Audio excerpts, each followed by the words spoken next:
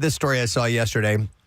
Actor Anna Camp is speaking out against critics of her new relationship with stylist Jade Whipke, who is 18 years younger than her. Oh. So Camp and Whipke, she's 42, he's 24, were walking the red carpet at Los Angeles premiere of Camp's new movie Bride Hard on Instagram last week. They shared this, and after users shared less than positive takes on the age gap between the two women. I meant to say she. That's Whipke is female. And Camp issued a concise, albeit strongly worded response in the comments. She said, thought I would jump in here. And hang on a second here. Yeah, okay.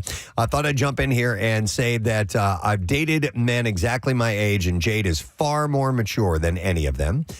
We have more in common than anyone else I've ever dated and can literally talk about anything and everything. A lot of Pokemon. Pokemon. Pokemon. I'm a big fan of Pokemon. Everyone is entitled to their opinion, and I'm wishing everyone well, especially this Pride Month.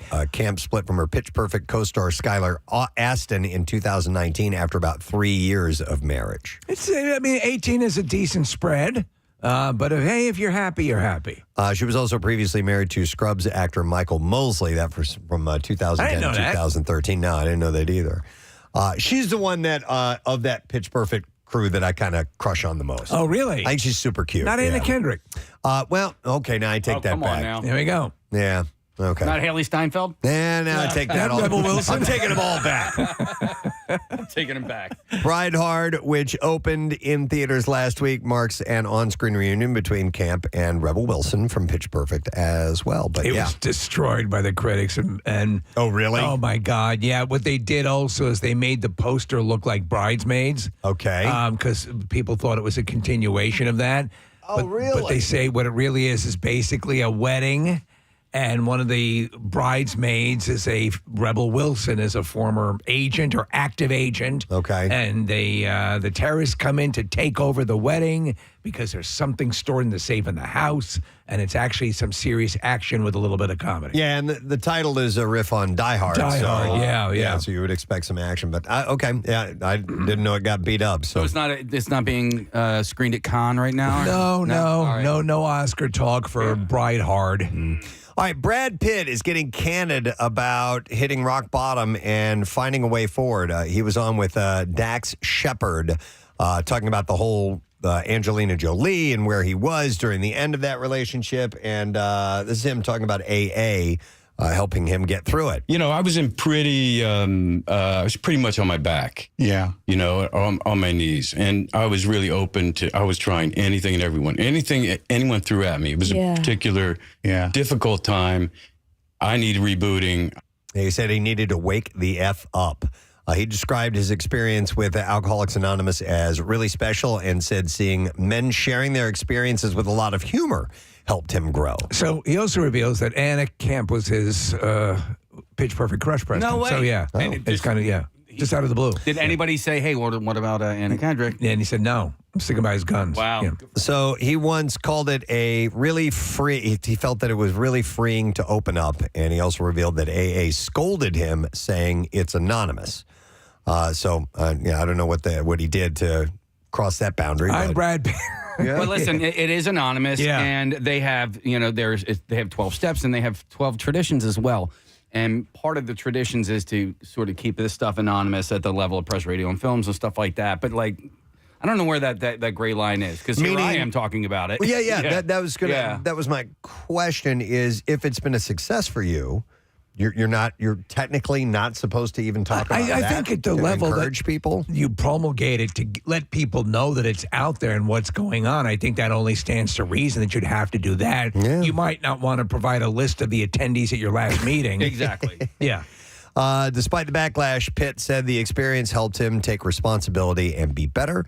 Of course, Angelina filed for divorce back in 2016, later accusing him of abuse. He denies the claims, for which no charges were filed. But he said it helped him get his act together, and he's in a better Help place. my brother, because of it. Yeah. Nick Cannon said he is probably done having children after fathering 12 kids with 6 different women. 12! And it sounds like that could be helpful, as he seems needs some help keeping track of his expansive family tree. He was doing an interview, and he joked about needing extra time to list all his children's names, saying, "This is where I usually get in trouble." Cannon explained his desire for a large family comes from his upbringing, adding, "I really think I'm a king, and kings need big courts." Yeah, and I hate that, man. Honest, I can't stop. The Emma King stuff? Yeah, I've heard that.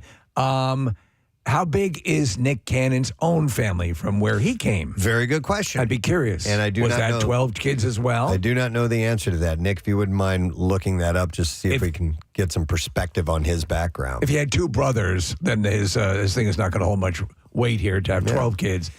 When asked to, I just think he likes banging without condoms. When asked to name his children, Cannon initially forgot 2, but eventually recalled all Rocky, 12. Ricky, Danny, Terry, Mikey, There you Davey, go. Timmy, Tommy, Joey, Robbie, Johnny, and Brian. He's good. He's got a lot of boys. Including his twins with Mariah Carey and his late son, Zen. He shares children with several women, including Brittany Bell, Abby De La Rosa, Brie Tessie, Lanish Cole, and Alyssa Scott. He has 4 younger brothers, Gabriel, Ruben, Javen, and Caleb. A decent-sized family. Yeah. So what do you think on any given day? Is it harder for him to remember the kids' names or the women he had the kids with?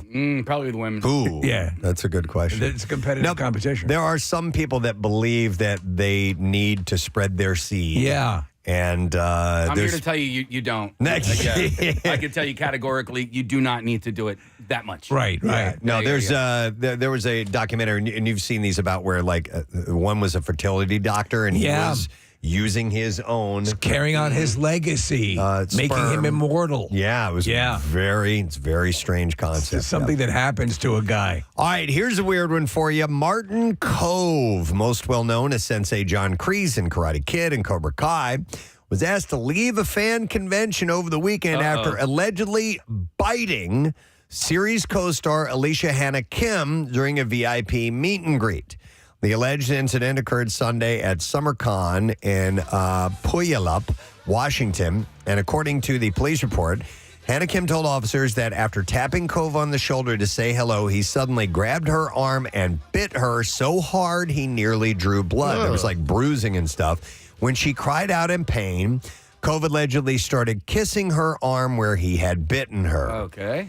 Hannah Kim then told her husband, and the pair went to confront Cove about the incident, a move that Cove did not take well. And according to the report, he allegedly erupted in anger at the couple. Cove told police that they play fight all the time and that he was just trying to be funny.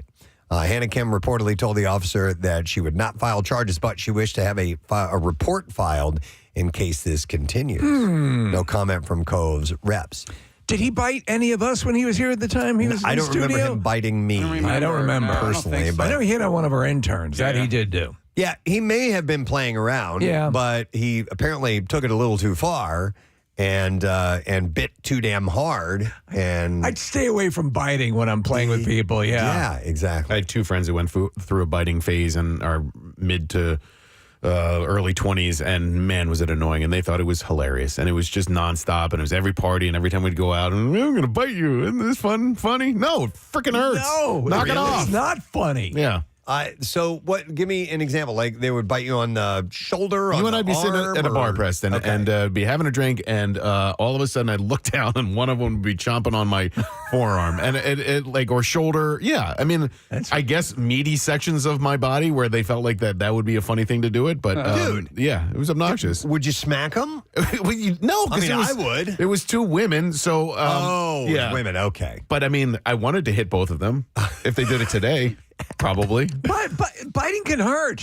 It It's hurts. socially unacceptable. It absolutely hurt. Yeah. And they thought it was hilarious. We tell children not to do it. Right. All right. A couple other things outside of the biting realm. Congratulations to young Sheldon star Montana Jordan and Jenna Weeks, who tied the knot over the weekend. The couple wed in a classic cowboy-themed wedding on Saturday, surrounded by about 200 guests, including several of Jordan's co-stars from Georgie and Mandy's first marriage and young Sheldon.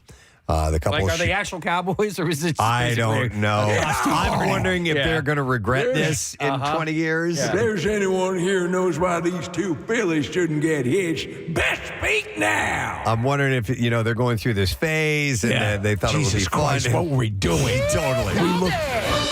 We look like idiots. They share a daughter, Emma Ray, and have been You together bit me. for 4 years. See, I thought like if you could have Give me a cowboy bite. like if you got married around Halloween, you could have a masquerade wedding. That could be fun. But to do something like that.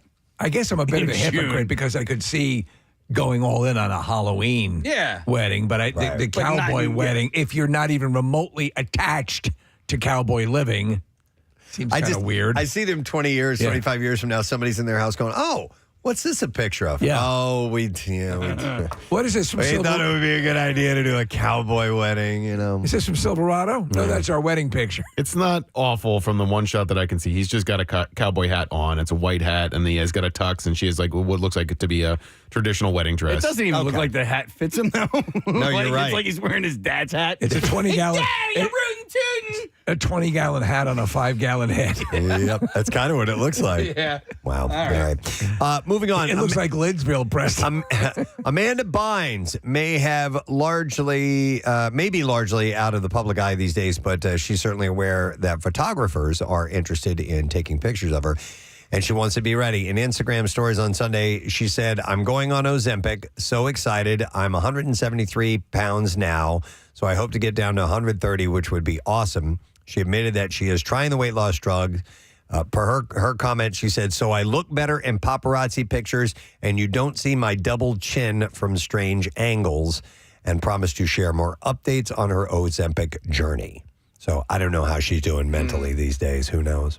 You hope the best for her. When she was in her heyday, prior to whatever happened, what had happened, she was poised for superstardom. Absolutely. Yeah. She was segueing from a great just comedic actress to a leading role performer. Yeah. And she was very cute and just a likable person, but she had a mental breakdown and has issues to this day. So hopefully she's getting the right kind of treatment. All right, so we got some audio to play with this. Kristen Chenoweth, highly regarded as an actor and a singer with decades of Broadway experience under her belt. So it's interesting to see so many internet critics coming after her for her rendition of the Star Spangled Banner Sunday night prior to the Pacers Thunder NBA Finals Game 7. She seemed to deliver a solid anthem, which can't please all the people all the time, and comments rained down on social media about how bad it was. There were people that defended her. Did you watch it? I did. I didn't think there was anything wrong with it. I think there's a difference between she's singing in an operatic style. Yeah, well, first of all, she sang a cappella. Yeah. And then she used that Broadway style with the really strong vibrato. And she did change the rhythm of the song a little bit, which, so what? She sang the right melodies and she sang the proper words and everything, but she just changed the pattern of it a little bit. So is this the end of it? It's a piece of it, Okay. yeah. For the land of the free.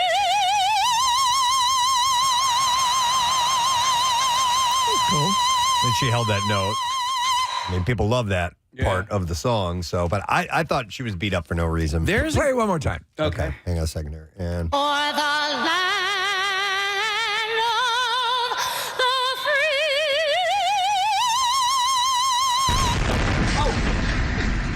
free. she exploded. She blew it up.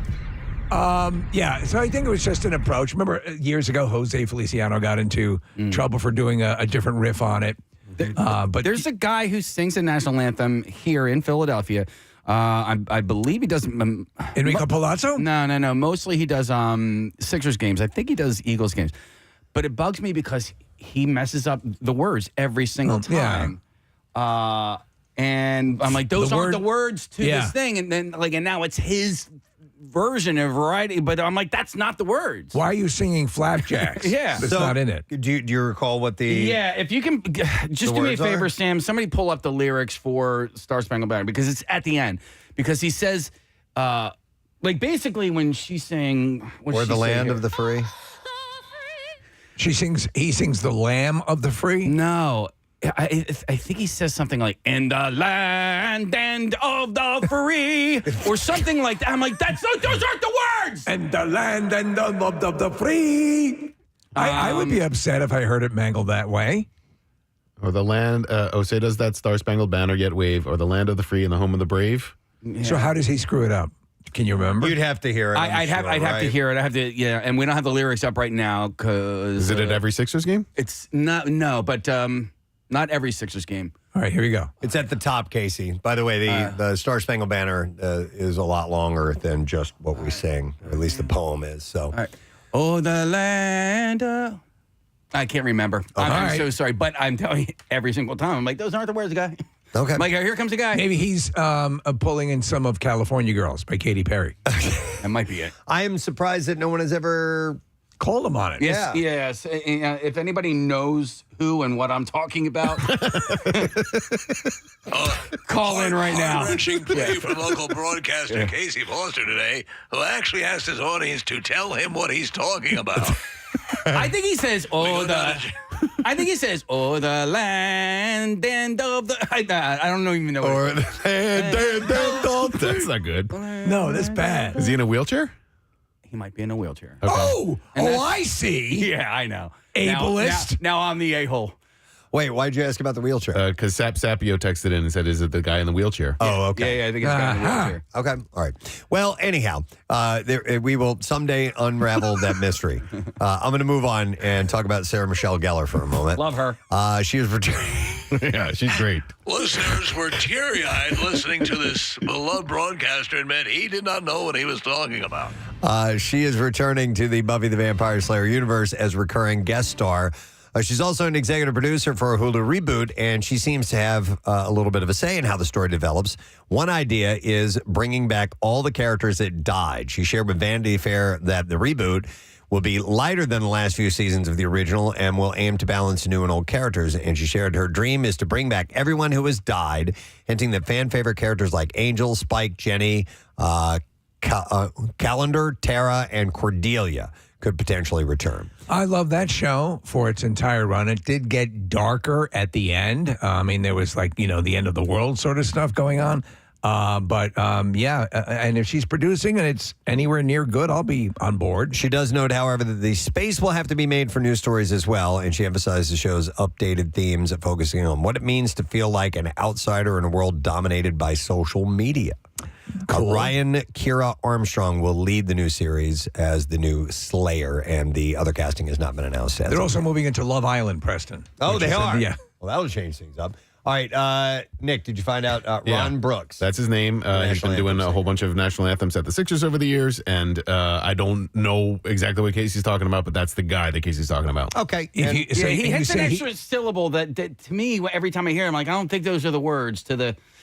But it is that time. So there is video of him singing national anthem on YouTube, so Marissa can find that. Vocally, does he do a good job? He's a great, he's a great singer. You just don't like. There seems to be a little bit of. It's like Aerosmith, Slola. Yeah, in Come Together, right? Something along those lines. So he's riffing a word and bending it a little bit too much. I got you. But he's a very powerful. And you don't vocalist, like him because he's in a wheelchair, is what you said. No. That's why I do like him. Oh, okay. Yeah. He appears to be a double amputee, no legs. Yep. So there you go. Yeah. And so there you go. He's got. So we find out why he's there. There you go. That's it. All right. Anyhow, more on this Enough as it of develops. Nick, why did you even bring it up? Come on, man.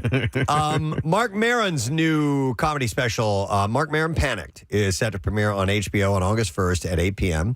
The special will also be available to stream on HBO Max. He said, I feel that this is the best work I've done. Everything came together, the direction, the production, design, the shirt, and the bits.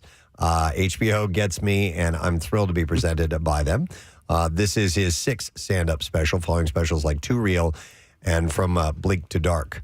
I've watched all the episodes for the show Stick now. Oh, yeah? And I really, really like him a lot. He's very good. In that role. And so now I'm in. The 4th episode did it for me. Oh, did it? That's the one that did it for me. Absolutely. So I've seen the first 3. I have to watch the 4th. I like it. I think you'll. I think this 4th one you'll go, oh, okay. It's and I hate to use this as the marker, but you get the Ted Lasso vibe. Yep. By the time you get to the 4th. I know you you're understand reticent. everybody has a story, and that's the important thing. Shows that get that there are grays in life and that there are everyone has a story, as with Your Friends and Neighbors. Yeah. With the John Hamm series, which I encourage you to watch. I watched the first episode of that. What'd you think? It's good. Yeah. It's got to develop some more for me. Yeah. But I like him a lot. He's so, he's such a great character. So, I'll get back to you on that. All right, and then one last thing. Johnny Knoxville is set to host a reboot of Fear Factor for Fox. The show promises to get a bunch of strangers together in an unforgiving remote location and then put them through mind-blowing stunts and harrowing challenges, according to the network. The problem is there's been about 2,000 shows like Fear Factor since Fear Factor. Yeah. But the other day, my youngest was watching an old Fear Factor episode. And they were doing some stuff. I've forgotten how off the rails that show went. So there were people had to jump into a giant vat of leeches. Yeah. And then come out, and they were all over their bodies. Yeah. And then the other person had to come over and pull the leeches off with their mouth. Come on! And drop them in a container that was, they had to walk over to. I'm like, okay, I forgot to the extremes that show went to. It's been a long time since I've seen it. The shows I'm thinking of are the ones that they had recently, like with the where they're training them a la the Navy SEALs. Yeah. But you're right. In the realm of eating like elephant balls, Fear Factor was kind of cornering the market. We have an old promo from Fear Factor, early days of Fear Factor, if you want to hear it. Next time on Fear Factor, host Joe Rogan really pushes the contestants to their limits. Okay, guys, the good news is you've already aced your first 2 challenges. You all ate part of that dead body in the morgue, which was slamming, and then you all stepped up to the plate and you tongued that horse's ass. But now comes the time to see who can walk the walk and who can talk the talk. Okay, dude, here's all you gotta do, bro. You gotta get in the pool full of monkey semen. You gotta let the dog crap in your mouth, and then you gotta crush these pissed off sewer rats into your balls until they bite. Bro, easy money. Wow, that seems staggeringly cruel and inhumane. Dude, it's for 50 G's, dude. Bro, dude, blood, bro, homie, home slice, bro, dude. We'll just leave it at that. Thank you. Dude. So we'll see where they go. I forgot. Yeah, it was that. But obviously, that was a parody point. Was that they eat a lot of stuff. Yeah. Casting is currently open for the show as well. Fear Factor first ran from 2001 to 2006, hosted by Joe Rogan, and then it later ran for 2 seasons on MTV, which I forgot about. It was hosted by Ludacris in that version of it. All right, we got some clips to play. This season of Below Deck follows the crew island hopping through the Caribbean with an unexpected visit from law enforcement. Here, Captain Carey teases why the police were called. I've never called the police to help me out. I have asked police to not come because of loud music. I'd be in Saint-Tropez in France, and there's a rock party upstairs at 3 a.m. The French don't like that. I didn't want to do it. I didn't want to bring reproach on the vessel, but my main job is the safety of my passengers, the crew on the vessel. And this guest was acting unsafe. You sound insane. New episodes of Below Deck is streaming on Bravo. Did you watch that? I have, and it's a good show. You like it? Yeah, but it's typical. The cuts are too quick. The edits are too quick for me. I wish they would actually spend a little bit of time, but all you do is sit there and go, God, I'd love to be on that boat. Yeah. All right, next clip.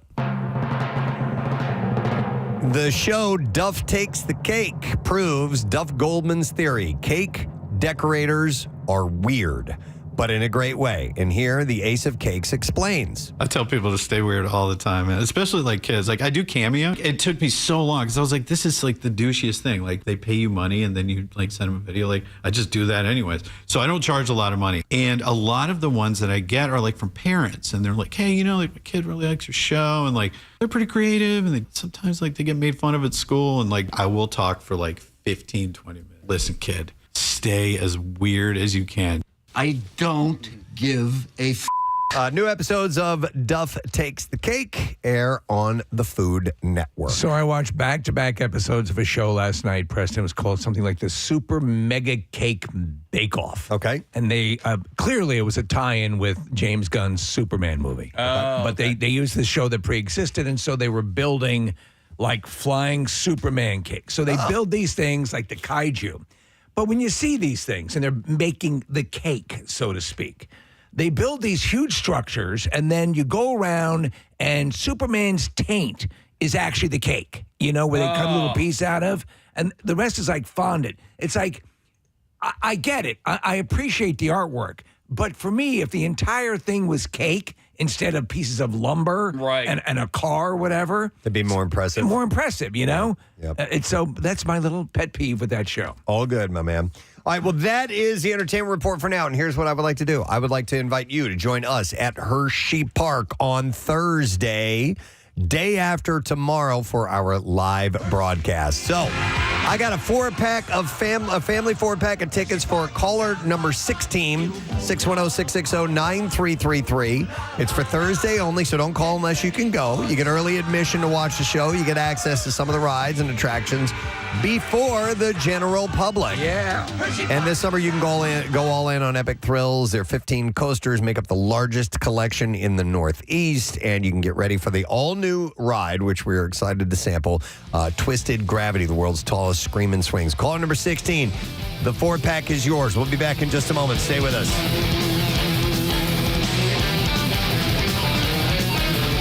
Preston and Steve.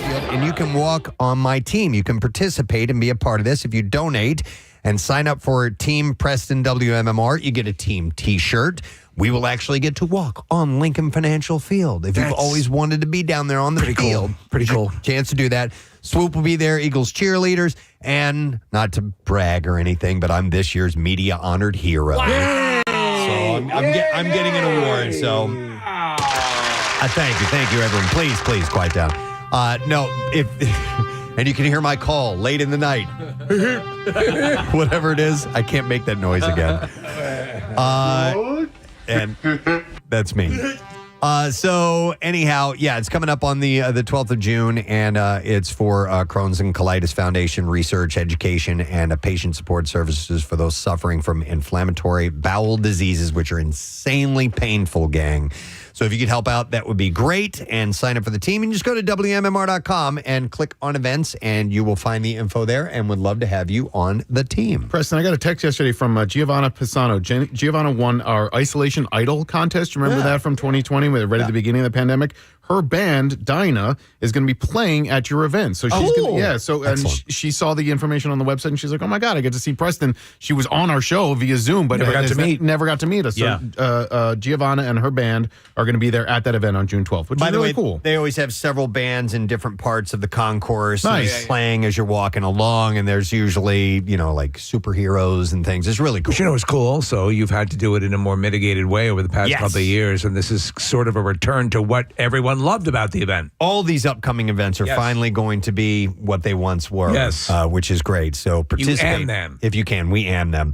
All right, I got this email. It was a little while back, but better late than never.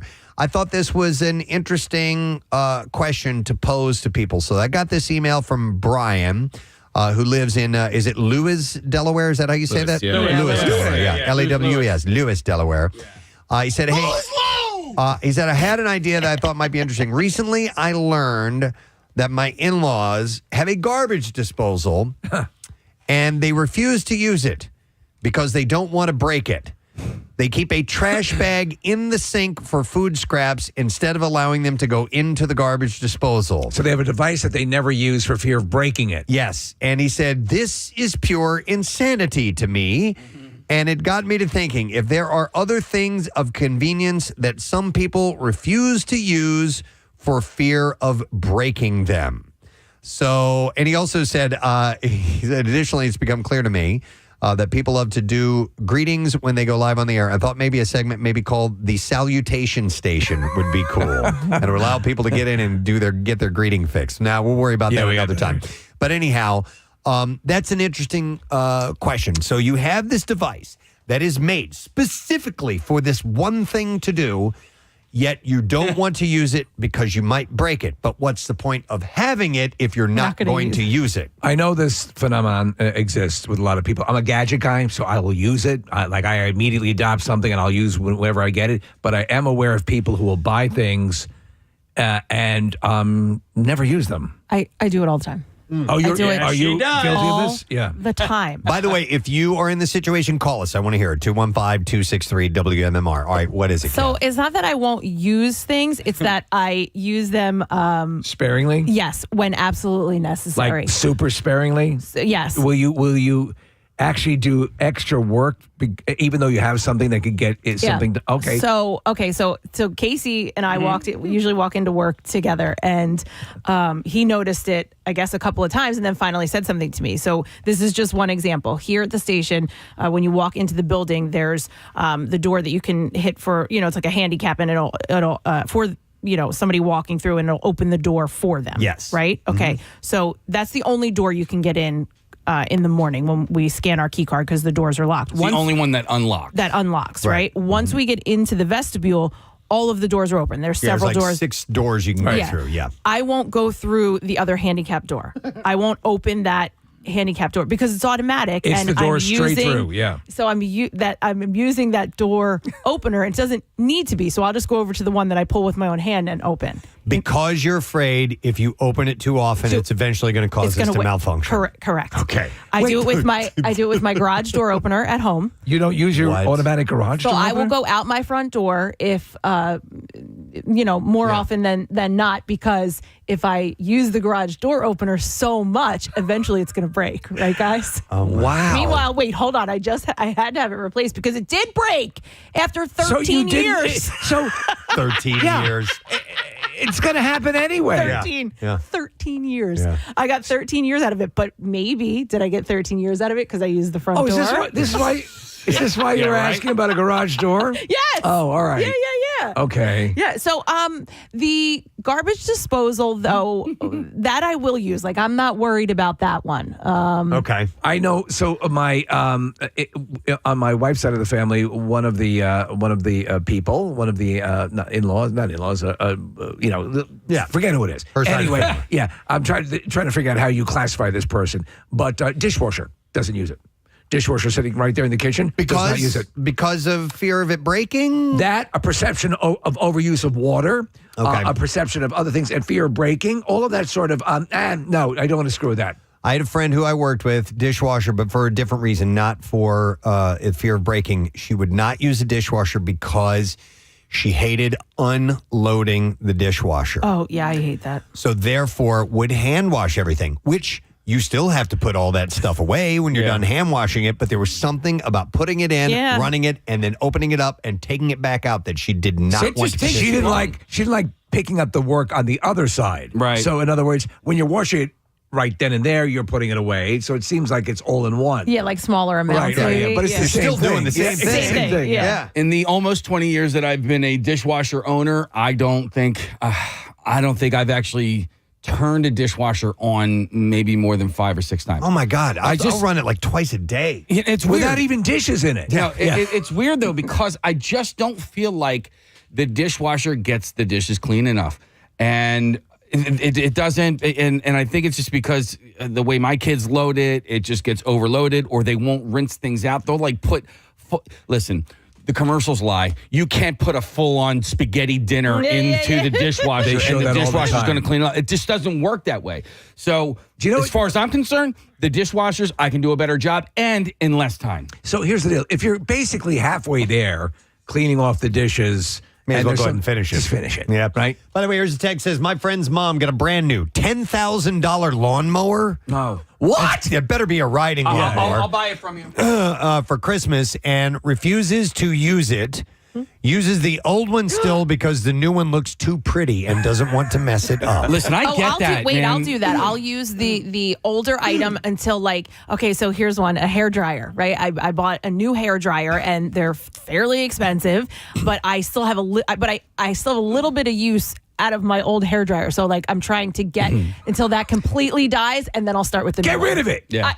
But I understand that reasoning, because when you see like a nice brand new like work truck. Yeah. Do you know what I mean? Like from guys that actually like use it. It's not like a glamour truck. Like some of these guys. This is my like, glamour truck. Well, yeah, I know listen, what you're saying, yeah. you have these trucks that just look nice and they never put anything in the bed or whatever. But then you have these other guys that actually, really work for a living and they put everything. It's so funny. It's because I have like at home case, I have this Amazon. It's a collection of tools and everything's in this place and it's all very clean. And all the contractors that I know, all their equipment is all effed up and banged up because they're using it. Well, yeah, my friend Bill, he just got this beautiful brand new truck. He showed it to me last year. He's like, "Oh, look at this! You open the door, the little the stool comes out. Little things you step on. Step stool, yeah. Yeah, I'm like, this is gorgeous.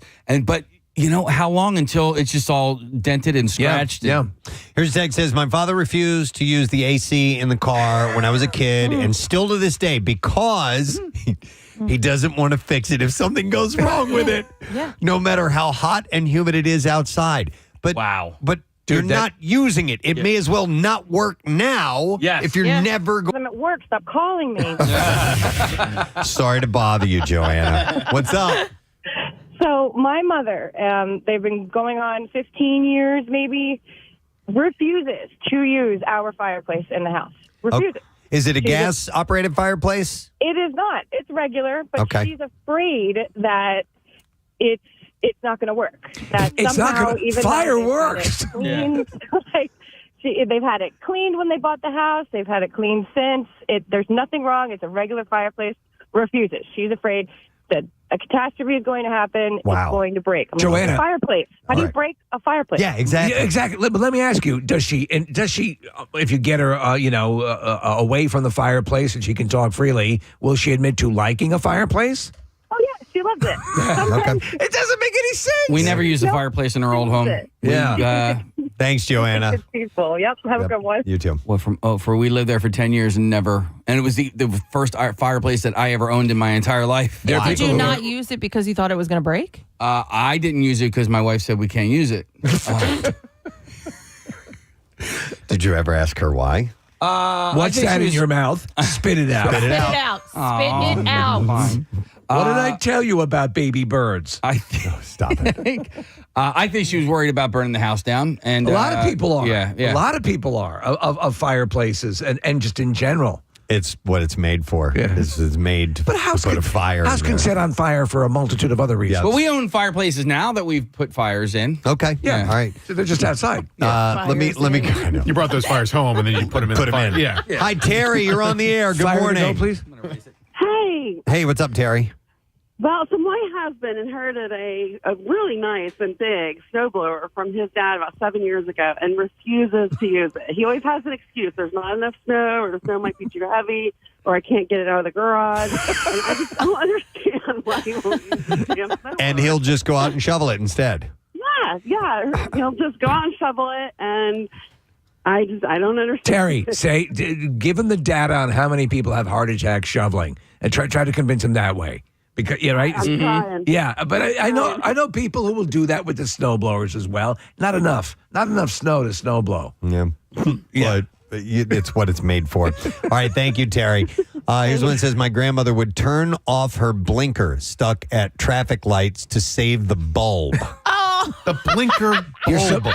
You're supposed to leave that light on. On 93.3 WMMR. All right, thank you very much, Marissa. All right, before we dive into our topic of conversation, do we need some resolution on this national anthem thing that's driving Casey crazy? It's not really driving me crazy, but we did listen to this off air, and you heard something different than I continue to hear. So we don't have to have this debate on and on and on. I just hear him saying, we can't leave this string untied. The words I hear him singing are, he says, okay. May I reset? And let me reset for the audience, those who are just joining us. We were talking about the Kristen Chenoweth saying the national anthem at the NBA Finals over the weekend, and it was kind of criticized a little bit, and we didn't think it was all that bad, but nonetheless. No. And then Casey said, well, you know what kind of drives me crazy is there's a local singer at the Sixers game. By the way, his name is Ron Brooks. He's an amputee. He's got a great voice, great, powerful voice. Powerful, but there's a moment in the song that Casey hears that he kind of because Kristen had changed the pacing a little bit, or the rhythm of the national anthem, and some people didn't like that. And there's this one little thing at the very end of the anthem that this guy sings that Casey says is he doesn't get it. They're not the words, and the words are. There's no words on it. There's no words. No, There's no words on it. The words that are written down, or the land of the free. He does not. He says, what I hear him saying is, or the land and of the free. I can't read it. There's no words on it. And you're saying no. He just hits a hard D. I don't know. Okay, Let's. It sounded in the first clip. It sounded like or the land of the free. So anyway, here we go. Let's play it.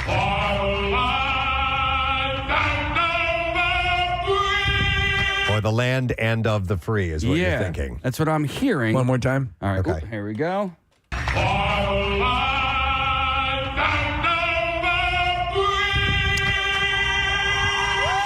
It is. I hear something. It could be the Preston's point. If this is your point, Preston, the land. Yeah, I'm thinking then the land of the free. Yeah.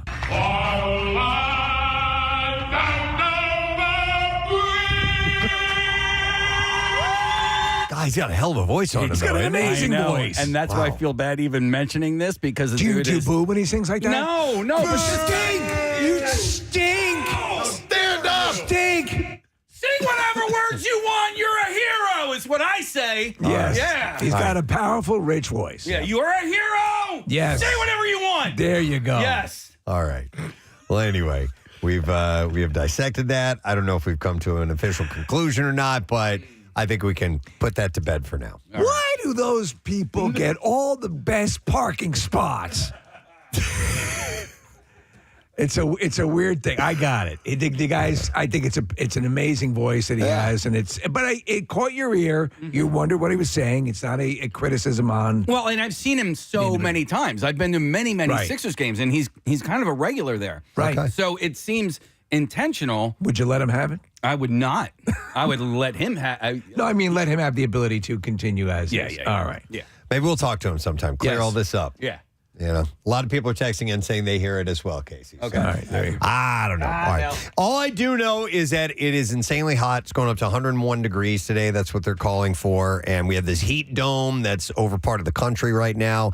And not just Philly, but obviously cities up and down the East Coast and the Midwest are just getting nailed with some serious heat. You look at the coverage of the area being affected. It's staggering. Yep. And so they're also saying, Preston, in addition to the fact that we're having some record-breaking days during this heat wave, we also have record-breaking nighttime temperatures.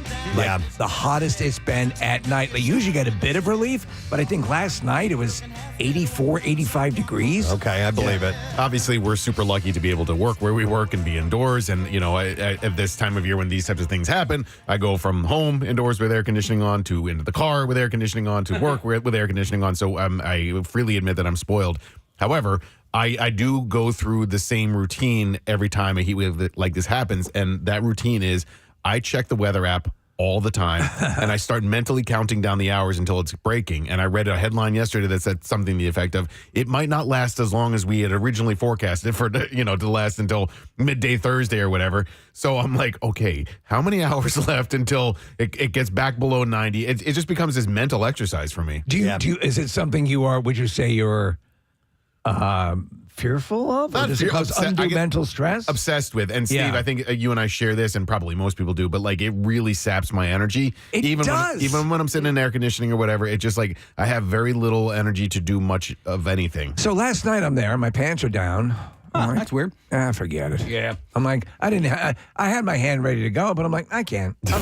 I'm too tired. I think my body has turned a corner because now I think I'm better in this heat than I was in years past. I mowed the lawn yesterday. I had no problems. I mean, I sweated my ass off, and I made the mistake of wearing a gray T-shirt so you can see all the sweat.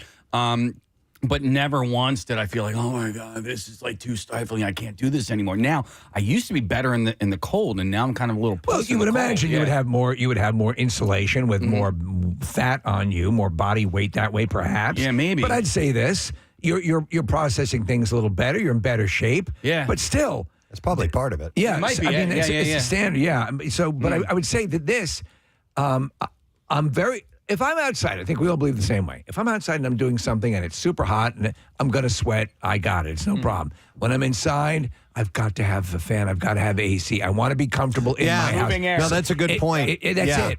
Yeah, I did a project that I've been trying to get to. I didn't do it yesterday. I did it on Saturday, and it was hot, but it wasn't ridiculous on Saturday. Right. And so I was cleaning out the shed and working on some things, and so I had a big sweaty project. And as long as, like you were saying, as long as if I have a task and I'm on it, right. It's not as bad. But you're right. If you go inside and sit down somewhere and it's hot, then forget it. My heart aches for people who can find, especially people who were just getting their power back. Yeah. The news was covering places that there was a retirement home or assisted living facility that didn't have their power until yesterday. I mean, could you imagine that? No. Our AC went out last night. Oh, did it? So I'd call Horizon. They're coming today. But yeah, it eventually came back on, but it was off for a while in the upstairs. You know, I started feeling that oppressive inside heat, and I'm like, get out of here, man. So you have the heat, and this is what I think was what distinguished yesterday and will distinguish today. You have the high temperatures, but then there is this blanket of humidity that is sitting on top of that. So, I mean, I was doing work, Preston.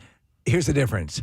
You know, I start doing something and sweat is literally pouring off my bald head quickly. Yeah. And it usually takes a little while. It's usually better if you're in a situation where it's okay for you to sweat, right? Like if you're doing yard work or whatever, and the sweat is to be expected. Right. It's when you don't want to be sweating. When you're sitting there, when you're eating tater tots and you're just showering yourself in sweat. I mean, obviously, we get to work pretty early in the morning, and when we walk outside in the morning and you start, like, walking outside, it felt like a punch to the face this morning. It was so freaking hot at whatever hour that was, and I was just like, man, this is one of those ones you're just going to feel it for a couple of days. Yeah, I actually, at 4 o'clock this morning, driving, I rolled the windows down. Yeah. It was kind of comfortable. Yeah. It's normally too chilly to do that. That's right, in the morning, right. And it was kind of nice, actually. I think both you and I do the same thing when we get to work here, Preston. We get out of our cars. We're usually wearing some sort of very fashionable beret, and we throw it up in the air and spin dance around. Yeah.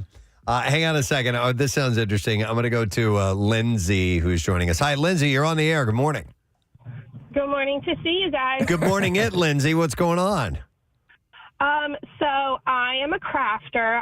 My main craft is crocheting, and there's this pretty common project that you do. It's a temperature blanket.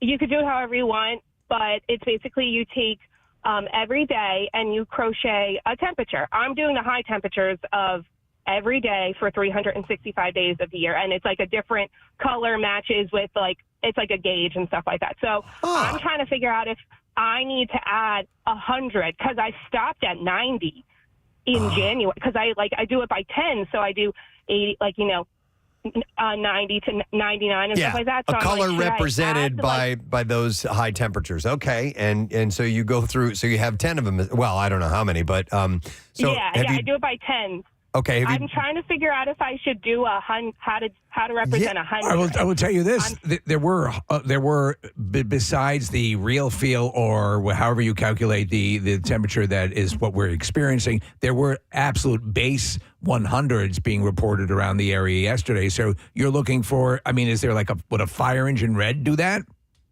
I already have fire engine red for the 90s. I'm thinking black, actually, Lindsay. I was thinking that exact same thing, because I'm like, and it's going to be a very random black. And I mean, between May and June with all of the low temperatures and high temperatures, it is such a fluctuation. But it's going to end up being a huge blanket, by the way, giant, because it's 365 different rows, right? Of but yeah,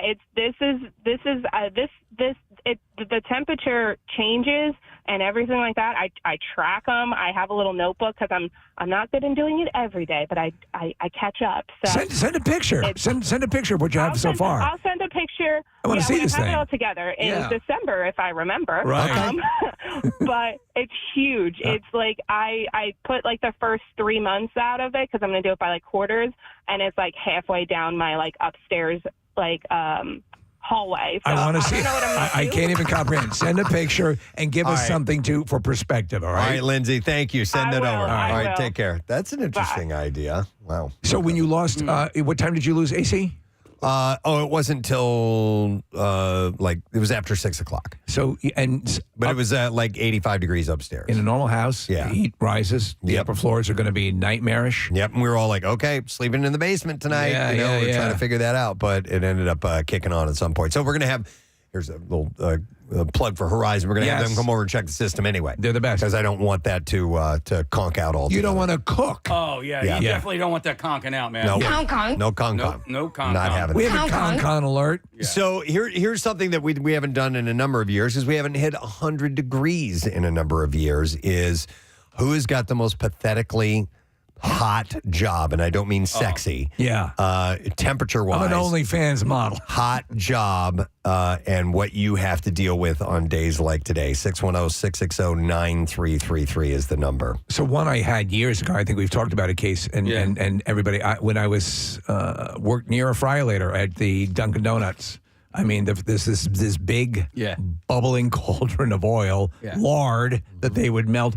And I mean, I would look at the temperature gauge in the room above that. It was like 121, 122. Yeah. I mean, it was oppressively hot. There were times this would not stand up to any code, Preston. Right. But I would simply clean. I'd be cleaning in the back room where no one could see me in just gym shorts. No shirt, no nothing. Around food. Yeah. I apologize. But it was unbelievably hot. Listen, and basically talking more so hot with no chance of relief, meaning I was a lifeguard. That is a hot job, right? Yeah, but you can jump in the water. I can jump in the water in between stands. And what, like if we had like 3 lifeguards, you would usually do 15 minutes on each stand. And then when I was done on one stand, hop in the pool, swim to the next stand, and you have that relief. Yesterday, Preston coming home from the shore and going over the Commodore Barry Bridge. It's under construction right now. I'm looking at these dudes in like jeans and long sleeve shirts. And I understand the long sleeve shirts are there to protect for, like UV protection or whatever. But that just has to be torture, we've had people tell us, though. We've had people that do this and do road work during oppressively hot scenarios. And obviously, this is going to be very unique, what we're going to be experiencing for the next couple of days, who say it's better to dress that way for heat mitigation. I don't get it. Well, I don't understand why that's the case, but they'll swear up and down that makes them cooler. Yeah. I don't know. I was, and there's a couple of different kinds of heats too. There's that out exposed completely with nothing around, the sun beating down on your heat. But then there's the inside a confined space heat as well. So I told you I was doing the project and cleaning out my shed, and it's a small enclosed area, and inside of that thing was just stifling. It's an oven. So we did the Manayunk Street Festival on Sunday. My wife and I were walking along. You're walking down the main part of the street, and when you stepped into these little like tents, they have them set up because they don't know how the weather's going to be.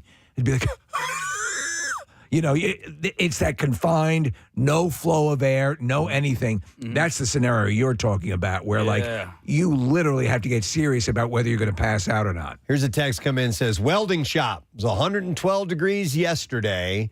It feels like 200 when you're wearing long sleeves and long pants all day long. Jesus. But you'd have to, if you're welding, you have to wear protective gear. That's exactly it. I'm going to go to Scott and check in with him. So let's do that. Hey, Scott, good morning. Scott! Good morning. Long-time listener, first-time caller. Welcome, sir. All right, so what is it you were doing work-wise?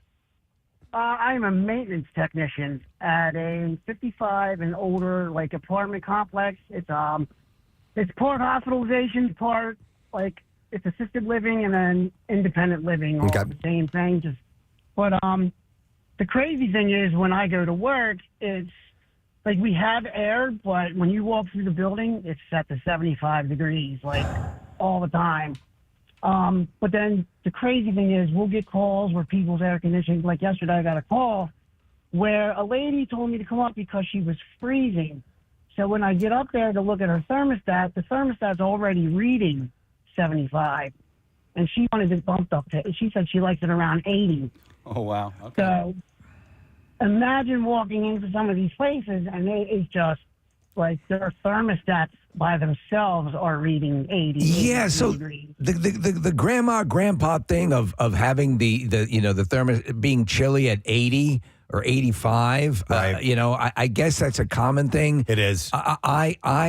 So my comfortable temperature when I sleep is 68 to 70. Yeah. And moving air. Moving air. Yeah. And then in the house, in the living room, if it's like 74, 75 with some air moving, I'm fine. Yeah. But I don't have a lot of latitude either way. I don't think I'd be comfortable sitting in an 82 degree room. No, inside, no. Inside, no. I agree with you. Wow. Yeah, no. And then also considering what you're walking about 10 to 12 miles a day at this place, going back and forth between apartments.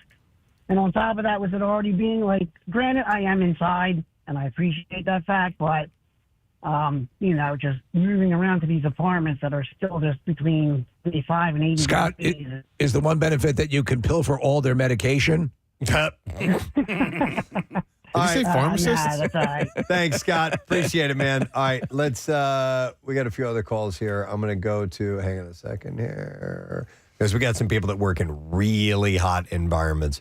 I will go to Joe next. Yo, Joe, good morning. Good morning. How are you? Great, man. What's going on, bud? Good. I work in HVAC. I'm an installer, which means we stay there. We show up early in the morning and we stay until the job gets done. And I've seen attics. Sometimes I get in an attic that I'm in there for 8 hours and it's like 140 degrees. Mm-hmm. So let me ask you, all right? So I would assume that some things like that shift earlier. Like in a perfect scenario, you'd want to arrive well before sunrise, right? If you're working in a place like that. Is that what you do? Yeah, sometimes when the homeowner allows it. I mean, I've heard of some people showing up 5, 6 o'clock, but I mean, not everybody wants you in their house at 5, 6 o'clock in the morning. Right. And so you're in there, and you're in an enclosed area. You're installing the HVAC system, so one doesn't previously exist. Have you ever passed out? I have not, but I mean, you hear the horror stories of people who have, and have had heat strokes and all, but. No, I mean, you do what you can do, and at some points, I've gotten it where, like, if the three of us are in an attic, you take 5 minutes, I go up for 5 minutes, they go up for 5 minutes, and they just keep taking turns. Jeez. Are you guys just chugging water constantly? Oh, yeah, and then, you go pee one time before you even get to work. And then That's it. Yeah, because your body's using all of the water. Yeah. Wow, that's one benefit. That's rough. All right, thanks, Joe. Appreciate it. It occurs to me, Preston, as many times as we've done stuff like this in these conversations, I'm not sure I know what the signs of heat stroke are. Well, when you stop sweating, that's a weird one. Really? Yeah. Okay. I think I guess maybe you're out of your body can't produce much more. Yeah. Wow. And that's like, you might not even notice it. You may just be more grateful. You're like, oh my God, at least I'm not sweating anymore. Right. I saw one yesterday, Steve. There was the difference between heat exhaustion versus heat stroke. Heat stroke is the worst of the two. And so with heat exhaustion, you can have you're thirsty, is sweating. But yeah, Casey's right. Like you stop when you're having heat stroke, you stop sweating. You have dizziness, confusion. You can become unconscious. So that's me all the time. Yeah, heavy sweating, nausea, weakness, thirst, and dizziness or heat exhaustion. If it gets worse and you start getting confused or become unconscious, obviously, that's when it's really bad and you should call 911. Wow. Well, sweating is your body's attempt to cool you down. Right? Yeah, exactly. Yep. All right, we're going to go to Mike next and check in with him. Hi, Mike. Good morning. Morning. What's up, buddy? Hey, I work in a steel mill in the Lehigh Valley behind a furnace that gets to be 2,200 degrees when you're melting steel. Oh, my God. And it's 125 degrees behind there yesterday. 125 degrees. Goodness. And you're wearing protective clothing and everything too, right? Yes, sir. You have to wear a pair of jeans, and then you put a pair of pants on over top of that, and then a long, thick welding jacket over that. Oh. And then a hard hat with a screen and everything else. So, are you allowed to carry a decorative parasol? Steve, you showed me that inflatable. Steve showed me an inflatable vest last week. Yeah, Mike. Casey's right. There's a thing I've seen making the rounds, and I don't know if it's something that would be within your industry, but it is actually. So take one of those like Halloween costume like T-Rex things that have the built-in fans. It's similar to that, but it's made for workers, and it actually has a fan system within it, maybe the way a mascot would have. Have you ever seen that, or does anyone ever use that on your job? We can't use it because it's a magnetic induction furnace, and anything metal will just heat up and melt. Mike, how long have you been doing this work? I've been doing this for 15 years. 15 years, and when this happens, when this oppressive heat, well, I mean, it's got to already be hot all the time in that type of work. What do you do to cope? You just take it easy. You take it in shifts. We put frozen bottles of water in our pockets, and we're back there maybe 15, 20 minutes at a time, and then we switch out with people, and those frozen bottles of water are room temperature by the time we get done. I have to imagine you could put away 4 to 5 devil's food cakes a day and still not gain weight. Yeah, because you are sweating your ass off. I'm 6'4", and I weigh about 215 pounds, and I probably eat 6,000 calories a day. Yeah, you'd have to just survive. Mike, that's nuts, man. Jeez. All right, well, hang in there. Stay safe, man. We appreciate the call, all right? All right, man. How do you think you would fare in it? I mean, I would not. Yeah. At all. Listen, I'm as soft as they come, bro. I mean, but look at it's about 73 in this studio. Yeah. I'm come on. I'm hitting right now, man. Yeah. I'm glowing. I was actually feeling a little chilly earlier, guys. So I think Nick has a sweater on. Is that a stole? Let me go. Hang on. I have Matt who is joining us. Hi, Matt's a fireman. Matt, good morning, bud. Hey, Nick, you doing all right? You're chilly? Thank you. Thanks. I really appreciate you checking in on me, Matt. It's been a rough morning thus far. That's a trained fireman. Thank He you, buddy. cares. Yeah. You're a good man. Cold. Yeah, thank you.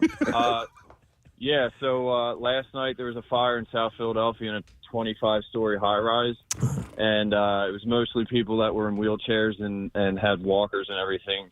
Power shut off to the building, so we had to use these things called stair chairs to bring the people down from the 25th floor and down all the way to the first floor. Over 200 people.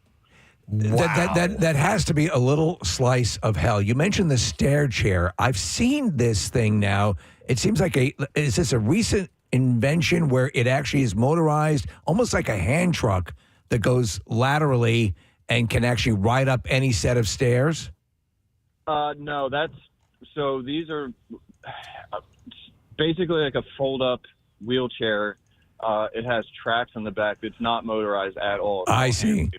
So when you're doing that, you're running against the clock. You have people. I mean, that are in danger of dying, right? If they're elderly. Yeah, the fire was out. There's no fire. Just good. No power, so there's no air. And a lot of them have medical conditions because they are older. They're on medication and everything. So it it was. Yeah. The department's great. We handled it great. It was terrible while doing it. I'm going to imagine, Matt, and you talk about 200 people. How many fire companies were there helping out to do this? Because that's a big job. Yeah, I don't know the exact amount, but it was quite a bit. I'm in the Kensington area, so we got called down. It's right off of Christopher Columbus Boulevard was where the call was. Is it? Is it still the case that I remember that movie Towering Inferno years ago? That really, all things considered, it's very difficult to fight a fire over in a building over 4 or 5 stories. Correct? What? Or has it gotten better? 4 or 5 stories is about the max. Yeah. I mean, once you get above that, then you have to worry about standpipes, and if the standpipes work, you got to hook up to the connection, the fire department connections outside to supplement the sprinklers and the standpipe systems, and sometimes they don't work.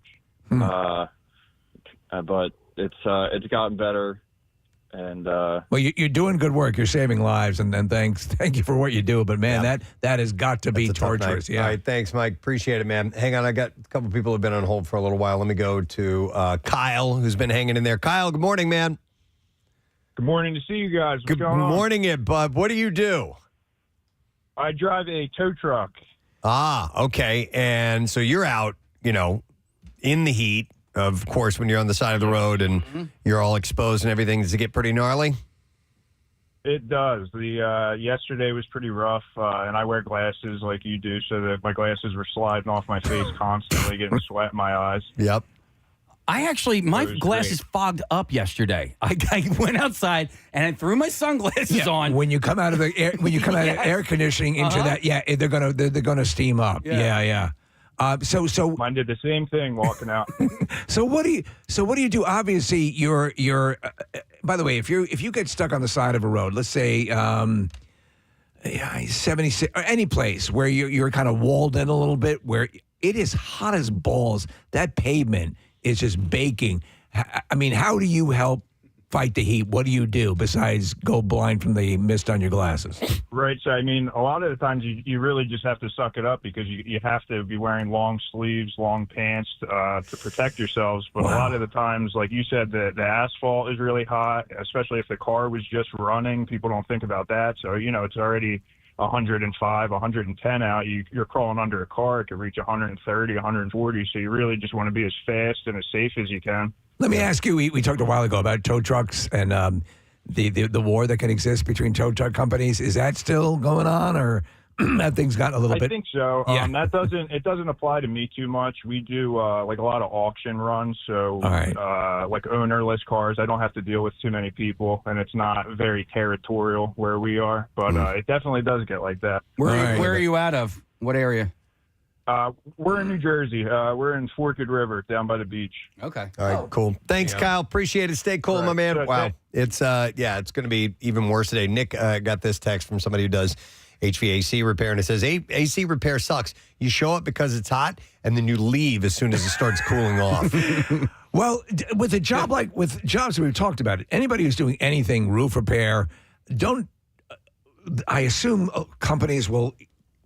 You take the day off, or at least start incredibly early if you can. I mean, there's no way you can have workers on a roof in this heat. I don't know, man. Yeah. I mean, but if air conditioning repair for the building has to get done that day, right? They don't They care. gotta do it, The clients want it. They want it now. And if you're working on the roof of a house, there's no way you're showing up early. You're not hitting nails into the roof with homeowners at home. Yeah, we so today when we're having Horizon come by to check our system because it went out. If you missed the beginning of the call, the unit's in the attic. Oh, it is, and it's when they've been there before, it is brutal when they come down after just being up in that $120 or $120 degree air. It's horrible. One last call, and then we got to take a break. I'm going to go to Dave next. Hey, Dave. Good morning.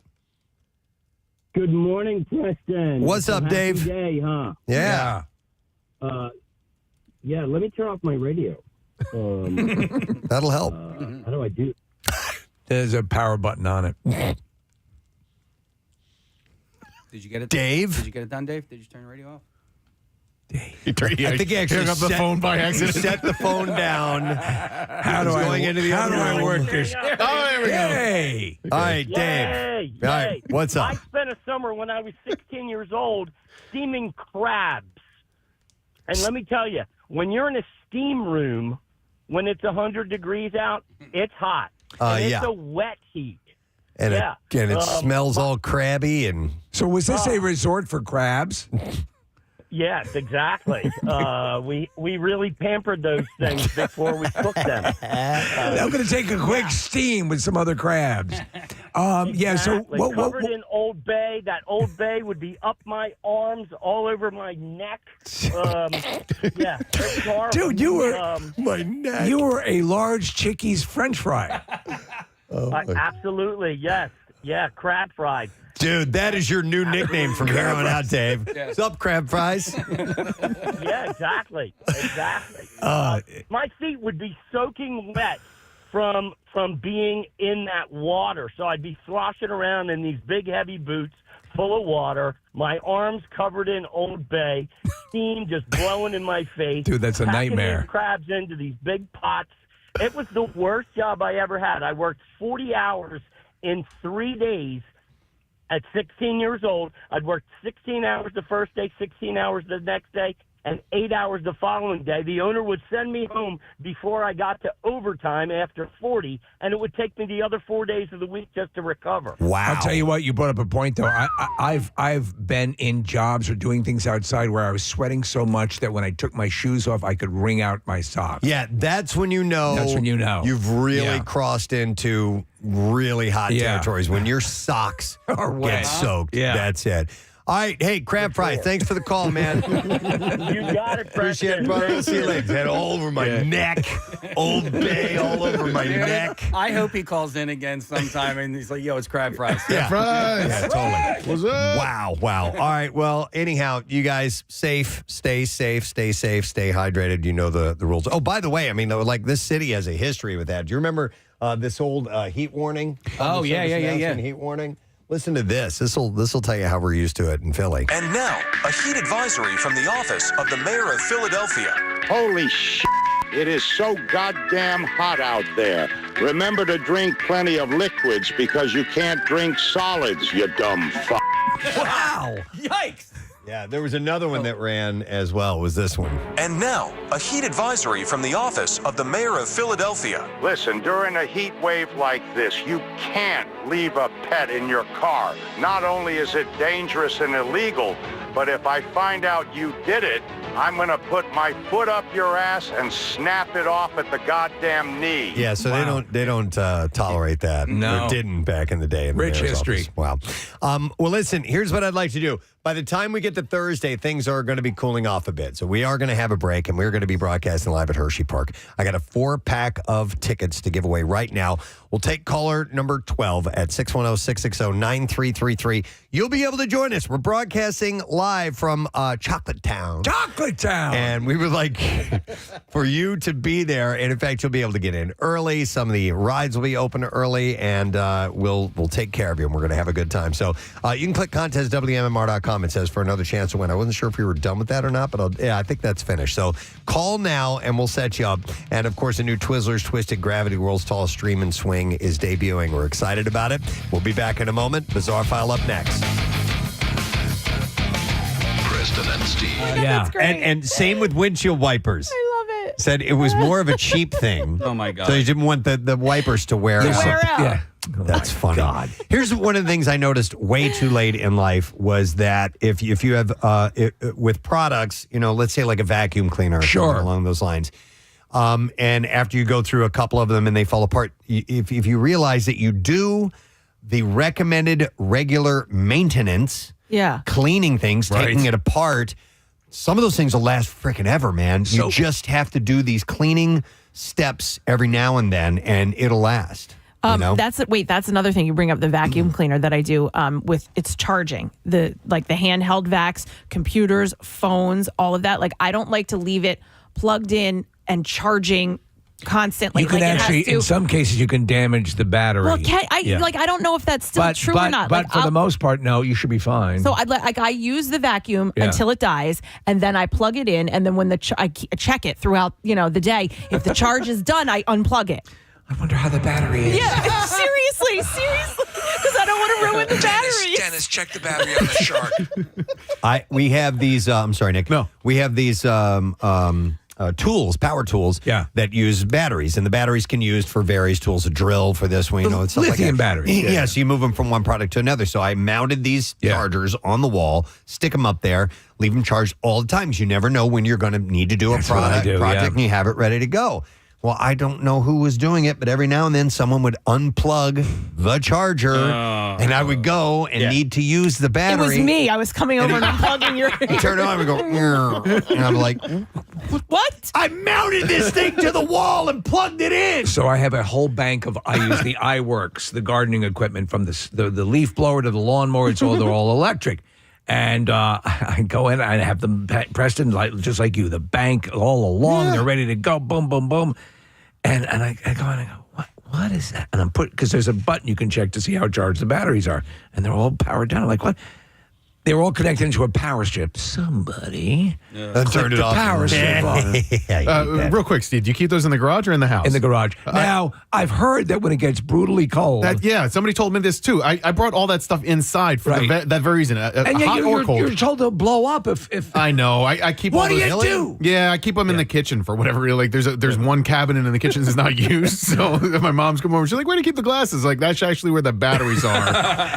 The glasses are in the garage. Yeah. But Preston, real quick, I know you're not a big kitchen gadget guy, but when I get a new knife, I hold on. I don't use it right away, and I think it's because like I want to keep it pristine. You want to keep it super sharp. Yeah, and like really clean and just perfect. Do you ever do that with new kitchen items? Do you okay, you dive in right away. Made to be used. Okay. Well, wait a second. In my mind, this also goes to another conversation, which is how quickly do you? I do like things to look nice and pristine. So there are things like ice. Like after a while, like we were talking yesterday about hiking shoes and stuff like that. I'm like, if they get too scuffed up, that'll be an extravagance. There's a crossing point. Sorry, it's not up to my standard. It doesn't look right. Nick, I have 19 pairs of scissors because I use the old scissors to cut things like opening boxes or something that's thicker, and then the newer, sharper scissors are for the things that need like a nice, clean finer cut. It's like you need 19 of them. Oh, you can find scissors all over my house in every room. Hey, this is the crafts queen, right? Steve, I have 3 pairs of these sneakers that I'm wearing right now, and they have I have used them in stages. In fact, I drew like a letter on the tongue of the shoe. So I didn't use them for what they weren't intended for. So the oldest version of those... I do the sneaker phase. I'm with you. Okay, I'm following you. The oldest version were my cycling shoes, and then the newest version I only wore them to jog, and then... Are they identical? Identical. And that's why you have to mark them. I had to mark them. So I had jogging, cycling, and then everyday shoes. So I go left to right. So the pair of shoe that's the furthest left, it's like in people jumping out of an airplane, skydiving. They're at the door. And so those are the ones that are the prime ones for using. And then they start to circle around into the Goodwill pile. Yeah. And now I have my lawn mowing shoes, and I'm actually really proud of myself, Kathy, because you have a lawn mowing shoe guy? No, I just want to go to a call when you right. eventually stop talking. So, hang on a second, Preston. I got something for you here. Hold on. I need you to stop talking and listen to me. Go ahead.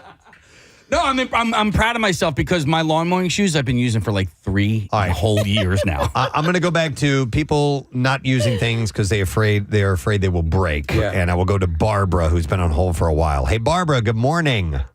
Good morning. How you guys doing? Good. What's up, Barbara? My brothers and I just sold a house that we inherited from my father. They bought it in 1986, and they never used the dishwasher. There you go. We had the realtor come in, and I was telling her, I said, I think the dishwasher's broken. My brother's like, no, it works. They just never used it. And is it from 1986? Is it that old? Oh, yes. The Yes, washer? it was the original dishwasher that was put in the house. I bet you that. So it would probably still run. It's not going to, it's a functional dishwasher. But did they ever explain why they chose not to use it? Was it for this reason, for fear of breaking it? Yes, they didn't want to, nothing technical. Like that was high tech back then in 1986 to them. Wow. Jesus. Yeah. That's hilarious. Apparently it's a thing. All right. Thank you, Barbara. Appreciate it. All right. I'm going to go back to an older situation as well. This is Joe who's on the air. Hey, Joe, good morning. Hey, good morning, guys. How you doing? Good. What's up, Joe?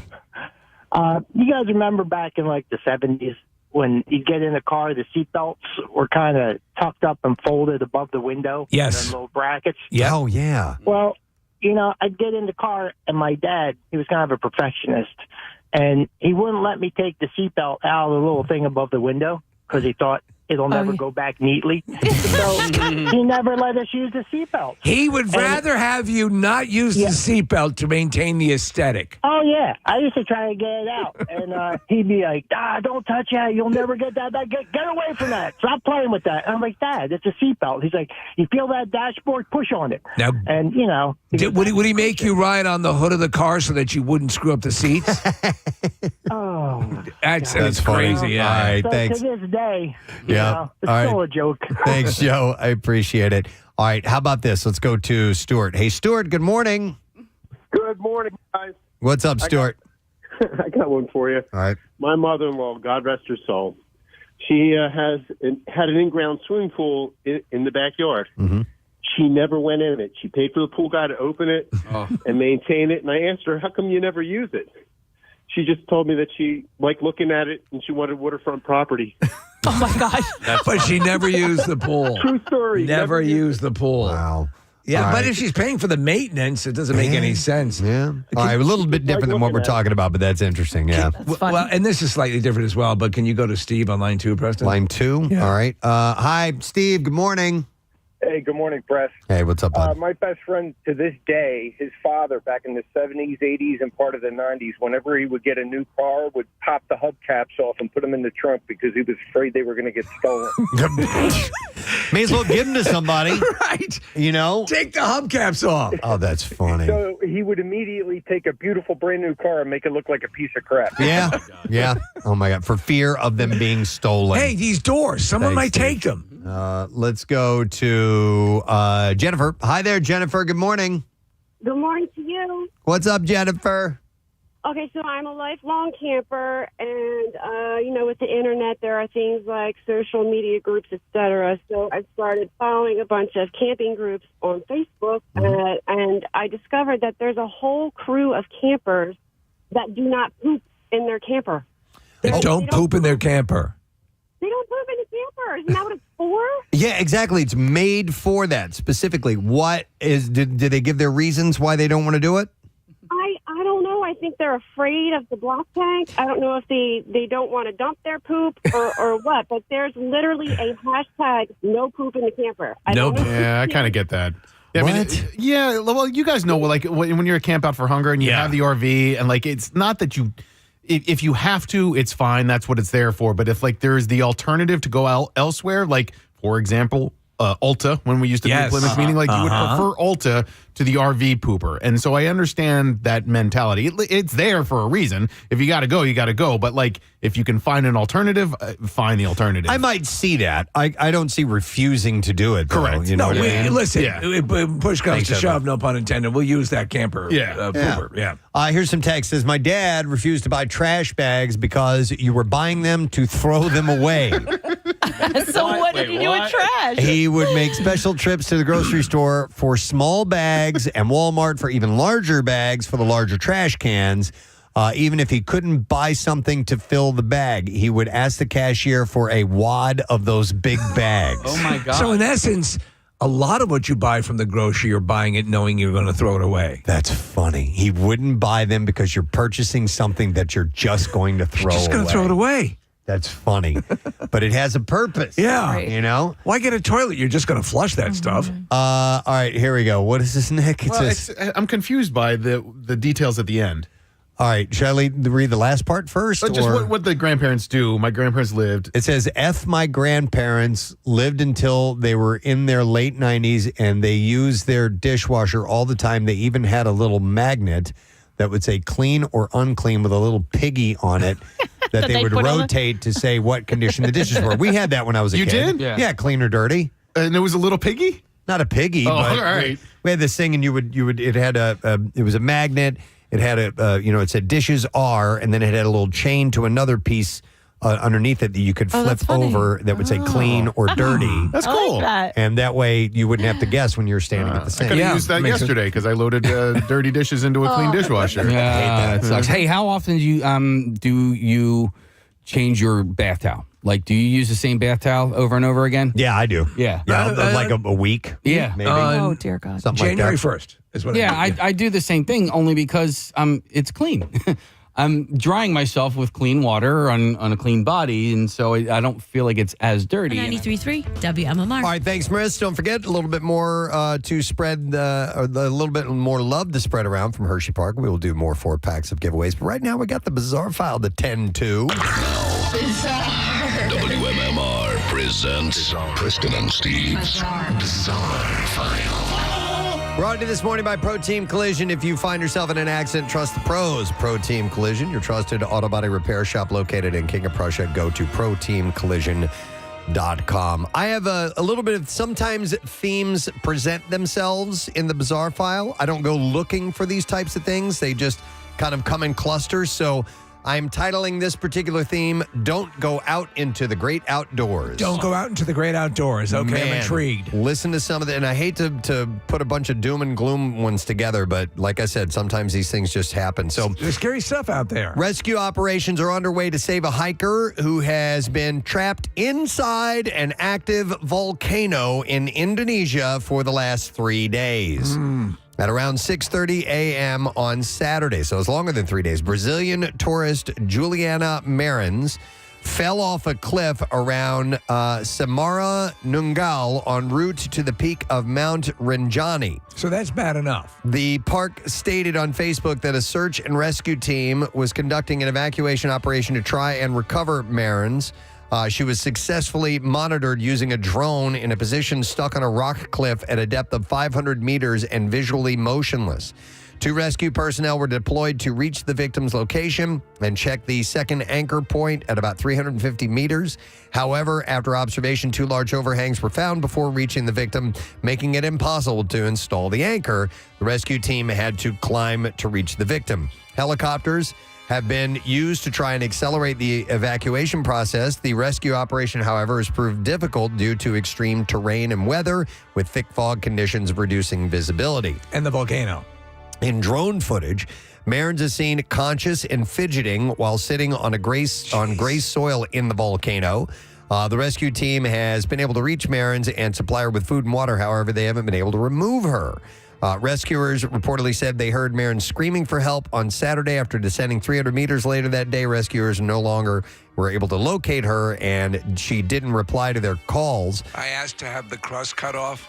Drone footage taken on the morning of Sunday showed that she was no longer the original location. Rescuers were able to locate her again on Monday, but they had to retreat due to climate conditions. So they're still trying to find this woman to get her out of there. She's still alive. She's still alive. Amazing. All right, hiking and outdoor adventure can be dangerous hobbies, and the consequences were fatal for a group of hikers in California. 3 men have been found dead after jumping into water at Rattlesnake Falls, an isolated hiking area near Placer County, California. Authorities say they were notified that 3 members of a 6-member party had jumped into the water and that they had not been heard from since doing so. The sheriff's office called the spot where the men went missing extremely remote and difficult to access, but a search party was still established. High winds and strong water currents disrupted the rescue efforts, as the conditions often made it unsafe to fly a helicopter to the scene. And on Sunday, the sheriff's office confirmed that individuals were indeed dead. A diver tasked with locating the bodies described the terrain as challenge of navigating the hiking spots as brutal. The waterfall, he said, kept pushing me down, but I wasn't leaving without bringing those 3 home for their family. This was diver Juan Heredia. He said, Josh Robinson, our backup team diver, and I hiked for over 3 hours just to reach that 47-foot deep pool. I dove 4 times, close to 3 minutes each, freezing cold water and deep. Officials warn that the water in Rattlesnake Falls is extremely cold and that the sudden change in temperature that occurs when one enters that water can lead to shock. And that may have been what happened. I watched a military demonstration about the power of a waterfall. It's a simple, small waterfall. Yeah. Water going over, not deep. And they had this woman, military, she was a sergeant or something. So she goes over, she's tethered to the other people, and she goes over to demonstrate how difficult it is to rise up out of the tumultuous waterfall. Yeah. And it pushes you down. And I don't think people realize that. And that's how people die. And not only that, the cold water. If you guys have ever been in a cold spring before, you can't breathe. It's painful. Yeah. Like it is that bad. So you do have to be careful. All right. Speaking of water, 6 people were killed when a boat capsized in Lake Tahoe. I told you guys these weren't good stories. Yeah. 2 others are still missing following the incident on Saturday, which occurred. And this was the deal. Fierce winds battered the lake, kicking up 8-foot-tall waves. 8-foot-tall waves. So the sheriff's office said 2 survivors had been pulled from the water and were being treated in the hospital for hypothermia and other injuries. 27-foot-long Chris Craft boat was caught in a large swell when winds gusted at 35 miles an hour. On Sunday, the sheriff's dive team and search and rescue was continuing to search for victims near the shores. It was reported that 10 people were in the water as air temperatures were swiftly falling and the lake grew unexpectedly rough. Temperatures dropped to near freezing on Saturday afternoon, bringing rain and snow to the Sierra Mountains surrounding the lake. A video posted online shows large waves knocking boats against docks, and according to officials, multiple boats were damaged during that storm. So it was serious and I saw cold. the hull of the capsized vessel. I didn't realize that many people had died. Yep. All right, and then one last story under the theme of don't go out into the great outdoors. You shouldn't. This guy didn't die, but an 80-year-old man who went missing in West Virginia was recently found in a deep predicament. State police originally put out a silver alert for Harold Simmons before he was found Wednesday night. Simmons was found submerged in a large creek at the bottom of a 20-foot embankment, and he was trapped with water up to his neck. Wow. At around 10:30 p.m. that night, officers heard Simmons calling out for help while they were responding to a trespassing call in a heavily wooded area. Police said that he was injured, and a patrolman named Kaufman traveled down the 20-foot embankment slick from recent rainfall and was able to pull Simmons to safety. The fire department arrived on the scene and performed a rope rescue operation to get Simmons back up the embankment. Pulling up by his neck. Simmons was then taken to a nearby hospital for treatment. That's miraculous. People getting hurt, going out and hiking and whatnot. Listen, I just say this as a word of caution. You have every reason to be afraid of going outside. Just stay inside all the time. Yeah, don't go outside at all. There are things that, no. Yeah, things will happen. Just be smart when you go out. Yeah. All right, and there you go. That's what I have in the bizarre file for you. Let's do another 4-pack of tickets for Hershey. And Thursday, where we will be broadcasting live from, it will be caller number 10. 610-660-9333. Able to join us before the park opens as we broadcast live this Thursday. And temperatures are cooling off a bit, which is going to be great. Some of the rides will indeed be open for a special few. In fact, we're giving away 500 tickets. It's amazing. So let's get you all in this summer with Hershey Park. Caller number 10, 610-660-9333. We will be back in just a moment. Make sure you stay with us. Preston and Steve. Loading the hamper with laundry that is unnecessary. I'm that way. Okay. You're not a barbarian. No, you're not I am alone. not. You're not alone. Kathy thinks it's disgusting, but Not just sometimes you have to be careful of the smell and mildew growing. oh, sure, yeah. I mean, well, I hang it up to dry, Yeah. to air dry, so Yeah, like line dry. Over the after that. TV. Yeah. Are you once a week? Right. How often you wash them? No, like probably every other day. Oh, man, that's a lot. Yeah. Let's Sorry. see. Let me go to. I use the washer. I have no problem using that. I have Frank on the line. Hey, Frank. Good morning. Gadzooks. Gadzooks. Frank, what's up, man? So my car came with 2 remote starts, and one of them broke. So I have a second one that works perfectly fine, but like I don't want to go through that loss again, so I just don't use it. And I'd rather just walk out to my car, start it in the morning, and then go back in the house being like, gosh, I wish I still had 2 remote starts. You don't want to risk it because you're down to just one. What if that breaks? You had a backup. Yeah. Exactly. But yeah, I don't know how to replace the remote start, so we're just not going to go through. Like, what would someone do if they wanted to get a new one? You'd have to, I guess, go buy one. Yeah. Oh, my God. I'm not doing that. That right? All right. Thank you for Can't it. blame me for a sucker. I appreciate that. Yeah, this all got started because of this email that we got who said that the guy's in-laws' garbage disposal, they refuse to use it because they don't want to break it, so they actually keep a trash bag in the sink next to it. It's funny, yeah. To just throw the scraps in. Which, by the way, I did. We had a clog, a drain issue, and we had I called Horizon out, and the tech came and fixed it. And he said he was telling me some stuff about the garbage disposal that I didn't know.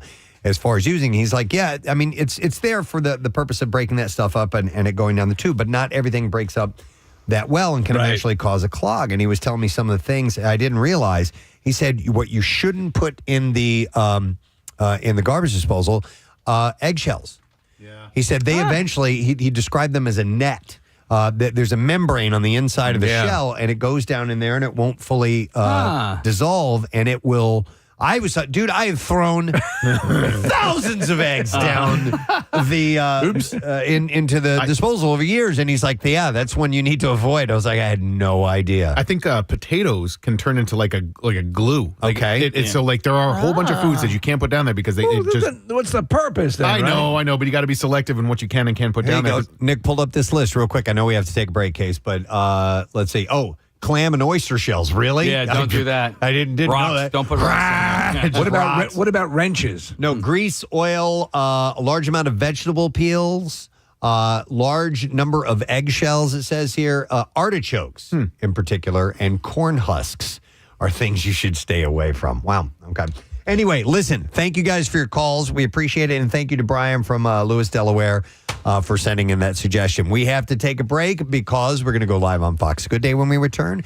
We have the bizarre file to get to. We have MMR's concert cash and your first chance at winning $500 and MMR bikini ticket that she had pasted. However, we didn't do the connoisseur last week. We'll have to at some point pull that out. But I saw this really interesting article from BuzzFeed, and I know that some people can relate and probably have their own stories to share. But the title of this article was people are sharing the questionable ways their families cook specific foods. I love when we talk about stuff like this. And it says, and some are quite frankly crimes. So I'll read a few examples. Well, one man's crime could be another man's favorite. That's true. Right. And feel free to share if you guys have anything to contribute. Our number is, what is our number? 215. 215-263 WMMR. 1-800-232. You can call that one if you want. Yeah. I'm not going to get you anywhere. Yeah. All right, Who is this? Yeah. All right, so I'll start with this one. It says, my stepdad's mom took a stick of butter and used it like a crayon to smear butter all over a raw turkey, and then she put the rest of the stick on the table for rolls. Oh, yeah, no, So I've That'll actually kill seen. ya. No. I've actually seen a device that is like a I don't have like a clamp for butter. It doesn't have to require a lot of pressure, but the basic gist is you put the stick of butter in it and you slide it around on waffles and pancakes. Yeah, we have one. It's called the Butterbot. Oh, okay. And and it looks like a little robot. Yeah. And you stick it inside there, and you take off his little R2D2 head. Yeah. And the butter sticks out the end there, and it's actually curved a bit so it fits on corn on the cob. This is not the butter you're looking for. And it's really great for corn on the cob. Casey, this would be perfect for your issue, your problem of getting butter in each square of a waffle. No, it wouldn't. Why? Because I think it would. Right? Especially if you heat it up a little bit. This is not what we're looking at. No, If I you're know looking that. at a video, that's These not are what it not is. your butter dispensers. Yeah. So anyhow, but using that on raw poultry and Then serving putting it it out? to No. family, No. You could get deathly ill. you get very, very sick. All right, here's another one. This says, my mom once had a meltdown in her kitchen when she saw me cooking an egg in a skillet. She likes to cook her eggs in the microwave until they're rubbery and tinged with gray, and she insists that this is the only way to do it. She's a lunatic. I actually didn't even know you could cook an egg in a Yeah, microwave. you can do it, but it turns out It's gross, right? Yeah, you don't get a soft center on the yolk. You get a kind of hard, almost a boiled type of thing. I mean, even I can do an egg in a skillet. Come on. Hang on a second here. This one says, not exactly cooking. This is a text. It says, not exactly cooking, but my mom cuts pizza with scissors. Oh, I've heard of I've that. heard I that have too. heard of that. Yes, I've seen it too. I worked for a family who owned a pizza shop. They owned a very successful, still successful pizza shop down the shore. And when their kids were little, they would bring the pizza home for dinner and they would cut it up into like little pieces for a baby, but they would do it with the scissors. Okay. Do you do the same thing we do? So with our deli meat, we'll use hole punches and put them into a binder. A 3-ring binder? I haven't tried that, but that's awfully efficient. Saves some. Where's the liverwurst book, Marissa? I feel like the scissor things comes from Italy. Like when you're in Rome, they have these long pizzas and they cut them with scissors. Okay. Do you So think? that's maybe where that comes I don't from. know. On that note, do you think that pizza tastes slightly different if you eat it with a knife and a fork than Yeah, it's not as Tastes good. different? No. Yeah. I mean, it's a different eating experience, but I don't think it tastes different. I think know, psychologically- but like the bite and the. Do you know what I'm saying? I do. I don't. Preston's probably right. No, it's not going to taste different. there can't be any change in the taste, but yet I perceive one. It kind of feels like Yeah, it yeah. is. Yeah. All right, so a few more examples. We'll go to some phone calls if you guys have them. How about this one? I love this. One of my relatives deep fries things and then puts them in the air fryer to make them, quote, less oily. Wait. That is absolutely ridiculous. Then they go on and say, then there's my aunt who buys takeaway fried chicken, fries it again at home just before serving it to her guests. She says the outside is too dry and not oily enough. Oh, my God. Okay. So she refries fried chicken. Did everyone have a heart attack? Oh, my Is everybody good? Oh, that is the best. This one says, once we watched my wife's grandma dice an onion by slicing rounds with the peel still on, like you do for burgers. She would peel each slice one by one and then finally chop it all with a steak knife. Huh. So that's way off. I watch people dicing onions. I need help. And I sip. Oh, Casey, I'll give you the full tutorial. It is so easy. I do not know how to cut an onion. Really? Not properly. There's a process. Well, can you give us a quick verbal tutorial? I would. Okay, so you cut off the base, the bulb end, and then you cut off the top. Mm-hmm. You turn it sideways, lay it on one of the flat ends. You cut it in half. You take the peel, the outside layer off. Then you flip it back over on the flat edge like this. Where it's like round and... No, on the flat side. On the flat edge where it lies Yeah. now. And then, Casey, so here's the onion. It's like an arc this way, okay? Correct. Then you slice it 3 times this way. Okay. And you slice it 3 times this way. And then you go boom, boom, boom, boom, boom, and it's all chopped up. Are you a fan of chopping devices? No. A lot of chefs say no to those, right? No, you don't need... It takes up room in the kitchen, and all you need is a knife. But what you do need to know are the proper techniques. And all you have to do is learn them once, and you got them. So at some point, I'd seen a YouTube video that described how to cut a pineapple, Preston, and we had a fresh pineapple in the house. I think I misremembered how to cut that pineapple. Oh, really? Because it's that main part in the middle, the stem, the core of it. And I cut that off. Yeah. And I cut the outer layer, the prickly part off. And I was cutting what I thought was correct, and yet that part of the core. Do you do still core? solid? Yeah, still solid. Or was that just me not cut? Was that me cutting? I didn't it too cut soon? it all out. All right. I mean, you need to cut it into quarters and then just slice the. There'll be like a wedge, and that sharp part of the wedge is the core, and then you just cut it off that way. I effed it up. Then you're good to go. Steve, I hate to bring it back to this, but a listener texted this in, so thank you, random listener. Apparently, in the movie Cobra, starring Sylvester Stallone, we're watching the video. He uses scissors to cut pizza. He's eating cold pizza. Pizza. And he cuts it with Oregon, that's your traffic on 93.3 WMMR. All right, thank you very much, Marissa. We meant to play this audio last week, but we just got too busy with everything that we were doing. And it was actor David Cornsweet, who is the new Superman, who is from Philly, going on about his favorite things in Philadelphia. It was a question and answer session. GQ, I think? GQ, yeah. And they had him do this or that with All Stuff Philly. He's very charismatic. The movie is opening July 8th, so looking very much forward to it. But again, seems like a incredibly likable guy and had some interesting takes on. They like to do this with the celebrities for now and then, and their videos are pretty well done. Yeah, it was People Magazine. It wasn't GQ. Marissa just held that up. I just love it that this dude's from this area and they're keying in on this area. Dude, we've got Superman. Yeah. we have Superman. Superman. We have the Pope. We poop it on cars. Yeah. There's Pope and Superman. There's a lot going on here. All right, but listen to this. This is pretty cool. Here we go. A hoagie, just because it's more, you got more. All right, so cheesesteak or hoagie. Right. So if you can't hear what they're saying, I'll try to pipe in with that. Options. I love a cheesesteak, but if I had to, hoagie, you can have a cheesesteak hoagie. Right. So probably hoagie. Sheets or and he corrects it. He does. Hoagie.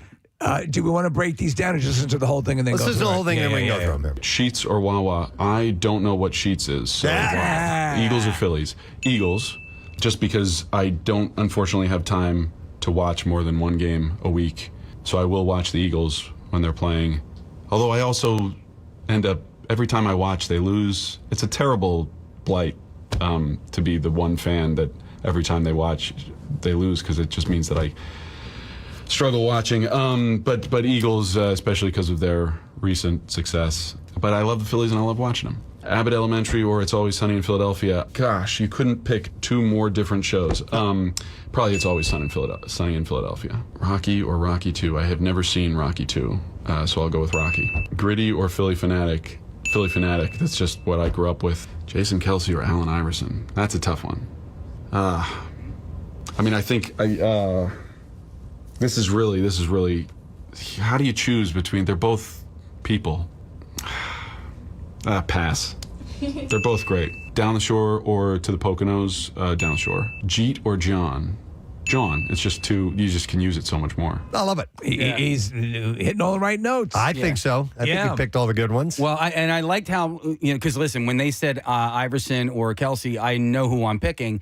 But I didn't really think about. He's like, well, these are people. I'm like, okay, all right. But one of those people brought home a championship to the to the organization. So I go Jason Kelsey. Won't give me that case. Yeah. And he didn't mention though he's the Sixers. I mean, obviously between but the question was posed.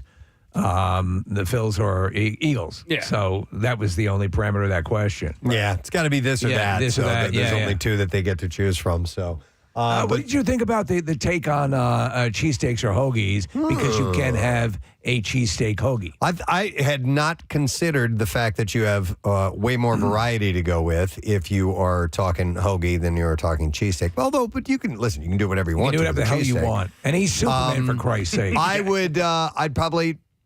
Well, I mean, yeah, but a nice hot cheesesteak, right off the grill. I know, but you can make it a cheesesteak hoagie, and you still have that hoagie variety. Is that what your wife eats? I don't buy the cheesesteak hoagie thing. No? No. What do you mean you don't buy it? You don't buy it as a hoagie, or you buy it as a cheesesteak? I think they're two separate things. Yeah. I think once you've made a cheesesteak hoagie, you've made a cheesesteak. Yeah. With you know hoagie, with hoagie elements. Well, even you don't have to have the hoagie elements on there if you don't want them, you know? But if you're making a cheesesteak hoagie, a cheesesteak in and of itself is not a hoagie, right? No.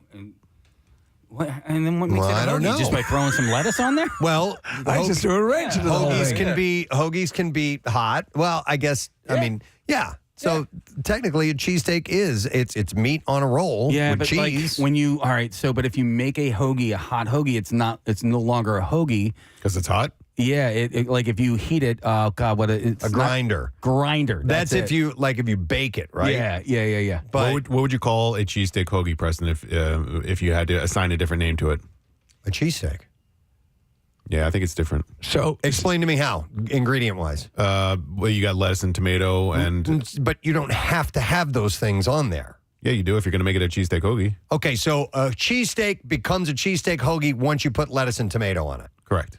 So at its base, it's a cheesesteak. Yes. Okay. But you're changing you're calling it a cheesesteak hoagie because that's what you're ordering. Unless I don't think hoagie has to do with what I'm asking toppings. You. Yeah, that's what I'm asking you. So you would call it a cheesesteak with lettuce and tomato. Yes. Okay. There you go.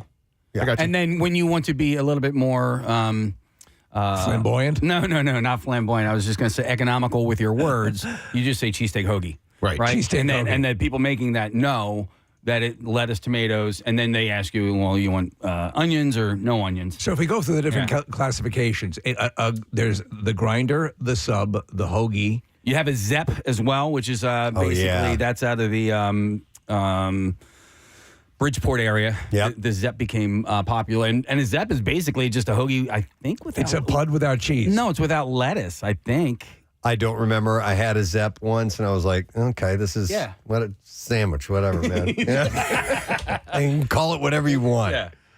But to me, the notion of introducing lettuce and tomato to a cheesesteak is contrary. That lettuce and tomato to me is a hoagie essential. That's why my mom likes it. She likes a cheesesteak with lettuce and tomato, or if you prefer, a cheesesteak hoagie, and that's how she gets it every time. All right. I didn't see. I'd heretofore not realized that this blending could take place. That you could have a cheesesteak hoagie. Man, people get upset about silly stuff. Listen, I hate these types of debates. I can't stand I do them too. because when it comes down to it, it's like, well, no, wait, and if you analyze the and it's like, man, who cares? Who cares? It doesn't matter. NASA cares. Hoagies and grinders. Thank you. Hoagies and grinders. Hoagies and grinders. And all people right, call them subs can suck it. Yeah. So New York is where you'll hear sub. Yeah, that's why. No, I disagree. I think sub is okay. Yeah. I think hero Yeah. You don't like hero? is an outdated, stupid term. Hero is what we always used to call a hero sandwich. Was always that was hero, growing up, and then now hoagie. Yeah. All right. So what was labeled it first? Was it labeled a hoagie first, or was it labeled a sub first? Well, because we call it a hoagie because it was created on Hog Island Road. I think the sandwiches were probably invented around the same time. They probably called it a Subway first. I don't know. That's a good question. What did you think? So the sub, I think, had to do with the shape of the bun. So Yes. in the Last Supper painting, they are preparing Subs. hoagies. Yeah, hoagies, yeah. So what was it referred to? What is the ancient way of describing that sandwich? Jesus. All right. All right, Nick found some information. He's sub. So hoagie apparently emerged in Philadelphia in the early mid-20th century, and then sub didn't become popular until the mid-1960s. So there it is. So it's hoagie first. Done and done. Hoagie. Yeah. Also, if you have a bulldog and you haven't named him yet, hoagie is the perfect name for a bulldog. That's all I have to say about Why a that. bulldog? Startling revelation from Casey Foster. With a new name for a dog you might not be considering. There are certain dog breeds that the name has to be perfect, and a Great Dane has to have a great name, and a bulldog has to have a great name that matches what it looks like. Okay. You don't think? I just want to know how much time in a day you spend. Preston, I name dogs that I don't own yet. I'm thinking about dog names. I already named my dog that I haven't even gotten yet. All right. What is it? Greg. So let me ask you. That's a good name. I like it. Thank you. I approve. Wait, yeah, what kind of dog? It's going to be a Bernese Mountain Dog. There's got to be a Bernese. Yeah, because it wouldn't be a Great Dane. No. If we were to go into your bedroom, are there like names written on pieces of paper on the wall with red string? Almost like that. Yeah. It's almost like that. But, my daughter and I, we were driving home from Michigan State back in May. We spent an hour of that car ride coming up with dog names. I hope he crashes. It's fun. Is it fun? It's fun naming dogs. Oh my God, yeah. it's so fun. Yeah. Please crash. Wow. You don't think Hoagie is a good name for a bulldog? I think it's a great name for a bulldog. I wouldn't sit around and think about it. That's what I do. I know it's what you do, and it cracks me up. And My dearest wife, Papa has taken its toll on me, and I fear I will not be able to name our dog when we return. I will give the naming job to you, as I have suffered a head wound. It's funny because with Reggie, I try to be diplomatic about it and democratic about it. And, all right, we're all going to come up with names here and we'll throw them into a hat. And I hated all the names that everybody else came up with. I was like, screw it. I bought the dog. I'm naming him myself. You vetoed. Yeah, I vetoed it all. You should have named him Vito. Oh, my God. Not veto, veto. Vetoed. Yeah. V-E-T-O. Yes. That's a really good dog name. That is a good name. Yeah. Absolutely. Also for hockey fans. Vito, get over here. Hat Trick. That's a good dog or cat Patrick? name. Yeah. No, hat trick. Yeah. If you were a judge, like veto could be one, or gavel. Okay. Oh. My cousin is a retired judge. His dog, and by the way, his dog is about this big, Preston, about the size of like a bread bowl. Uh-huh. His name is Justice. Justice. Yeah. Well, there you go. Of course. I don't even know where to go with this. Okay. Well, we can play this game that... I don't know. All right. Wait, Sheets or Wawa? Wawa, right? Okay, so yes, of course. And I'm glad that he was dismissive of Sheets. This is David Cornsweet, by the way, the new Superman. And they gave him this or that through People magazine. Cheese sticks versus hoagie. He said hoagie because you get more variety. Sheets or Wawa, he said, I don't even know what Sheets is. Right. Good answer, by the way. Though, truth be told, Sheets is is a fine place, but Wawa rules. Yeah. Eagles or Phillies? He chose Eagles. Casey, you're Eagles, without question. Yeah, Nick, you would be Phillies, right? Yeah, Phillies, Yeah, I'd be Phils as well. What about you, Steve? I don't know. I mean, I'm going to, you know what? Because I'm not a big football fan, it's so a 50-50 it's easy split. for I'll me. tell you what I do enjoy is spring training, and I do enjoy that exposure. And You'd probably pick Phils. That's a wonderful association. Well, for a couple of dollars, I could be swayed. No, Well, you have to pick one. That's how the game works. Yep. Let's go. I'm going to go Eagles. You're going to go? Okay, there you go. Thank you. All right, Marissa, we got to back up on this. Cheesesteak or hoagie? Hoagie. All right, Sheets or Wawa? Wawa. Of course. Eagles, Phils. In-season changes, but probably at the heart, Eagles. Yeah, that's what I figured. All right, Abbott versus Sunny. Ooh, that's hard. Both great, but It's Always Sunny. Yeah, me too. Yeah, Abbott Elementary is a terrific show, but It's Always Sunny I spend a lot of time watching It's Always Sunny during the week, and It's Always Sunny outtakes. And we've all been on. It's Always Sunny too. Yeah, we haven't been on Abbott yet. Yeah, right? Right. Though, of course, Maybe if change our minds. they want us to change our minds, perhaps an episode focusing entirely on our show. Yeah. Cool. They could do a coolest teacher episode. They could do a dog naming episode. Mm-hmm. All about naming a dog. Marissa, you'd pick Always Sunny? Sunny, yeah. All right, what about Rocky versus Rocky 2? Rocky. Yeah, the first is. Rocky 2 is a fine movie, and they degenerate with each subsequent one, but and then you go back up again with Rocky Balboa. Tremendous. Case? I gotta go Rocky 2. I figured you would. Yep. He wins. Yep. And Marissa? Rocky. Okay. Gritty or Fanatic? So wow. It's a tough one. They're both great. They're both great. I'm going to... They're the two best mascots in professional sports. I'm going to say... I'm going OG, Fanatic, and I love Gritty, but the Fanatic started it. I agree. Yeah, Fanatic walked so that Gritty could run. But I'm gonna go. I'm gonna go with the Fanatic because you don't have Gritty without the Fanatic. Yeah. Yeah. Yeah. Case? Oh, it's Fanatic. Maris? Also, when Gritty first started, it was odd. Until everyone else started hating him, then we loved him. Mm-hmm. So? Fanatic. Okay. All right. Kelsey, Iverson. Man. Well, Kelsey. Yeah, I would go Kelsey. Also, with AI was it was amazing to watch him play, but he always kind of rubbed me the wrong way a little bit. And also, so if pressed, I'd go with Jason Kelsey. The goodwill, the good impact on Philadelphia. I think of his retirement speech, the first ever championship, Super Bowl championship. Yeah. He was the All-Pro center for that team. His star turn making his speech there. Yeah. I'm going Iverson on this one. I Jason Kelsey is everything you guys just described. Allen changed the game. He's a superstar. He was an MVP. The Eagles probably could have won a championship without Jason Kelsey. Yeah. I don't think the Sixers never or ever would have been as good without AI. All right, you said change the game of basketball? Oh, the culture surrounding it, the way people dress, the way that people talk, the way that people practice, the practice or didn't practice. Yeah. Exactly. What are we talking about? About practice. And by the way, in retrospect, everything that he says in that speech, he's 100% right about. Everybody crapped all over him when he said that stuff. And looking back on how he addressed it and what he was saying, AI was 100% right. People were giving him a hard time for not practicing hard. He was not. I know. He's a leader in the I know what the clubhouse. argument against what he was saying is. I understand that. No, this is a debate then. I mean, if you're going to say that, I'm going I'll to disagree 1,000% disagree with He you on played that. so hard in every single game. He blood, sweat, and tears out on the court. And people were giving him a hard time for not practicing as hard as they thought that he should practice. He brought it to the game. He played so freaking hard. Listen, you guys obviously can disagree with me. Well, but I'm just going to my opinion is what my opinion is. No. I'm going to correct the fact that you said that he was practicing as hard. No, I said he wasn't practicing. He wasn't practicing as hard. No. The issue was he wasn't showing up for practice. It's not practicing about how hard you practice. No. It's actually being there.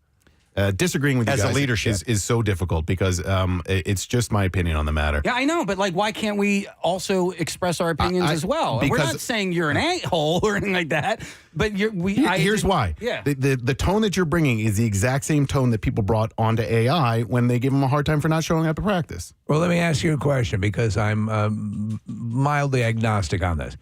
I thought the point was he was not showing up for practice. Mm-hmm. Yeah. Was that, in fact, the case, Nick? That was part of the problem. Okay, so do you see an inherent problem in as a team leader in not showing up for practice? Not the way that he played the game when he was playing the game.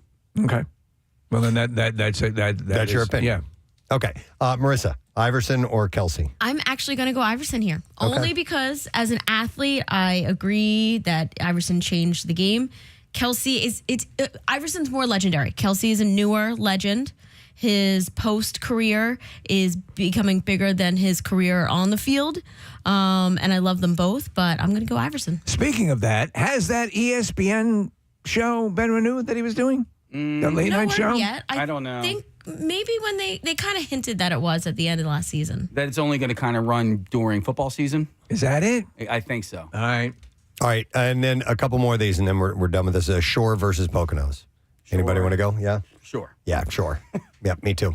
I think it depends on what mood you're in. If you're in the overall, probably Shore, but there's something really peaceful and also slightly cooler about the Poconos sometimes. So that to me can be appealing, but I think overall I'm voting Shore. In both ways, cooler. The shore. I do love the ocean, but I also love the mountains. But I'll give the edge to the shore. All right, Marissa? It's what I grew up with, the shore. Okay. And then last was Jeet and John. John. Yeah, John. I'm going to go Jeet. John isn't one of my favorite words. Okay. It's kind of blah. Okay. It is a bit overused at this point, but I don't know. It's kind of the OG as well. All right. I never say Jeet. I rarely say John, unless I'm. I don't say either one. Yeah, but I would have to go John. If you're going to pick one, But I remember specifically where I was and who taught me the word John. My buddy Chuck. Well, his name is Chuck, but it's not Chuck D'Amico. But in college, he's the one who taught me John. And I want to teach you something. Well, but I had not known about that. So probably 1994, something like that. So I've been saying or have known about John since then. So that's all I say about that. That's all I was about. All right. Well, anyhow, it was a pretty cool interview series with him. He's Superman, for crying out loud. He's from friggin' Philly. Superman. And he's weighing in on all this stuff. I love it. I think he's charismatic. I think he's going to be a hell of a Superman. Where did he go to high school? He go to Shipley. Yeah. Is that right? Yeah, he went to Juilliard. I know that. Okay. That's so cool. Okay. Well, we got him. Yes. And we got to get him on the show. Yeah, we definitely have to do that. Real quick, I want to do this. Eric's been on hold for a while. Let me go to him. He's got an Iverson story. Hi, Eric. You're on the air. Good morning. Hey, what's up? You guys rock. Thank you, man. All right, so you had an encounter with AI? Oh, my God. The entire parking authority used to, because when I worked for the parking authority, when he was playing for the Sixers, he would go down to South Street and run into a sandwich shop or something. He would park anywhere. He would park at the handicap ramps. He would park in front of the fire hydrants, whatever. And we would be writing him a ticket. We even had one of his cars towed, and all he would do is come out and be like, "Oh, well, at least somebody was watching my car." So he would not freak out. He would just suck it up? Not at all. Not at all. He would just walk out like, "Well, here we go again. At least somebody's got my back." Like he didn't care as long as like nobody was actually like messing with the car, stealing the car or something. Right. Wow. Yeah. All right. Interesting. All right. Thanks, man. Appreciate it. By the way, speaking of sports, and I have a follow-up. This was from last week. I have more information about the Graterford Prison football team. Right. We were talking about, there was, one caller had said that he had jersey with whose blood was on it? He had Bergey's jersey. Right. And it had some blood on it, and it was from when he had heard that the Eagles scrimmaged the Graterford Prison football team. And we found out that was not the case. The team did donate their jerseys to the Graterford football team. Right. And that is what it was, but they did not scrimmage. And this was a follow-up Facebook message from the guy who, I guess Marissa was worked at the prison. He said the Eagles did not scrimmage the prison team. The field was made of clay with hardly any grass. The hash marks were made of white sand because they were not allowed lime into the prison. The track around the field had cinders on it and was built a little higher than the field. When it started raining, some of the cinders from the track washed onto the playing field. There were inmates yelling to us that they bet packs of cigarettes on the game and we better win by 20 points.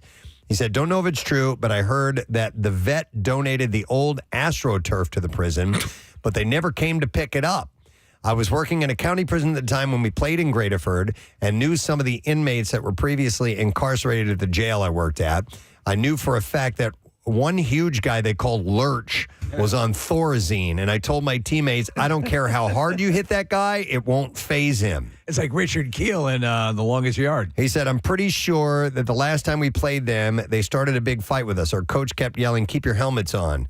The guards came down and told the inmates if they didn't break it up, they would cancel the season. The state supplied a bus to transfer us to and from the prison. And on the way out, they gave us bologna and cheese sandwiches, which we never ate. Wow. And it was an experience we'll never forget. The Eagles. He doesn't stand for bologna. The Eagles did donate the old uniforms from the early 70s, the white helmets with the green wings, is what he says. Can't imagine there was ever a dynamic where they allowed the prisoners to play the guards. Right. Right, as depicted in the movie. I think that's a recipe for disaster. Yes, I would absolutely Hey, these are the guys who hold sway over you every second of your life. Now we're going to give you a chance to run into them. Yep. So that apparently did not happen, from what I understand. Or at least the Eagles did not scrimmage them. Speaking of the Eagles, you guys saw this? Jalen Hurts has a children's book that he wrote. Yes. Yeah. Announced it on Instagram on Monday. Better Than a Touchdown is the name of it. And it turns out it's a Super Bowl is better than a touchdown. Follows a young boy named Jalen who is devastated to learn his high school's football team has been cut at the start of the year, but with some help from his friends, Jalen thinks that he might have what it takes to save the day. He said, it's always been a dream of mine to have my own children's book, and I'm blessed to say that dream has now become a reality with Better Than a Touchdown. You ever had the notion of a children's book story? I have one. I just don't. I don't have the creative drive to go any further. So if anybody wants to take this, it's about it's a Christmas story about about a dog named Greg. No, about an elf named Lance. Okay, and he's the elf that makes underpants. And in my story, your name rhymes with what you make. Right. So Lance makes underpants. Mike makes bikes. Molly makes dollies, and all this sort of stuff. And Lance doesn't like that he makes underpants. And then he comes to realize towards the end of the story that the things that he makes, the kids use every single day of their lives. Because it's, even though it may not have the big glow to it, it's something you use every day. Yeah. Which elf made board games? Well, that was Jord Games. But you don't want to... You don't have the literary heart. How about a ghostwriter? Yeah, dude, I would love a ghostwriter. Yeah. Okay. You can't see him. Yeah. All right. That's a pretty good story, right? It's adorable. Yeah, it's cute. The Regan, Brian Regan bit about writing a kid's book. No, I don't know that one. Well, it's page 1. The clock goes tick. Page 2. Tick tock. And that's what they're like. Right. Some of the really young books are like that, but tween fiction and like Judy Blume level is like real fiction, real writing. I really like Goodnight Moon. I thought that was a really fun one. Yeah. Yeah. No, there are some kids' books like The Hungry Caterpillar and that I remember 50 Shades that are pretty dear. Yeah, 50 Shades of Grey. Mom would read that to me. Oh my God. Yeah, sweet moment. What is that again? What's that word again, Mommy? So Jalen added separately per the Eagles team website, he says, some of the most valuable lessons I've brought in my adult life were passed down to me during childhood, like the importance of doing something bigger than yourself. And I'm excited to share some of that wisdom with a new generation of kids in Better Than a Touchdown. Joe Namath wrote that book, I Want to Kiss You. He said, I hope this book strikes a chord. Kiss you. It's about sexual assault. You want to kiss me? Your mom's looking hot, said Joe. Real hot. Turn the page. Oh, God. I want to kiss you. I want to kiss you. Here, play with this string. I want to talk to your mom. Casey, you should get together with Gene Beretta. I think that's a great idea for a book, and Gene does kids' books. Oh, does he? Yeah. Gene, if you're listening right now. He does great stuff. I just want 75%. That's all. Yeah. You write the story and illustrate it. Right. Yeah. And then just give me 75%. Yeah. That's all I want. Jalen said, I hope this book strikes a chord of resilience, encourages self-belief, and resonates with not only kids, but teachers, mentors, and parents. With an air of recalcitrance. The book, for which illustrations are provided by Nika Myers, will be released on March 10th of next year. So it's a ways before you can get it. But they just announced it. It's coming out, which is cool. Good for him. Here's another cool thing. I think Marissa sent this over to me. This is in Philadelphia, and it's for the 16th summer. Local girls entering grades 7 through 12 are getting hands-on experience, mentorship, and exposure to the construction and skilled trades industries. Great. Thanks to My WIC, which is Mentoring Young Women in Construction program. Debbie, get up on that goddamn girder and get those rivets going. This year, the free day camp has expanded its reach once again with 84 students enrolled across 2 locations. Now, one of them already started on June 16th, but it goes through the 27th. That's in the Northeast. And it says in the South Philly area, or I'm not sure if it's exactly in South Philly, but anyhow, July 7th through the 18th. Cindy, you left a jackhammer running. And it was organized by the NAWIC Philadelphia Foundation and is designed to introduce young women to career paths they may not have previously considered. Let me tell you, I mean, I don't know if this pertains to this, but there are a couple of people on social media. One of them does like real this young lady, real rivets and all that stuff, construction sites. Like, I think she's a foreman too. Yeah. And shows some of the ins and outs of the work she does. And she loves it. Yeah, I love. There's a garage in Upper Darby that is a women's run garage. And I believe if you go there to get your oil change, they have a manicure pedicure place set up there, so you can get your nails done as your car is getting serviced by women. And I love that. I think I remember. Yeah, we talked about it. Yes, yeah. It's cool. I didn't realize we're doing City Beat. I didn't even Are you realize. kidding me? These are all Philly-related stories. You and shifty so mother effer. I'm doing what I can. Wow. Yeah, It sorry ended about up that. being City Beat. We didn't even see it coming. Girls Auto It's Clinic. the Discreet City Beat. Girls Auto Clinic Repair Center. Is that it, Nick? Yeah. Okay. They won Best of Philly. Oh, nice. All right. So throughout the summer, anyway, the participants will engage in skill building workshops, mentorship sessions with industry professionals, and hands-on visits to job sites and local trade unions, including carpenters, sheet metal workers, iron workers, electricians, bricklayers, laborers, and other skilled trades. Do you think so? In school, I don't think it happened enough where we got to actually go out to job sites and see what people did in the real experience. You know, there was always, they like to take your kids to work day. Right. But I think if you could experience a lot more of that when you're in school, it might open up some. Well, I mean, they do. If you go to a technical school or something along those lines. But it shouldn't just have to be a technical school. We also did stuff like that in scouts. Oh, did you? Yeah, there were field trips that were scheduled for us to go to places and see what type of work they did through Cub Scouts. I was in the when I was a Foreign kid. Legion. Okay, and where'd you guys go? Nowhere. Oh man, Stayed that's in the desert. boring. It's not foreign at all. No. It's just staying Legion. Yeah. So field trips include tours of the Bellwether District, CHOPS Roberts Health Center, the Chapel Block at the Navy Yard, and the I-95 capping project as well. Wow. That's cool. Yeah. So mentoring. Let the kids build that. Mentoring young women in construction is a free industry day camp for 7th through 12th grade girls in the Philadelphia region. That's awesome. I would love to know where all of those materials are being built for this capping project because they, Press, you probably see it on your way home from work every day. That stuff is coming down 76. I have not been experiencing that. Really? No. I saw one giant girder that was coming through. And then last week, Nick, I think when I was driving you home, I we see it saw pieces. Yeah, I see it every day. I don't think I've paid attention to it. It's got to be going by, but okay. In the opposite direction. And sometimes, Casey's right, like sometimes they'll slow or stop traffic because it's oversized loads, and they are massive. There's the Casey references last week or the week before, the giant I-beams, but they also have like just huge pieces of like, I don't know if it's concrete or whatever it is, but like the capping over 95 that's going to be where the park goes. It's amazing to see them transport stuff like that. Yeah. To see stuff that huge coming down a main thoroughfare. Yeah, that's an and how operation. and every aspect of that, from the vehicle that transports it to how they lift it onto the vehicle that transports it. I mean, it's astonishing. Yep. Can't wait for this thing to get built. Yep.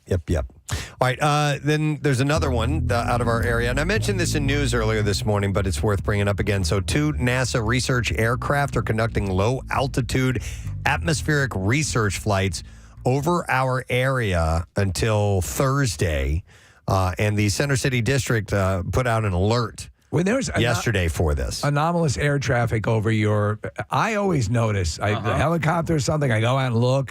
Some people are sort of blissfully unaware, but Or I'm like a plane that's low. You're like, what the hell is that? Yeah, all the time. Like, what the hey? Who to what? Rochelle is very attuned to low-flying aircraft. She could go out on the machine gun? Well, she said the last couple, we were sitting out yesterday. She's like, last couple of days there have been some planes that are flying really low around here. I don't know what that's all about. I'm like, there's a couple airports around here. Maybe they're coming in for a landing. Preston Elliott's wife? You've been exceptionally quizzical these past days. It might not be a healthy endeavor. Have you guys ever driven down 95 when a plane lands across 95? There's like, I guess maybe a smaller runway that runs perpendicular It seems to. dangerous to put a runway on 95. But it's on the other side. Okay. I might have misspoke, but it's not on 95. But the plane has to fly. Yes. I mean, over 95. I've seen it. It's pretty amazing. Yeah, a little scary, it's a little disconcerting. Yeah. We landed and took off from that strip, Casey. We were just taking a smaller prop plane, or we were coming back, I think, from New York, from Newark Airport. A puddle jumper. So it was one of the, and we had to take that or land on that particular strip, which I was like, wow, it was different. It's kind of cool. I mean, I love landing. Landing is I love looking it's out an the essential window. part of flying. No, yeah, landing and taking off are very Best part, exciting. man. I love it. Most pilots have to learn both. Have you guys watched the rehearsal yet? The rehearsal? You know Yeah, what, Nick? I tried after you. The Nathan Fielder thing where he talks about he learns how to fly a 737. There's 2 seasons of it. The first season it starts off with a guy who lied to his trivia team about joining getting his master's degree. And then the second season is all about plane crashes, and he spends a lot of time talking about 737s, and it's just a fascinating glimpse into his theory as to why plane crashes happen. And it's all about miscommunications between the pilot and the co-pilot. Wow. And then he learns how to fly a 737, and he flies it over the Mojave Desert, and he starts referring to it as the miracle over the Mojave, but nobody else starts calling it that. All he does is fly it successfully, but he takes off and he lands, and it's a really fascinating series. I can't recommend it more highly. So pilots are going to be operating these aircraft that I mentioned at altitudes lower than typical commercial flights, executing specialized maneuvers such as vertical spirals between 1,000 and 10,000 feet, circling above power plants, landfills, and urban areas. What are vertical spirals? I'm curious. They're like Funyuns. Oh, okay. Oh, I love it. I haven't had a Funyun in a long time. They're like vertical spirals. Yeah. I assume. I didn't know if that means they're flying straight up and rotating. That's what I assume. Or like a vertical barrel roll. Yeah. So I'm not really sure. Yeah. Or perhaps longer. Like a more gradual.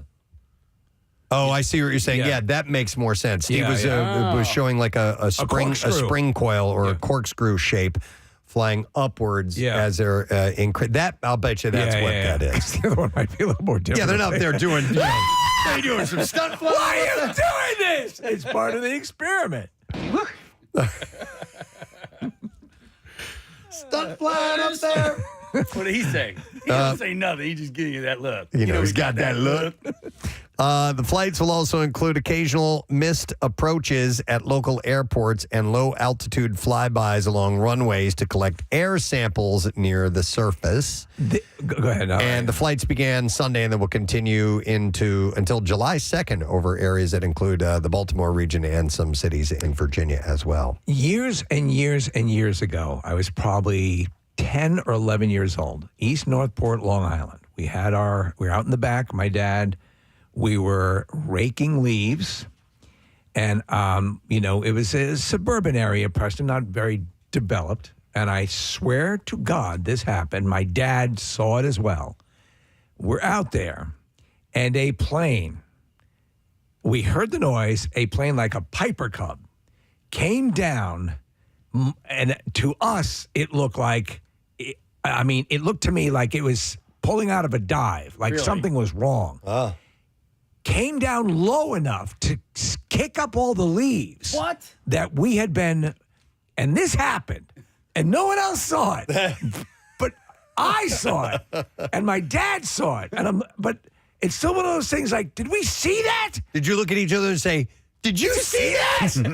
and it was one of those things, but it's like, like you just don't make something like that up. Right? Yeah. How old do you think you were? I think I was like 11. Okay. And at that time, it would be difficult to find out what the hell that was, Right. what happened. Can't log on now to the you can Facebook, jump on real quick. My fraternity brother, I swear to God, Steve, he was around the same age, and it was during the middle of the day. He said he saw a UFO, like straight up, like just flying over houses. And on my home planet, I was a botanist. So listen, I would love UFOs are, it simply means unidentified flying object. But however, right. Doesn't mean spaceman. They are seen in the daylight, often. And that's what he's seen. Yeah, he's seen it. Yeah. I was telling Casey the other day, completely unrelated to the UFO. Right. There's a woman that I follow on Instagram. She's a professional pilot. Very skilled. She can fly all kinds of aircraft, and she's attractive, which obviously that's why she's a social media thing. But I was watching a video of her and a friend. They were flying somewhere they were flying a few hours away to go on a trip or something like that. And I've realized that the pilot banter when they're speaking to the tower I love it. I love hearing it. And I pulled up, and so it's like ASMR inducing for me. So I'd found there's hours of it on YouTube. You can go and find videos that are like 5-6 hours long of just pilot banter. It's excellent. So Long Island has MacArthur Airport, I think it was, or maybe it was, maybe Farmingdale Airport. Long story short, Preston, there was a restaurant right off adjacent to the runway. The runway. Was it 93rd Aero Squadron? Because there's a few of those that are right next to the air. You could to the listen runway, to the tower and the pilot. You could at your table. Listen to the air traffic. That's cool. That's awesome. It's very cool. I love it. I could never do that. They're so precise with their language. And they speak quickly. I don't know how they We're about to understand. crash in a restaurant and we can't pull ours. I don't know how they understand each other. I don't know how they can speak that quickly. But Or it's its own language. In matters of stress, inducing nightmarish activity to keep your calm. Yeah. Just in regular conversation, I will catch myself talking and I'll notice that I haven't messed up yet, and that will mess me up in talking. Right. You're so, I know what you're saying. Is it I'm like, because oh my you're proud God, of yourself? I'm saying all these words right. I'm not messing anything up. And Oh my God, I'm talking. Soon I'm going to be naming dogs. You will distract yourself. I will distract myself by noticing. I can't even leave an outgoing This is voicemail my, message. This is my son, Casey. He's been talking now for decades.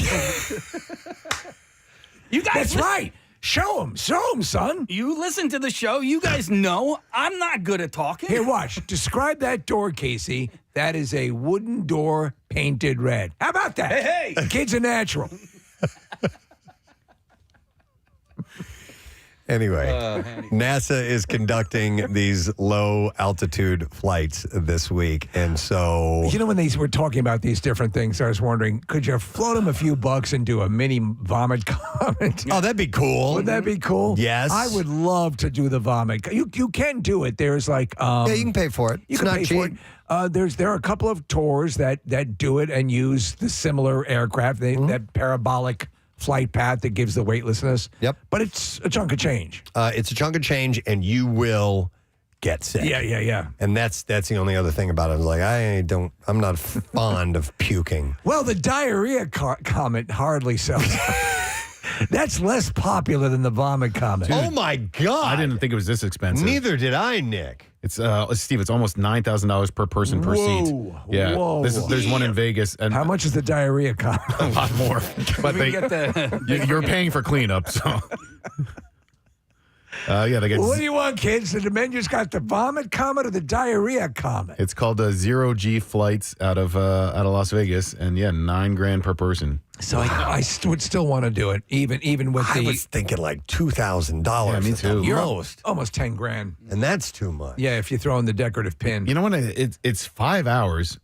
Which is I guess a good length of time for something that costs that much money, but. If it goes awry or you're not enjoying it and you're spending 5 hours up there, that's gotta suck. My guess is that perhaps you're flying to an area. There's a bit of a travel to.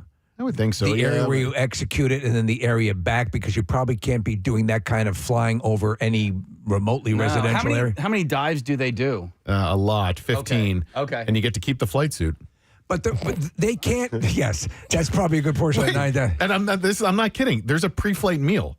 And you're going on the vomit comment, and it's a pre-flight meal. It's haggis and Meisterbrow. You get photos and videos of your experience. So, I don't know. 5 hours for $9,000 or a week in Hawaii. Yeah, right. Your choice. A really nice suite in Vegas. Wow. People have gotten married while You can doing vomit there too. it. Yeah. All right. Well, anyhow, Can I have the vomit suite, please? These low-level flights are going to be taking place. So if you see these aircraft, and they are, they're a little bit bigger. There's one that's, I think it's the P3 Orion, which has, 4 turboprop. So it's pretty good size. It's a cool-looking craft. I get this image of Rochelle being so attuned to it. So she goes out on the 50 cal, Preston. Yeah. Starts firing off rounds. No, but she's You want a piece of me? She's aware of when that we had 2 Ospreys that flew by over the weekend, which was pretty cool. They're to see amazing. them go They're by. amazing. And they're loud, like when you can hear them coming. So we were out in Jersey during it was just a couple weeks ago for the and they had the air show. And the stuff you were seeing in the sky was amazing. I was coming down 95 South going by Boeing, and Osprey had just taken off from there. It was a little jarring because I'm just driving down 95 and I just see this warcraft, and it was flying low because it had just taken off. I know there are issues with those things, but they are so cool when they're really flying. cool. Yeah. Yep. Mm-hmm. All right. So anyhow, that was the last City Beat thing that I thought I would mention. Discreet City Beat. Casey, we got a call. No, I'm sorry. Marissa has a City Beat thing. Oh. Let me go to her, and then we'll take this call. Marissa, what did you want to add? Really quickly, if you guys remember on Friday, we were doing the connoisseur, and we mentioned a bakery in Rittenhouse called Levon Bakery. Yes. And their new cookies. They sent us cookies. Yeah, we had mentioned the Rocky Road cookie. Wow. Oh, my God. This thing weighs a ton. Just brought this box in here. But hey, Preston, Steve, thanks for sharing our Rocky Road cookie. Hope you enjoy the return of our champion seasonal cookie. So, oh, my God. Casey, look at these things. Oh, boy. Oh, wow. Jeez. Oh, Hold two up over your nipples. Hold on, I'll do that. Oh, wow. Oh, my God, they smell so good. And they feel good probably, too, I rub right? these on my nips. I'm going to try a little bite. You guys mind if I do a little bite? No, on here? by A all little means, sample? we'll let you be the taste. That looks absolutely sinful. I'm not a marshmallow fan. I told you guys. I know. Sinner. Hang on, I can't. When you were a kid, your marshmallow walked out on you. Stuck to it. Oh, yeah. Oh, my God. Oh. So I like a little... What's in the box? I like a little crunch in my cookie. You guys know that. I could hear crunch. It's crunchy on the outside and gooey in the middle. Whoa, goo. Yeah. Goo. Goo. Mm-hmm. All right, excellent. Goo! From 0 to 10, rating? Thank you, guys. All right. Oh, 10? well, I mean, right now it's a 10, yeah. Okay, yeah. That's phenomenal. Excellent. All right, well, before we dive in and all eat. All right. I'll do it later, Casey. One other, I'm going to go to this call. Casey, this concerns you. Oh, yeah. We have Gene Beretta on the line. Hey! Children's author. To maybe have Casey's dream come true. Gene, good morning. Oh, my God, this cookie is delicious. You can taste it over there. You got one, too. Yeah. So, yeah. I know you moved on from the subject, but did you have questions about children's books, Casey? Well, Casey has this idea of this children's book that he is just simply the thought man on. He was looking for a little bit of follow through. Your name came up. Right. You are well respected in this field. Yeah, I mean, honestly, I don't necessarily know how to construct a book, a kid's book, anything like that. Right. I just have an idea for a story. Right. Well, I'm your Dr. Mike for children's books. All right. So, how should he proceed? Could he hire? Could he collab with you? Yeah, could he collab? Because you've got many awards.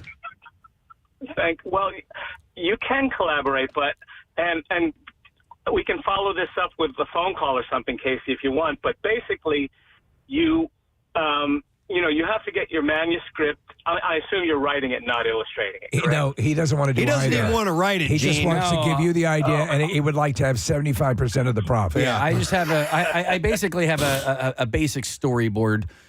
I think it's a really good in story. my head. Tell him what it is. It's a great story, and it's a really good idea. Okay, wait, you shouldn't. Yeah, do you sure you want to tell it over the air? He already did. I already did. Yep. Oh, he did. Okay, what is it? It's about a spider named Charlotte. Yes. No. Now hear me out here. Who has a friend cat who has a hat? Yeah. No, Gene. Essentially, it's a kid's book, but it's also a Christmas book as well. I do think that if we get the story and the illustrations, everything done right, I think that there's a future here. For other books, perhaps Christmas specials or something along those lines. Yeah. And Ramadan. it's just about a Christmas elf who is tasked with making a certain product. And he's not happy about it. But as it turns out, the product that he makes, the kids use every single day of their lives. Whereas, bikes aren't being ridden every day. Dolls aren't being used every day. But what Lance, this elf, makes is used every single day. And so he sort of comes around. We already said it. He makes underpants. Yeah, Lance makes underpants. Is it? Oh, I thought it was going to be meth. Yeah. But it's underpants. It's underpants. Lance makes meth. Yeah. So listen, Gene, we can continue this conversation over here. This real quick. Yeah. Yeah, we can do that. But I'll just tell for anybody else who's out there who wants to be an aspiring author, you don't want to get it illustrated. If you're going to take it to a publisher, they don't want you to submit a story with illustrations because they want to be the ones to match you up with somebody that they envision as the visuals. Okay. So you just have to worry about getting the manuscript in the best form you can, and we can talk more about that. Gene, I assume that there's a lot of predatory stuff when it comes to quote-unquote publishers and charging you for things and all that stuff. You should be very leery, correct? Yeah, sure. I mean, you don't want to just go online and say, we'll write your book for you. And, right. It gets hairy there, but I'll fill you in. Nick will give you my number, okay? All right. Perfect. Thanks. Love it. All right, Gene.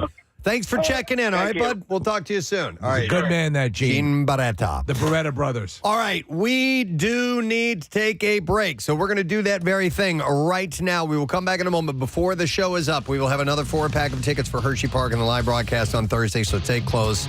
Love for you to win that. We'll be right back. Press the pizza on the scissors. That's where that whole thing with that cult. They were scissor. They were pizza. They cut their pizza with scissors. No, they cut theirs with axes. If you remember. Clang, clang. But Casey, I'll. You know what? I could bring in an onion. Maybe you know what? Maybe we'll do a demo day for the connoisseur sometime. Thank you for calling Cobra's Pizza. We'll show you a couple things. He's got a pizza shop now. Slices. Would that be like a version of show and tell? All of the drivers wear mirror shades and have a matchstick in their mouth. Yeah. You hungry or what? Yeah. And actually, the pizza is put in a barber's chair, Preston, and then he walks around. All right, here's some other things that people do, interesting ways they cook things at their home, questionable ways. Here's another entry that says, my mom said that cooking the turkey on Thanksgiving Day was too much work when you're hosting, too. So she would cook the bird weeks in advance, carve it, and then freeze it. You might as well, no. May as well just go to the deli and buy turkey that way. It's not part of the, Thanksgiving experience that way. I'm getting the borderline criminal aspect of this whole thing. But also, that would be, that's just, the whole purpose is to have that fresh turkey. Listen, I cooked a turkey for the first time in my life. Like, I did it on this Thanksgiving just passed, right? And I did a great job. Dude, it's not that much work. No. You prepare at the beginning, right? You do that in the morning, you stick it in the oven, and then you got the rest of the day to do everything else. Like, it's really not that difficult. Agreed. I like this one a lot. It says, my family calls every small grain-like food in large quantities rice. Wait, what? Quinoa, that's rice. Couscous, that's rice too. Couscous. So I love couscous. They just call it rice. By the way, couscous is like 1,000% superior than quinoa. I am I'm a quinoa fan. I'm not saying I don't totally like quinoa. It's completely different.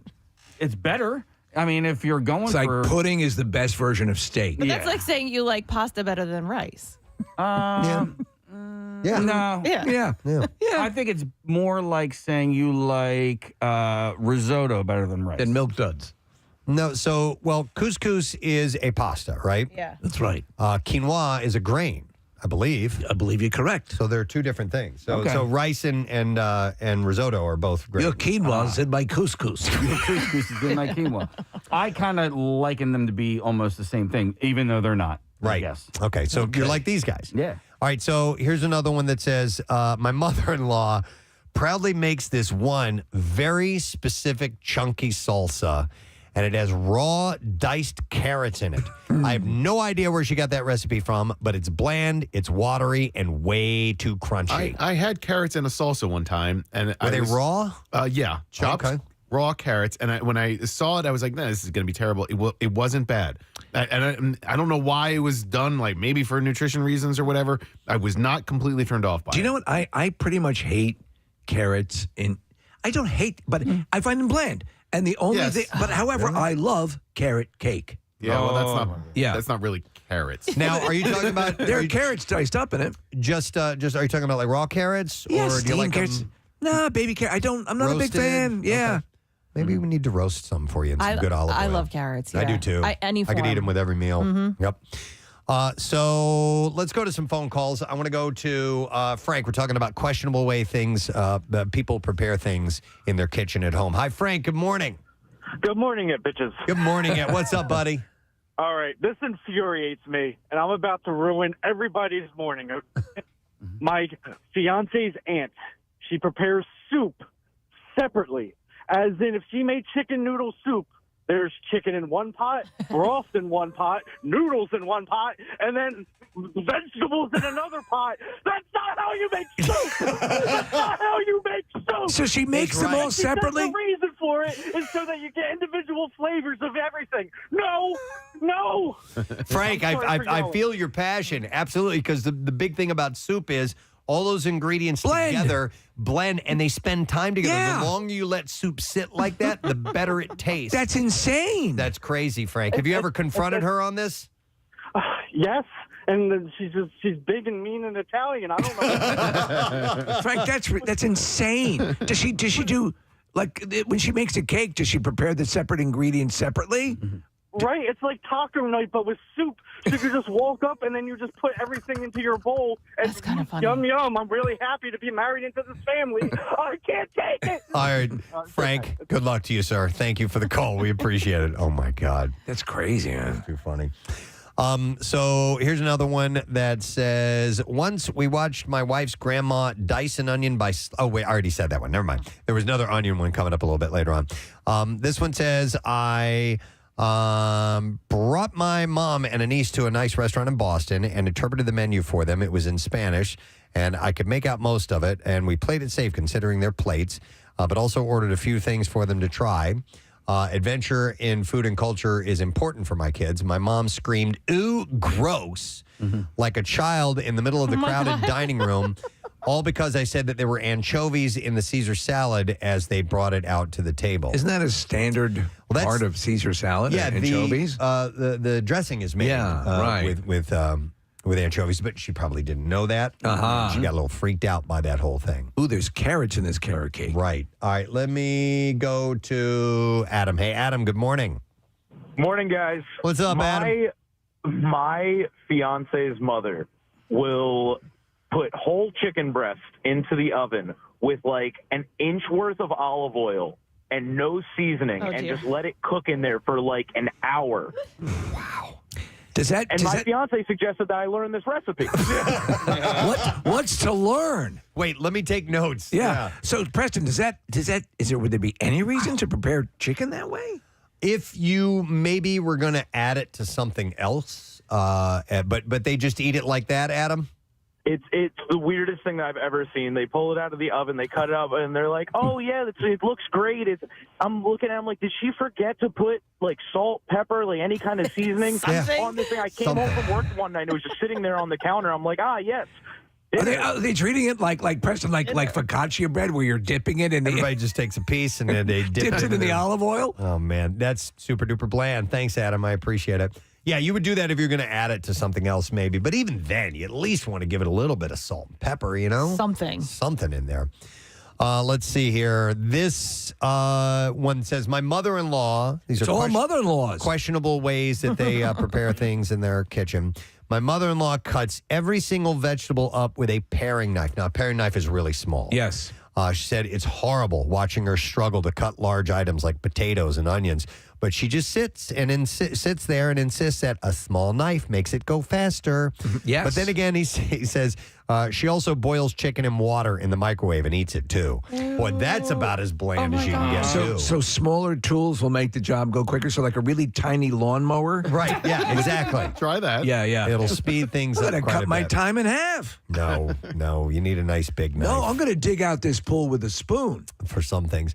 And by the way, always sharpen your knives. I think the rule is a dull knife cuts people. A sharp knife doesn't, because a dull knife won't. You can move. Jump. Yeah. It'll skip around and not cut cleanly, and you can cut yourself. What are your kitchen knives of choice? Are you using the Guy Fieri? Yeah. We have the Guy Fieri. They're pretty amazing. Yeah, we got what's called the Battle Station from Guy, and we've had it for, I don't know, 8 or 9 years or something like that. Yeah, they're really good knives. We just got those colored ceramic knives. How are they? I love them. Because I see them advertised on QVC occasionally, and the guy who appears to be a chef seems to really love them. Yep. Very sharp? Yeah.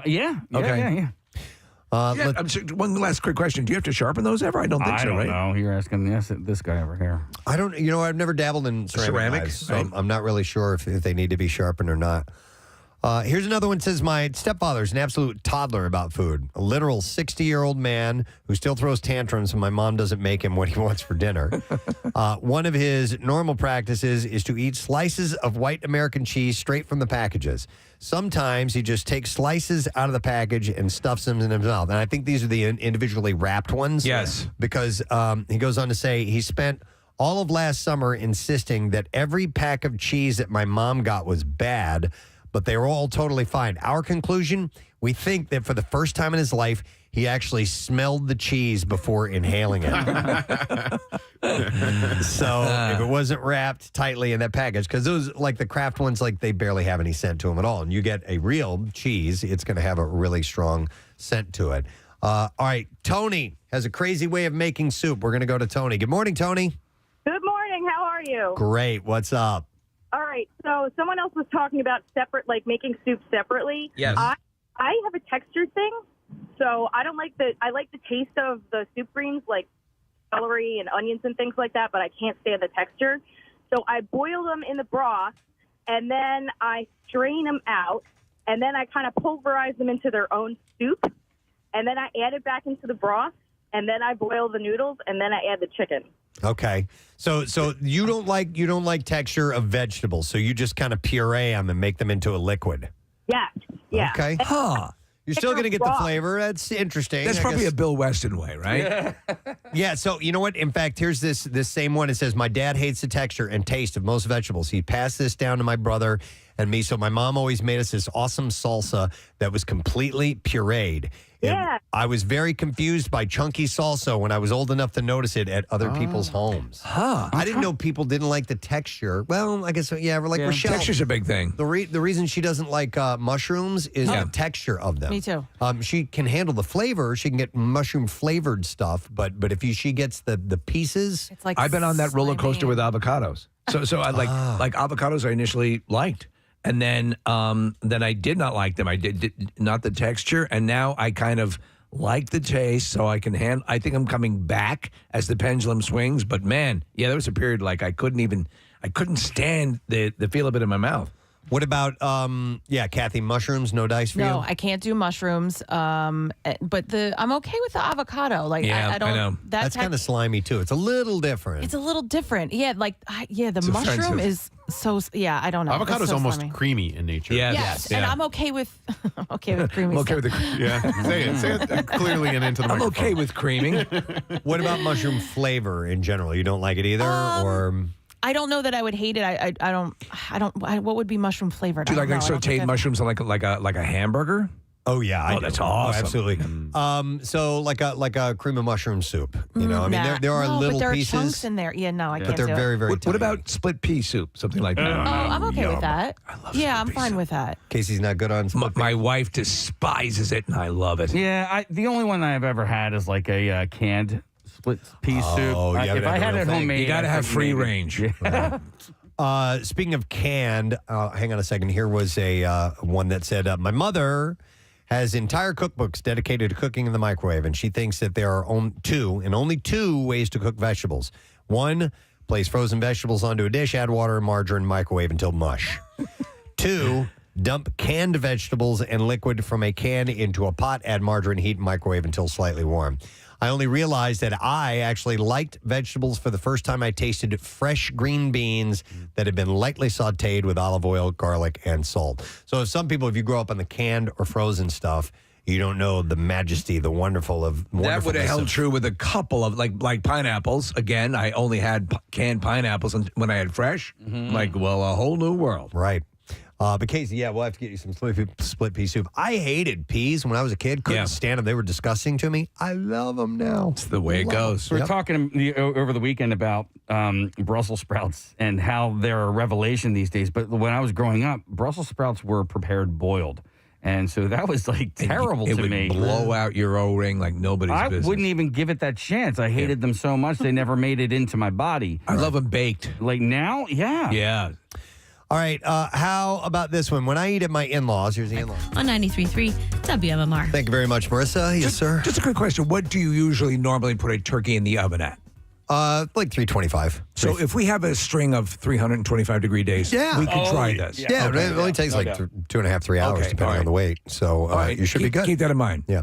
All right. So there was a piece of audio that I'm going to play for you guys from this story. I saw it online, and I thought about putting it in the bizarre file, but I think it's worthy of maybe taking some calls on.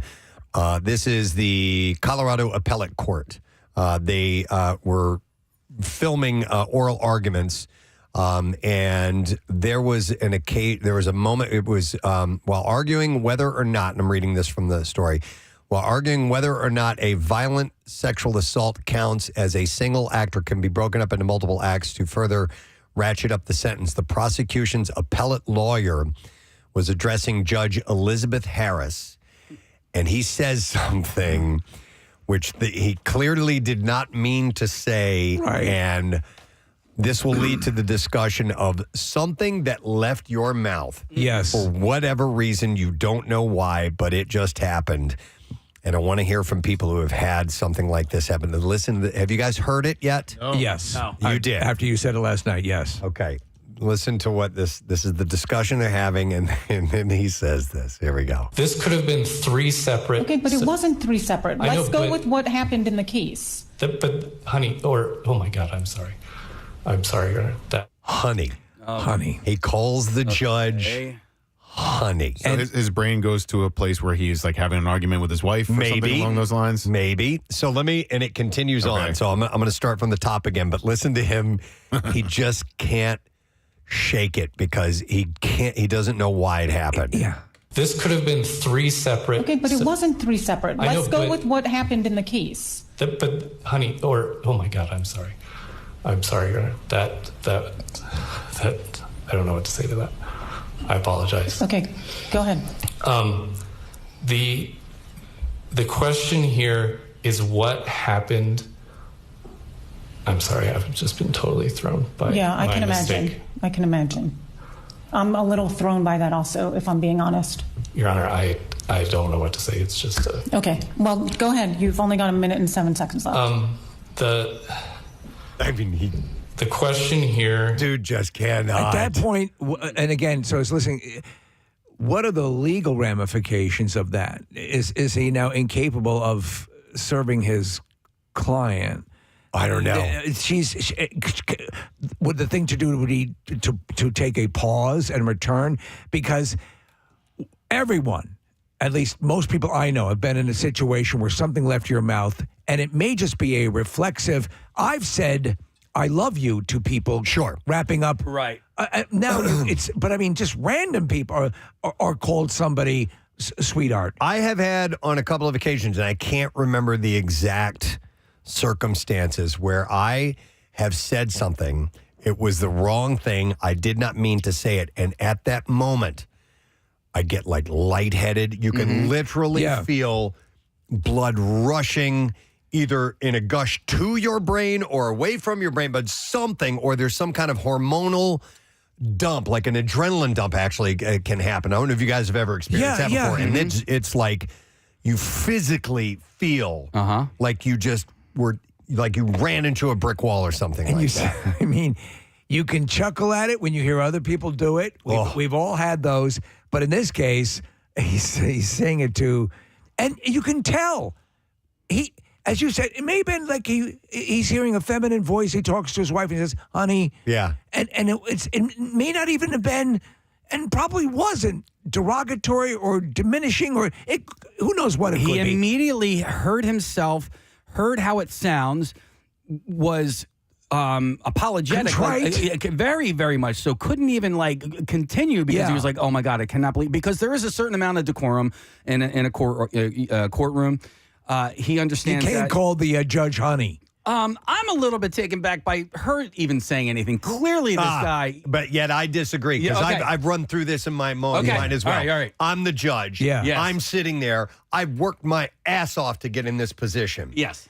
And then you throw something like that at me, whether it's intended to or not, a subliminal message in your brain is going, honey. You know what I mean? So that's what. And if you think about it from both sides, man, it's a tough call. I think she handled it very well. Yeah. She knew what had happened, and then she said, honestly, if I'm going to be honest, it was jarring to me a little bit. Yeah. Just regardless of the fact that he's saying this to a female judge, just out of respect to the judgeship, you wouldn't do that. You wouldn't say, "Hey, buddy," if it was. What if it was a male judge and he said, "Honey"? That'd be even funnier. Yeah. So anyhow, the topic of conversation is something that, for whatever reason, left your mouth. A word came out of your mouth that you didn't even know you were forming the letters for, that sounds, and it just came out, and you're like, oh my God, why did I say that? I can't believe I said it. Or what was the most inappropriate or stupidest thing that came out of your mouth by accident like that? Now there are slip. There are misreadings. There are anchors saying the wrong thing on. Julie Jorkoff is a perfect example of misreading a name. But when you say out of the blue, something comes to your mind, and you're just it's part of your speech. It's like, what? How? 610-660-9333 is our number. Let me see. I'm going to go to Don, who's joining us. Yo, Don, good morning. Gadzooks, good morning. Gadzooks, dude. What's up, Don? So I was dating a woman with the first letter of T in her name, and a friend of mine whose first letter name is T. And there was numerous times where I was arguing with either party, and the other name came up, and that's still, to a degree, to this day, a doghouse I probably will never dig my way out of. Okay. So you said the other woman's name to the one woman you were dating. Yeah, it's like if I was, because I was, I'd argue with my friend about stupid stuff, and then I was arguing with, because their names were not that different, and so. Yeah. Did you ever utter the name during the throes of passion? No. All right. Well, there you go. That would have been even worse. No, but you know what? Like I don't know why this is, but Thanks, I mix up my sister and my wife quite a bit.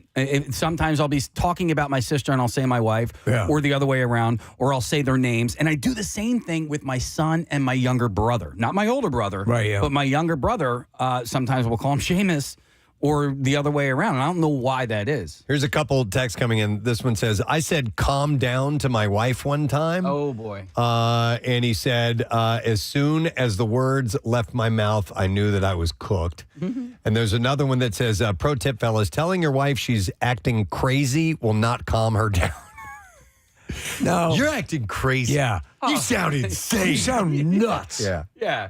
You know what, honey? You're right. Sound insane. Hang on. You should be medicated. Let me go to Matt. Hey, Matt, good morning.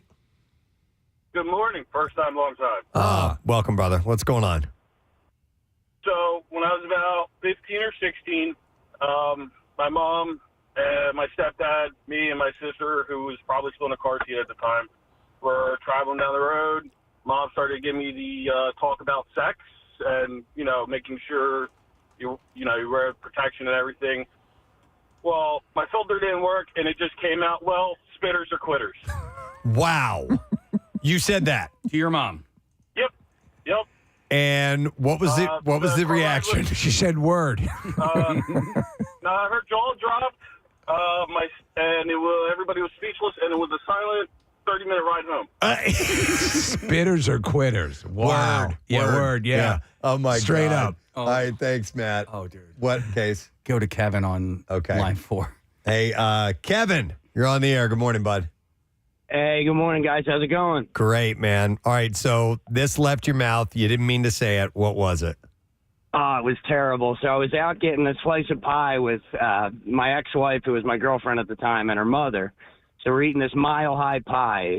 It's loved throughout the land. So my girlfriend goes to take a bite of the pie, and her mother goes, man, I've never seen you open your mouth that big. And without even thinking, I went, you'd be surprised. Oh, my God. I was 15. Her mom just kind of went, huh. My girlfriend kicked me under the table, and then I sat there silent with a dumb head for about 30 minutes. I meant that purely in an oral sex way. Oh, my God. That's exactly what happened.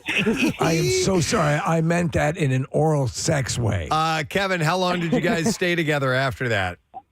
I ended up marrying her 4 years later, and then we stayed married for 10 years. I had 3 kids with her. Wow. We ended up getting divorced, but we're cordial now. Everything's cool. Are you now with the mother-in-law? See her sometimes. The mother-in-law, she's okay. Yeah, Okay. we ended up being all right. All right, that's Thanks, good to hear. Kevin. I Yeah. appreciate it, man. Wow. Let me see here. I will go to Melanie next. Hey, Melanie, good morning. Yoo-hoo! Yoo-hoo! What's up, Melanie? So many moons ago, I was a property manager in a luxury apartment community, and I had a resident come into the office to tell me about a problem she was having. And she had a French accent, and I can't really do one, but I'll try.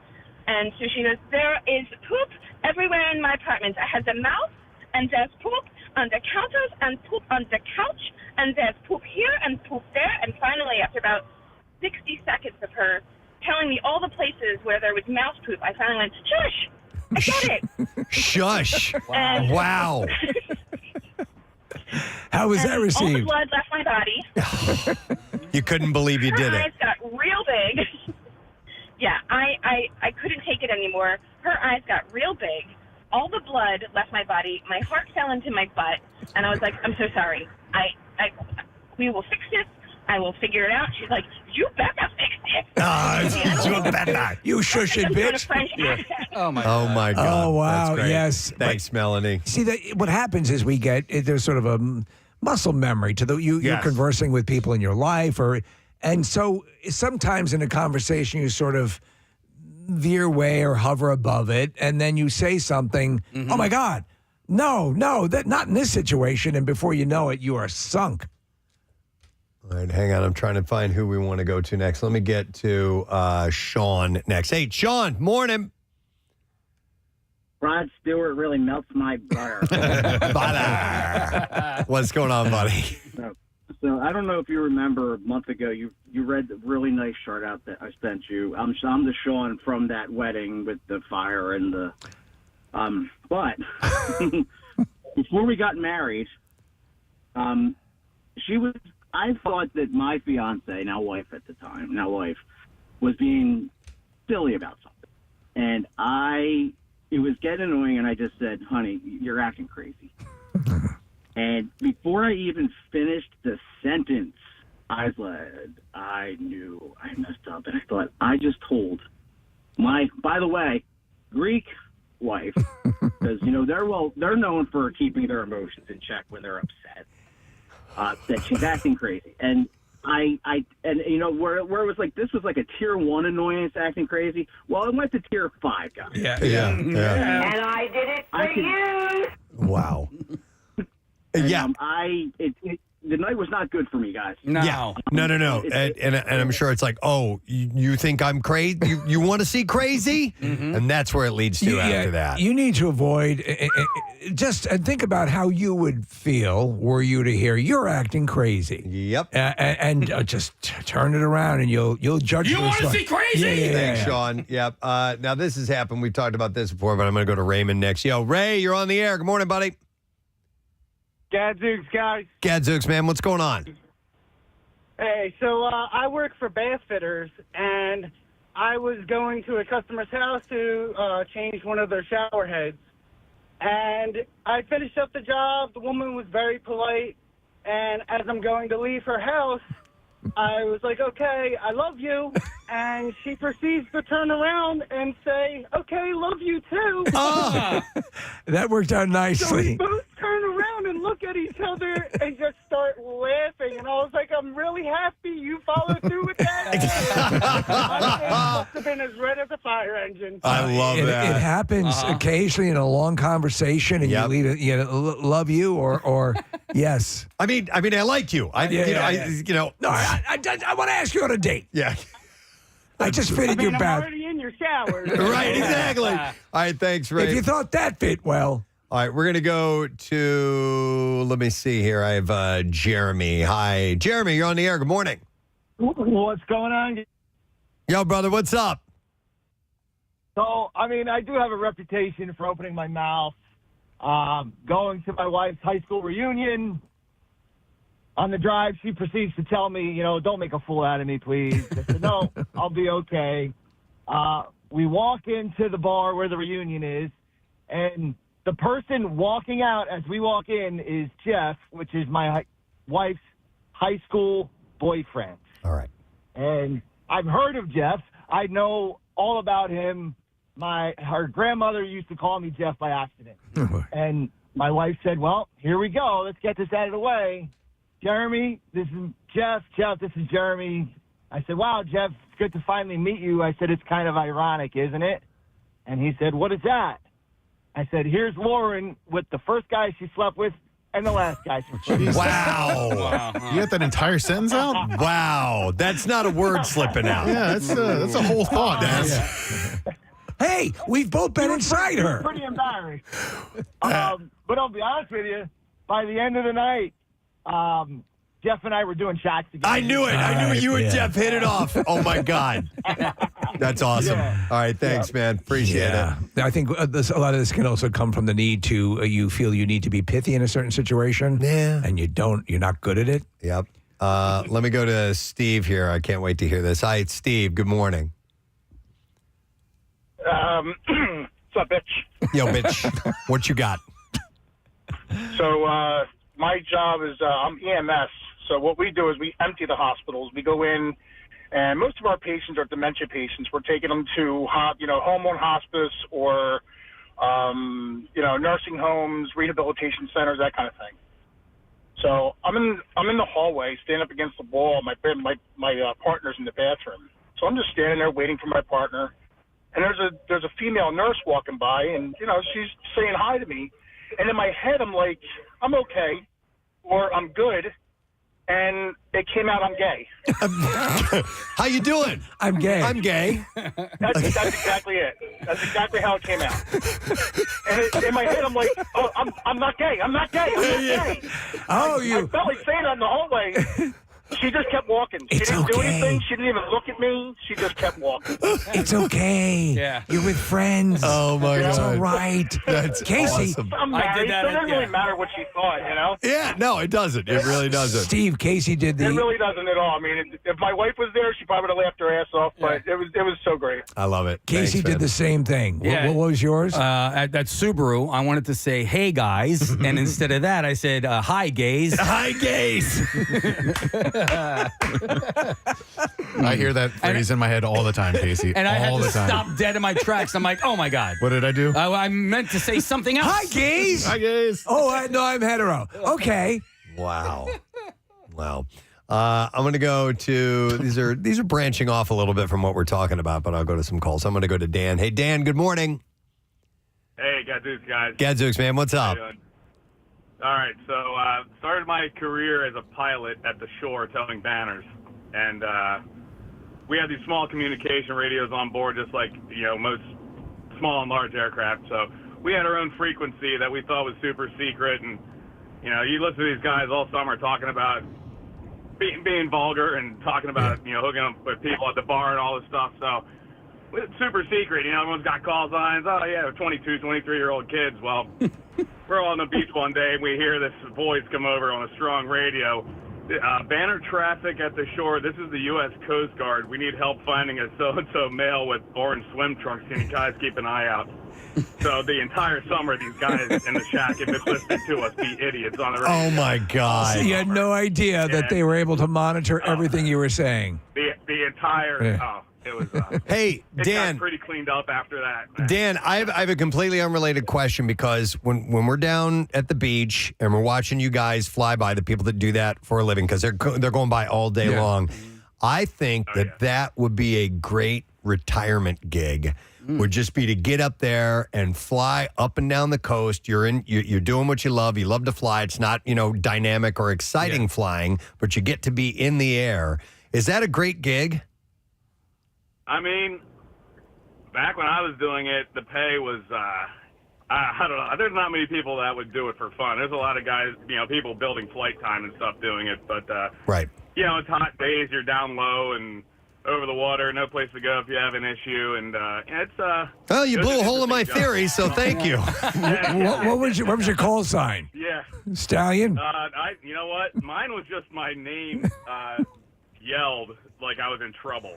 Dan! It was not a real call sign. So, it was pretty lame. Other guys had awesome names. I did not. So I kept my act pretty clean. His is just Dan with an exclamation point in the air. Dan! What? All right, thanks, man. Not fun. All right. I thought it would be a great gig for, just to be in the air. I think it'd be fun to like maybe spend an afternoon, up in one of those, just kind of going up and down the shore. I don't know how it'd be every day, especially if the pay sucks. Yeah, well, I didn't know that part of it. Yeah. We're going to go to Deborah. Hi, Deborah. Good morning. Hi, good morning. Hi, Deborah. We were talking about having a Freudian slip or just saying the wrong thing you didn't mean to. It left your mouth. You can't get it back. What was your story? So I used to work at a department store, and I was young at the time. Let me preface it with that. I worked with a little person named Amy. One day, a child came up to me and was asking where the bathroom was. So Amy shouted to me. She was like, "Oh, I'm on my way there. I'll show her where to go." And I just went to the little girl, and I said, "Hey, look at that little girl down there. She's going to show you where to go to the bathroom." But I was just calling Amy a little girl when she's like 35 years old. I was so embarrassed. Oh, and did she hear you say it?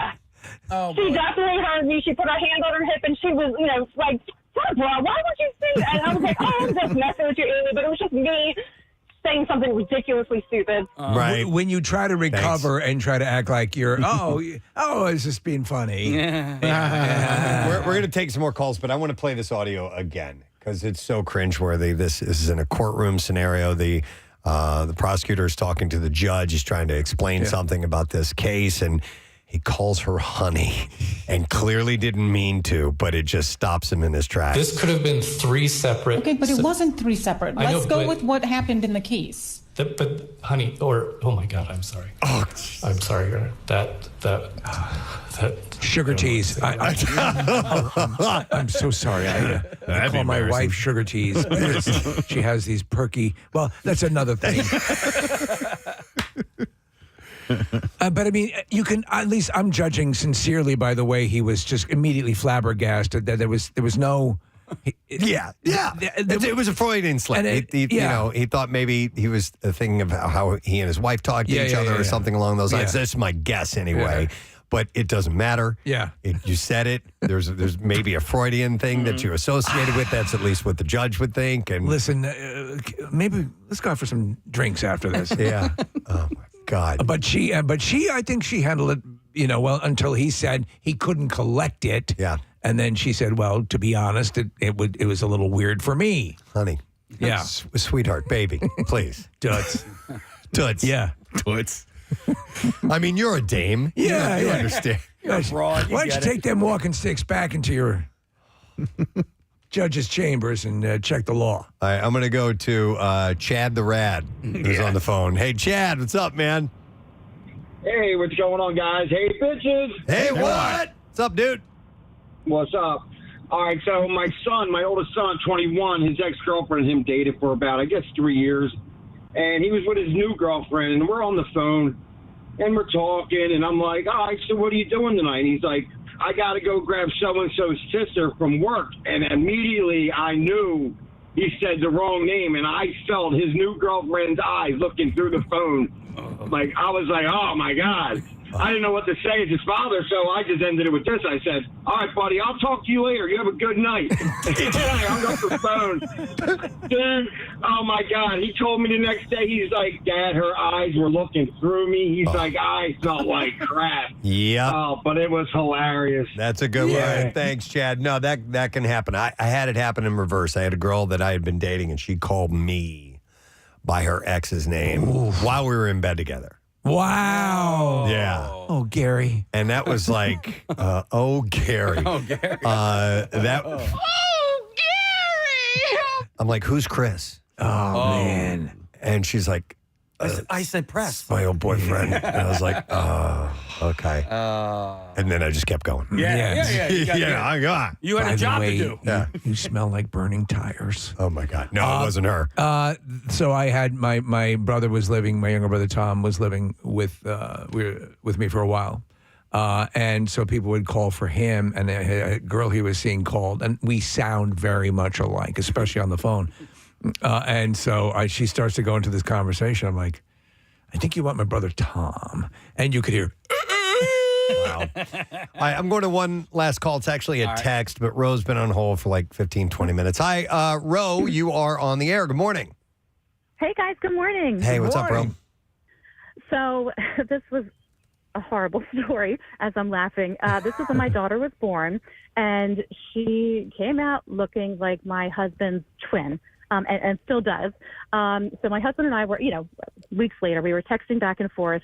And my husband, I don't even want to say my husband's name. This is such a terrible story, but we were texting back and forth. And he said to me, honey, I'm so sorry. I know she looks like me, but you're so beautiful. Whatever. I want her to look like you. I'm so sorry she looks like me and my family. And I was like, oh, don't be ridiculous. Like, she's perfect, And then he went on to say, well, it's pretty, and he, I should also say he has a bunch of sisters.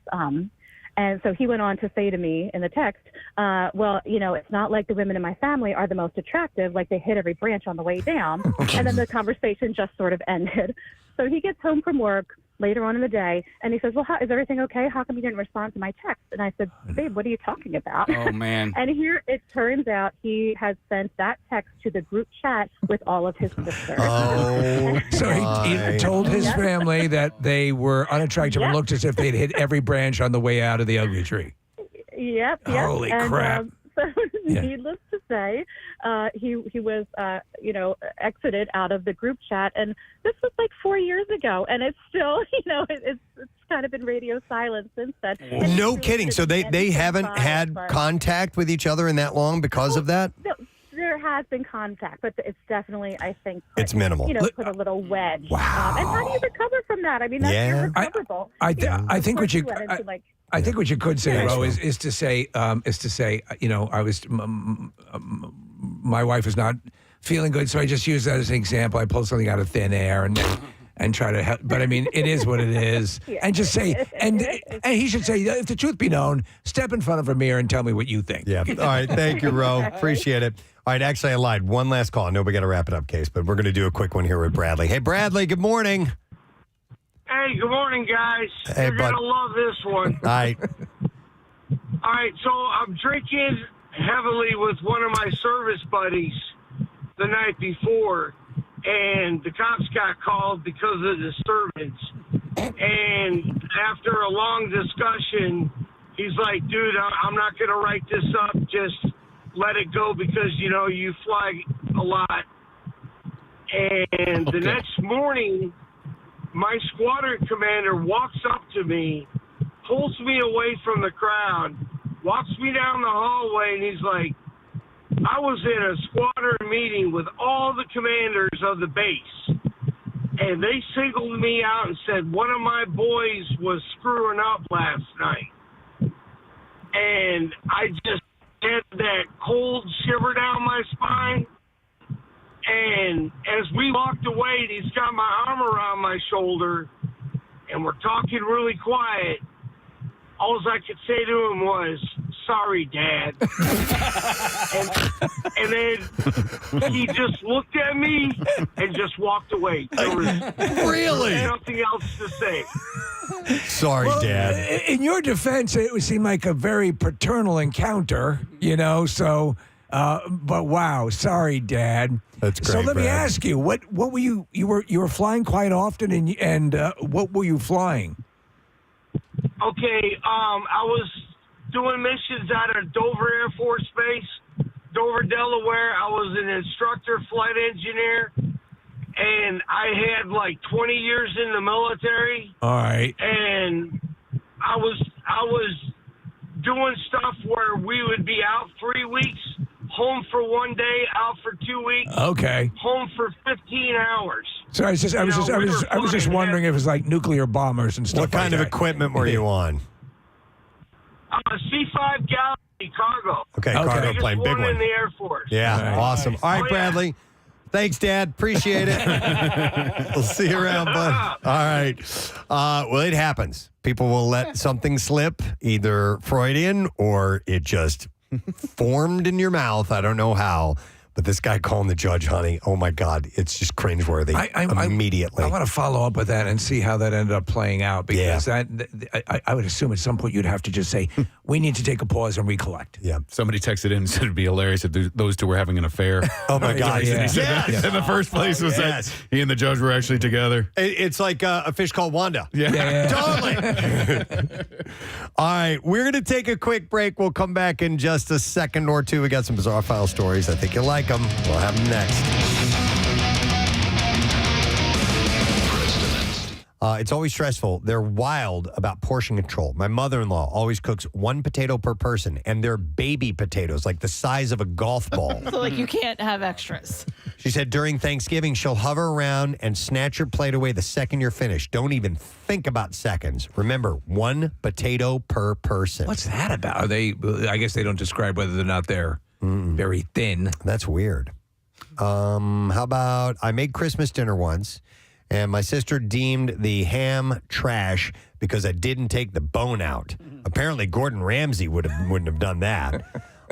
And I was deemed unfit for next Christmas dinner, so she took care of it. She cooked a tube of deli ham instead. Really? A tube of it? How's everyone's tube? How's your tube of ham? God, that sounds awful. It's very good. This is good tube. Let's see. Let's go to Bob. Hey, Bob. Good morning. Hey, good morning, guys. Hey, what's up, buddy? When I first got with my girlfriend when we were kids, about 18, 19 years old, coming home from work, and her mother, she's like, oh, we're going to have spaghetti the poor way. Bunch of soggy-ass noodles with tomato soup poured over top.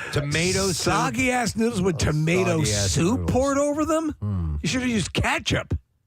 Well, exactly. Almost the same thing. Yeah. Man, no, that's not even that's just the stupid way. Yeah, I agree. Thanks, man. I mean, Appreciate especially it. since you can go to the supermarket. There's tons of marinara already in jars ready to go. Yeah, costs about the same as soup. Yeah. Probably. So, how about Justin? Hey, Justin, good morning.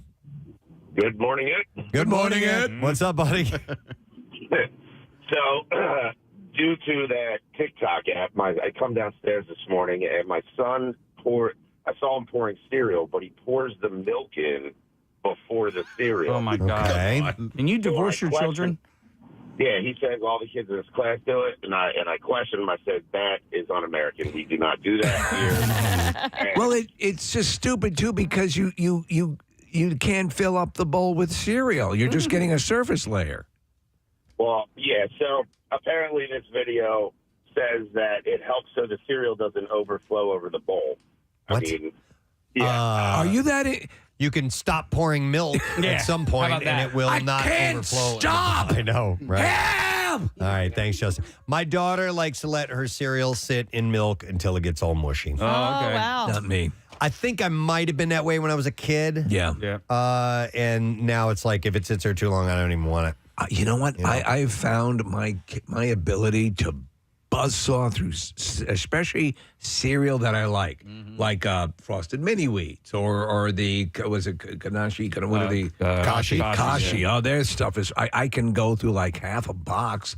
And like nobody's business. It's just crazy. All right, one last that's one. why I can't do it. One last one, and then we got to take a break. This one says, honestly, I'm amazed that my grandfather never got food poisoning. He would frequently leave soup out on the stove for days on end, just heating it back up when he was hungry and letting it cool down for hours or even days before heating it up again. What was that? Just leave it there. What was that story? It might have been debunked at a certain point, but it was the Chinese food that had been left out on a counter. Oh, yes. And they thought it was a meningitis case or something like that. And it turned out to not be what caused that guy's illness. You're right. And then this person goes on to say, in the winter, he would store food outside instead of the refrigerator since it was, quote, free to cool it down. Except he continued to do this until it was in the 50s. Yeah. No, you can't do that. No, you don't want to do that. Maybe the dead of winter, yes. For safety's sake, you don't want to do that. I need you to stop talking. All right, we will stop talking. Oh, damn it. Do I need to do this one, Nick? It's just impressive. This one says, my mother-in-law makes mac and cheese without milk, just cheese on top in a sheet pan and melts it in the oven. Never, is that it? Yeah, that's it. Yeah. She puts it on like a Macintosh computer? No.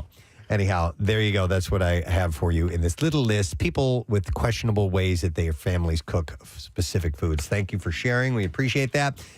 We do have to take a break, but listen, cool thing happening tomorrow night. We have a screening of Doctor Strange in the Multiverse of Madness. Very exciting. And I have 3 pairs of tickets I can give away. So first 3 callers, 215-263-WMMR. Tomorrow night, 7 o'clock, UA King of Prussia. Movie doesn't even open until Friday. This is a big blockbuster movie. Oh, yeah. Absolutely. And let's get you into this exclusive screening. We're going to take a break. When we come back, we'll have your chance to win $500 and tickets to the MMRBQ with the concert cash. B-File up 2. Stay there.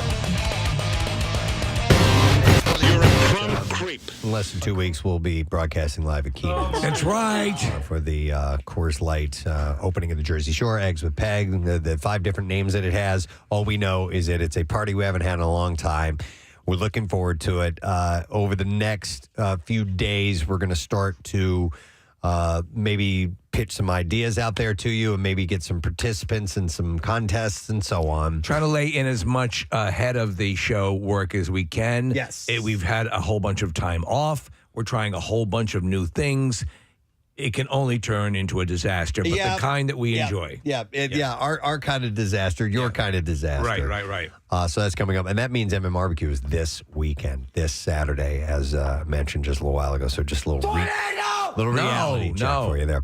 All right. One of our favorite things is when we, as a show, are trying to figure out exactly what might be a topic of conversation. One of us goes, I have a question I want to ask on the air. Oh, okay. And that usually means I'm not going to tell you guys what it is. Right. We want to hear it. I'm just going to save it, and that's what we do because we don't like to, quote unquote, ruin something ahead of time by knowing too much about it. And we just like to head into the unknown. And today's unknown comes to us from Kathy Romano. I'm telling you, my heart is beating so fast right now because I'm so nervous. Seriously? Yeah, I'm pretty nervous. I didn't know it was that kind of thing. All right. Wait. Does it involve a boy? No. So here's how I think I want to do it. I'm going to ask a question. Yes.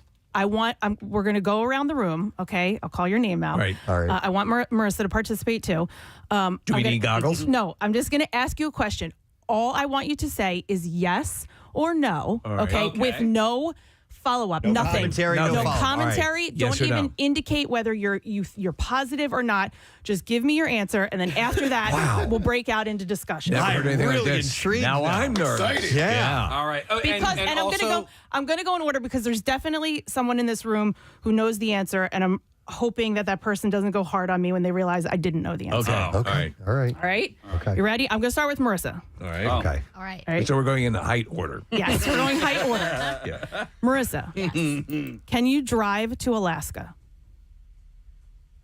Yes. Casey, yes. Preston, Yes. Steve, Yes. Nick, Yes. F.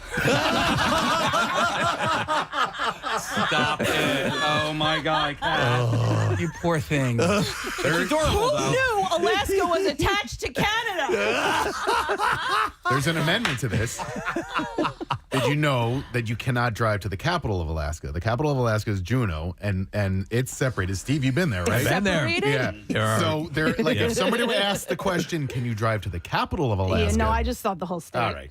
I was trying to help. Kathy, the crazy thing wait. is, there is like there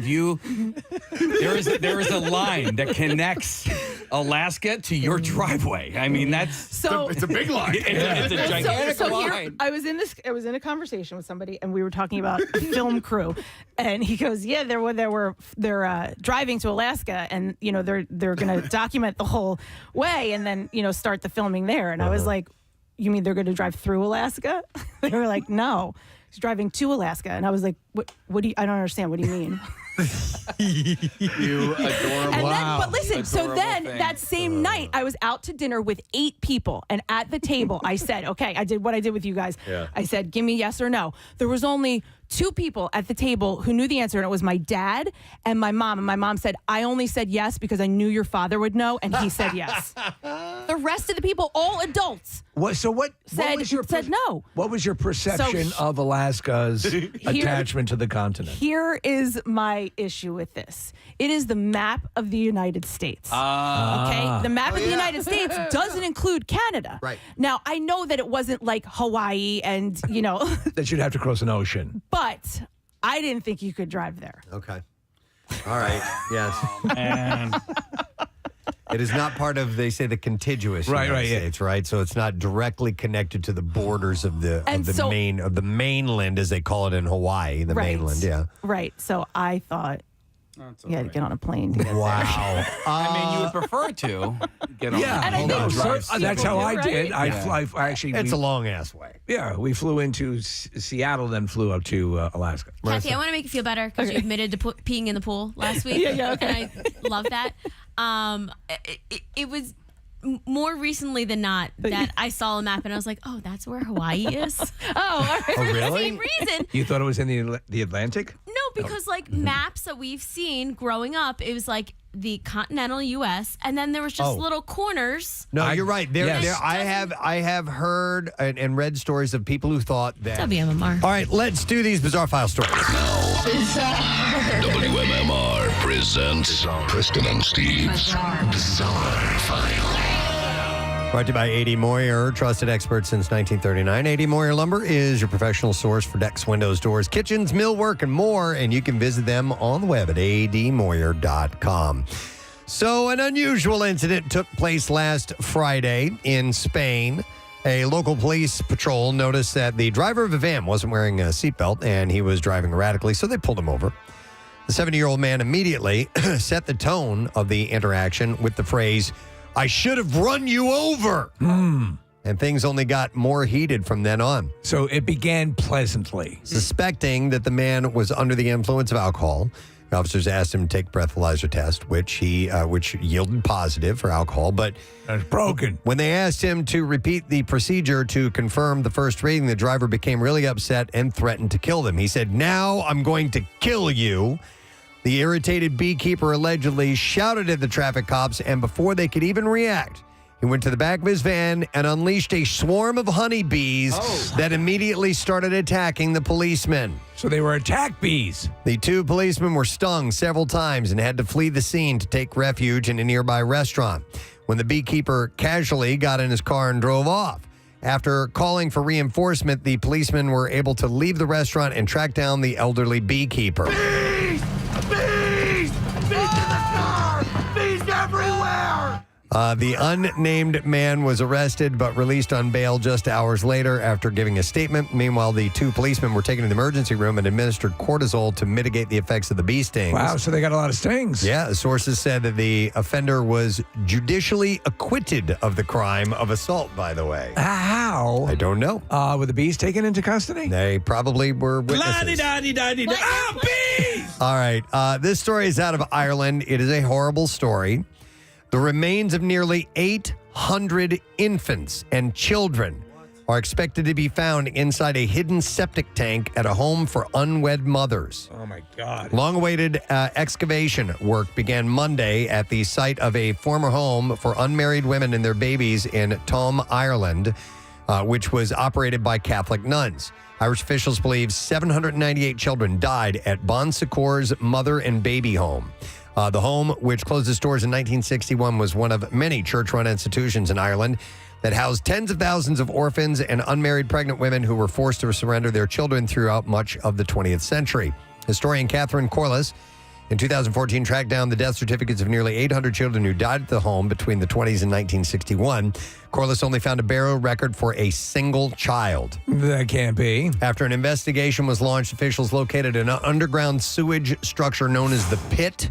Oh, man. The septic tank located on the grounds of the home was determined to be a mass grave that contained the remains of the children and infants. DNA analysis found that the ages of the children range from 35 weeks of gestation to just 3 years old. The primary cause of death included respiratory infections and gastroenteritis, also known as the stomach flu. Daniel McSweeney, who is leading the exhumation of the children, said the excavation process is unique and incredibly complex. It is expected to take 2 years to complete. The Irish government formally apologized in 2021 after an inquiry found an appalling level of infant mortality at the homes, with an investigation determining that nearly 9,000 children had died in the institutions.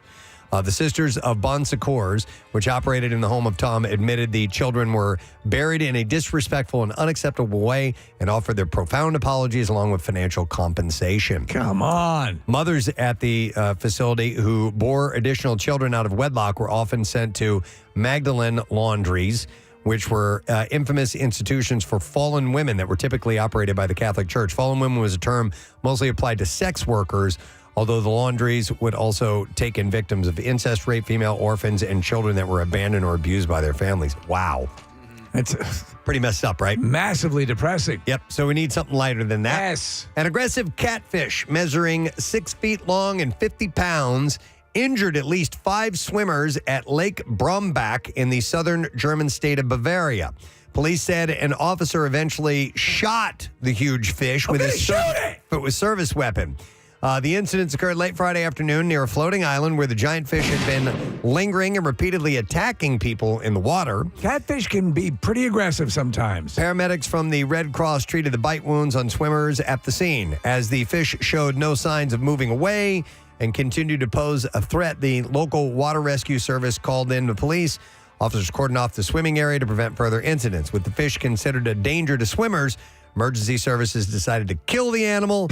2 anglers later retrieved the catfish by boat. See, the problem was the issue was they had a lot of mice fish. And then they brought in the catfish, and then they figured, okay, now we need to bring in the dogfish. Catfish of this size are not uncommon in Germany and have occasionally caused harm. More than 20 years ago, a giant catfish named Kuno the Killer gained international media after reports that it swallowed a small dog in a German lake near the Polish border. So a couple years ago when we took this river cruise of the Danube, they had a museum and an aquarium. The sturgeon, before they put in the series of dams along the Danube, would grow to be the size of sharks. I mean, huge. When a large dead catfish was discovered in a pond in 2003, it was believed to be Kuno the Killer. Kuno the Killer. The fish was later stuffed and put on display in a museum. Isn't that a Neil Young song? Oh, that's Cortez the Killer. I'm sorry. All right, and then this, I'm sorry to end on a disturbing one, but it's what the weekend yielded from the Bizarre Files stories. The rotting body of a retired Connecticut detective was found buried in deplorable conditions inside her hoarder home more than 8 months after she was last seen alive. Mary Notarangelo was 73 years old and had to be removed from her home with an excavator. The police chief, Marshall Porter, said that they weren't equipped to handle what they found when they tried to search the property. He said, I've never seen such deplorable conditions. Hoarders usually have paths, but this was just like a piled floor, floor to almost ceiling. You literally would have had to climb over stuff. Yeah, they do. That's right. They're like canyons of passageways. Like he said, these didn't have even pathways. have that. Dead birds were found in cages along with mice running around the house and a live cat, along with a terrible stench. A cadaver dog, a drone, a specialist state environmental agency, and biohazard waste collection workers were all called in. The drone was disabled after cobwebs entangled themselves around its blades. Notarangelo was last seen alive over a year ago. She was reported missing. She was seen in June, and she was reported missing July 3rd by a man who occasionally helped her with tasks around the house. Now, officers couldn't physically enter the home because of the items piled up, and also searched the nearby woods surrounding her home, but cops doubted she had gotten far since she used a walker. Although police didn't see any evidence that she was alive, they were concerned about cleaning the entire house, an estimated cost of $100,000, only for her to return from an extended trip. But as the months dragged on, Porter decided they had no choice. Cops made several attempts to search the home, but it wasn't until the biohazard company's second attempt in February this year, using an excavator, that her skeletal remains were found under a pile of debris just inside her front door. That's horrific. They were prepared with equipment and dumpsters to excavate the entire house, Porter said, but the remains were found shortly after they began working. The cause and manner of death is undetermined at this point. She had few relatives. They were rarely in touch with her. She was a retired police detective and retired on disability after an on-duty crash injured her back and legs. Jeez. Wow. That's horrible. Those are 2 horrifying stories. Yeah. I believe it or not, I got more of them. I'll save some for tomorrow for you. How about that? That's what we have in the Bizarre File for you. Let's lighten the load a little bit and give away our last 4-pack, family 4-pack of Hershey Park tickets. All right, we'll take caller number 15, 610-660-9333, and we will give you those tickets, and you can come and join us day after tomorrow as we broadcast live from the sweetest place on earth, and you'll get to get into the park early. You will get to ride some of the rides before the rest of the park opens up, and you're going to have a great day at Hershey like we will. So You can go all in on Epic Thrills. Their 15 coasters make up the largest collection in the Northeast, and you can get ready for the all-new Twizzlers Twisted Gravity, world's tallest scream and swing. Call it 15. It's yours. Take a break. We'll be right back. Stay with us.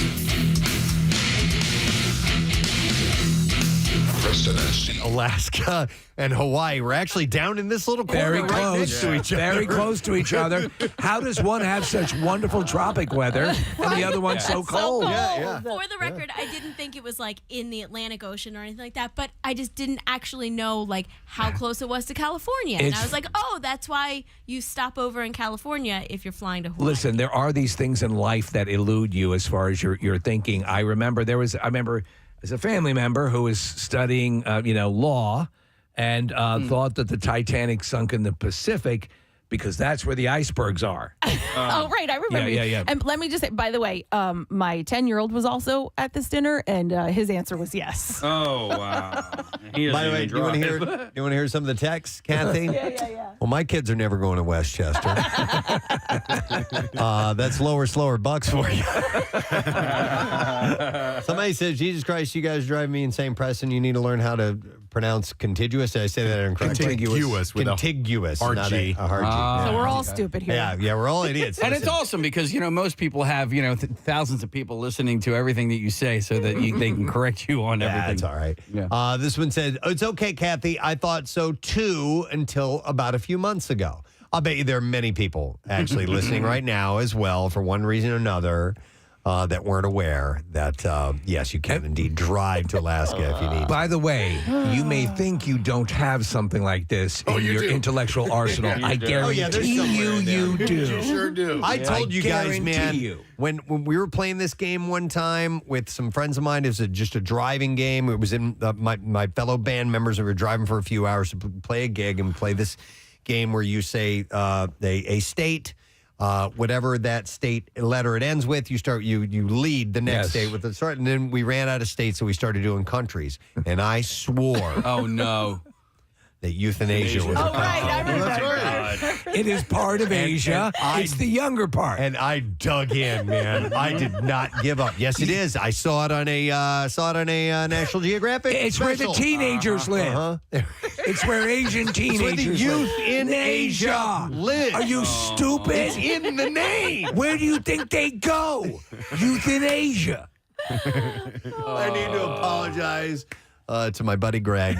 Because I just really drove that home as if I had it as fact. Listen, if you were to design a part of Asia where the younger people would go, what would you call it? Youth in Asia. In Asia, of course. Hang on, let me go to Ryan. Hey, Ryan. Good morning. Hey, good morning, Baby Wheel. Baby Wheel. Spit it, baby. What's up, Ryan?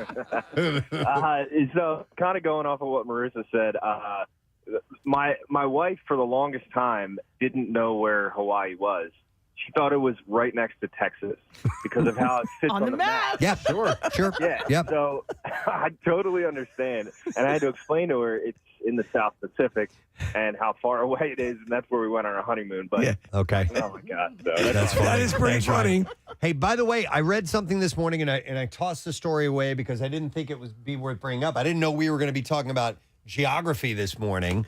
But apparently there was something that surfaced on TikTok that got some people in a bit of a tizzy. And it was about the fact that the state of Maine has more coastline than California. Oh. And the reason being is that it's how coastline is defined. Right. And it's like, it's general. I have to bring up the story, but the way it's reckoned. I think I saw the same story, Preston, and it's not. Makes sense. It's exactly the way they interpret it for both sides. So the reason being is because when you look at the map of California, as you trace the coastline, you can see that there's more of it than Maine. But what you have to include are the coast of all the islands that are part of the state as well. That's all considered coastline, Which they do. and intercoastal waterways and things like that. So when you add all that up, Maine ends up having more coastline than California. So there are some things that are weird like that. But then again, it's a little different than driving to Alaska because you can clearly see that there's a way to get there. If you look at a map of the It's world, called you look Canada. at a map of North America altogether. I'm trying to think of like what the last argument that I had was, where I dug in deep, even though I was wrong, and like trying to determine, just being that stubborn and not willing to give up on something. Well, it happens to everybody, and I know Sure. that I've done it. Yeah. All right, let me go to these calls. I have Courtney on the line. Hey, Courtney, good morning. Good morning. Hey.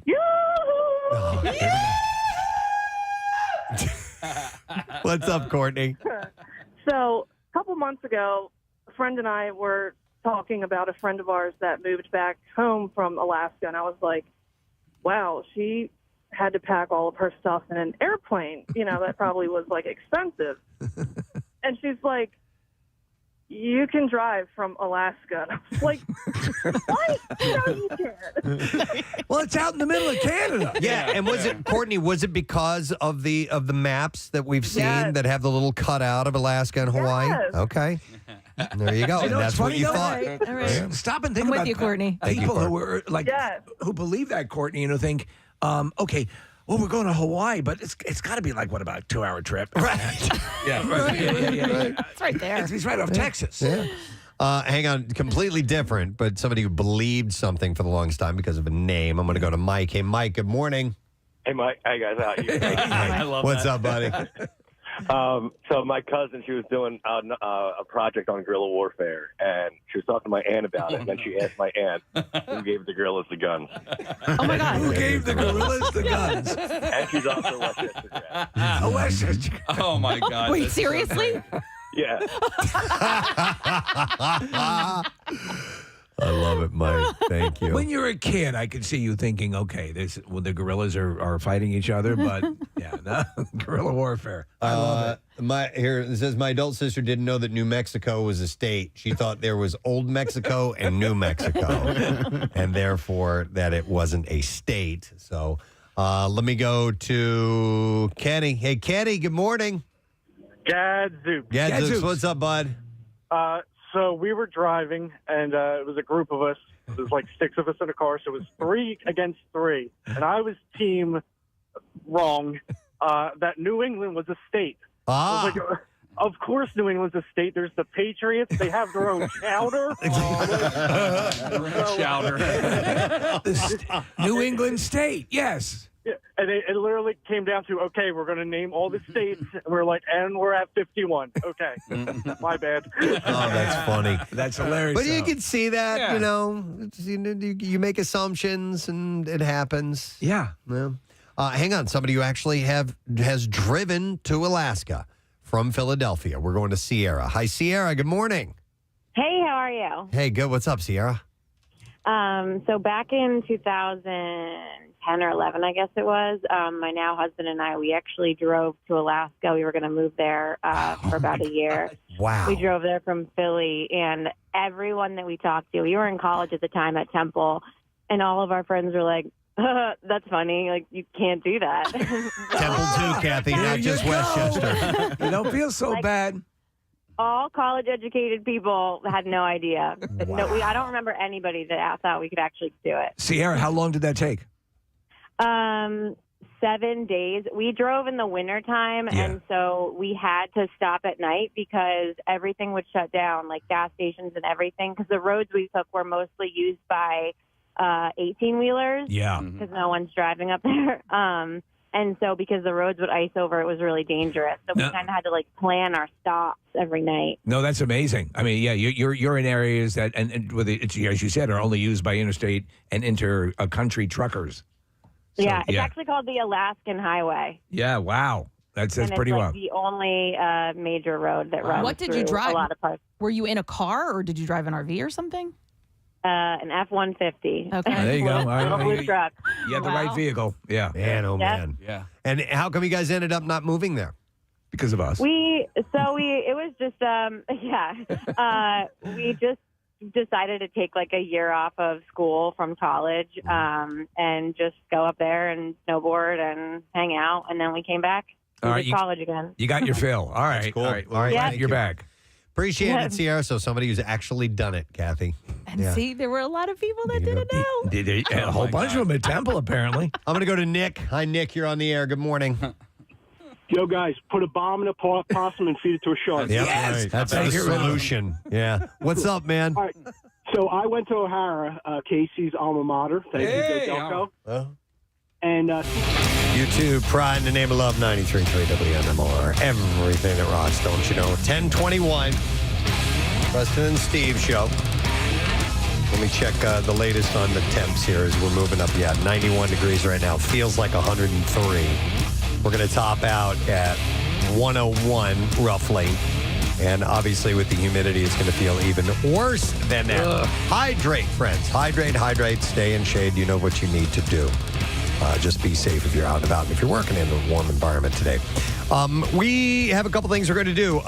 We got a concert announcement coming up with music news. We'll get that info. But first, we're going to do lesson question. And we're going to give away a pair of sweet tickets to join MMR's Brent Porsche for the Auto Trader Echo Park Automotive 400 NASCAR Cup Series race Sunday, July 20th at Dover Motor Speedway.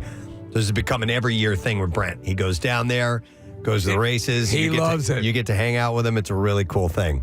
So the question that we ask you now is, what is the name of the dog that Casey doesn't have yet? 610-660-9333. He's got it picked out, knows what kind of dog it's going to be, knows its name. Let's see if you remember what it was. What is the name of the dog that Casey doesn't have yet? 610-660-9333. Call now. The trash business is a gold mine. 93.3 WMMR with Preston and Steve's Hollywood Trash. All right, we'll take care of a couple of minutes while we wait for you to call in, and we'll get the trash. So, Steve, what's going on this morning? Well, Preston, this is weird. Bianca Sensori turning heads in Brooklyn on Saturday wearing nothing but an edible candy bra and candy panties. Sensori called the outfit surprisingly comfortable and incredibly effective at attracting bears. Margaret Cho telling the Kelly Mantle Show that Ellen DeGeneres has been mean and weird to her throughout her entire career.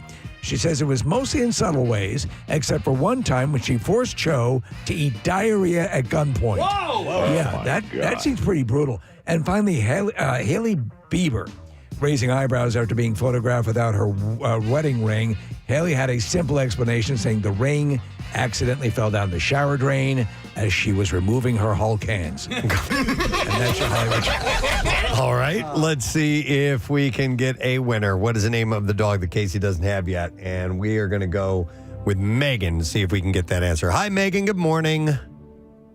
Good morning. All right, Megan, what is the name of the dog that Casey doesn't have yet?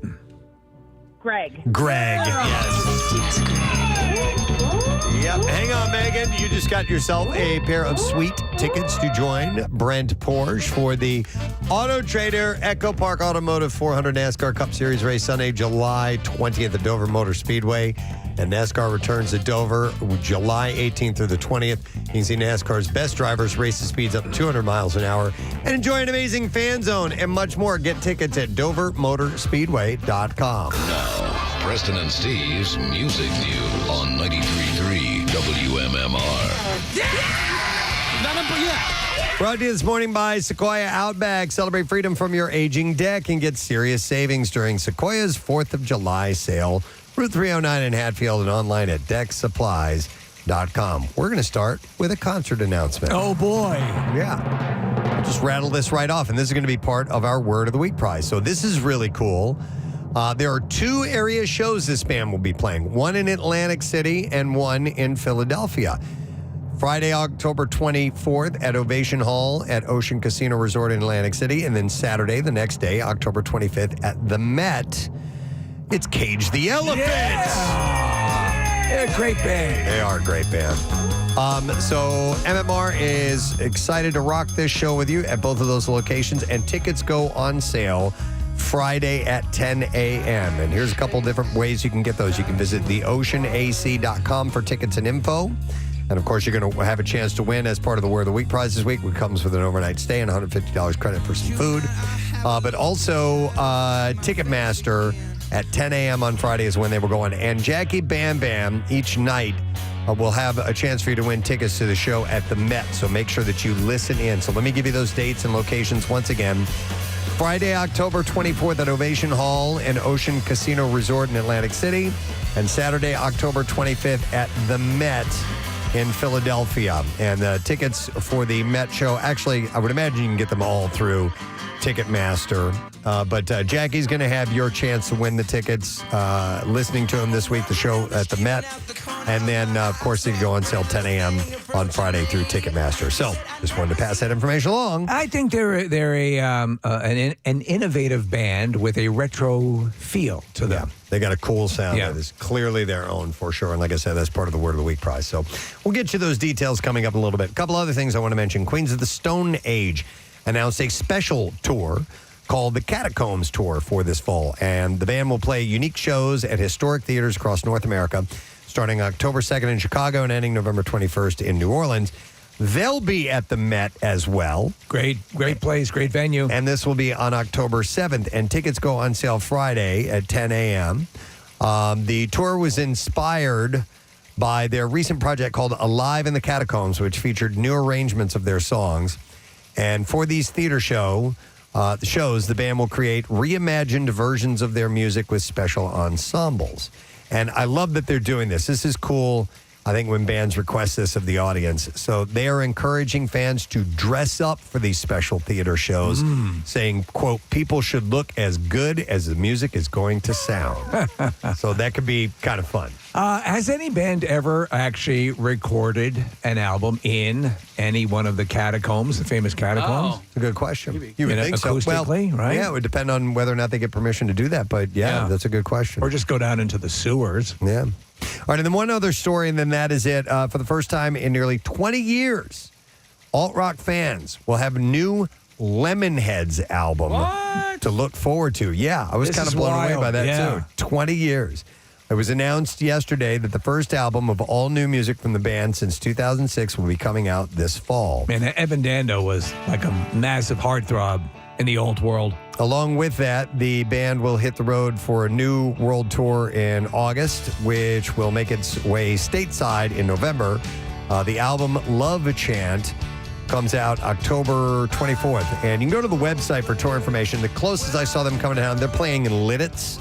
And they're just doing like clubs. They're not like, selling out big venues or anything like that. There is a connection, and I forget exactly the specifics of it, but there was a Goldbergs episode that focused in on Evan Dando.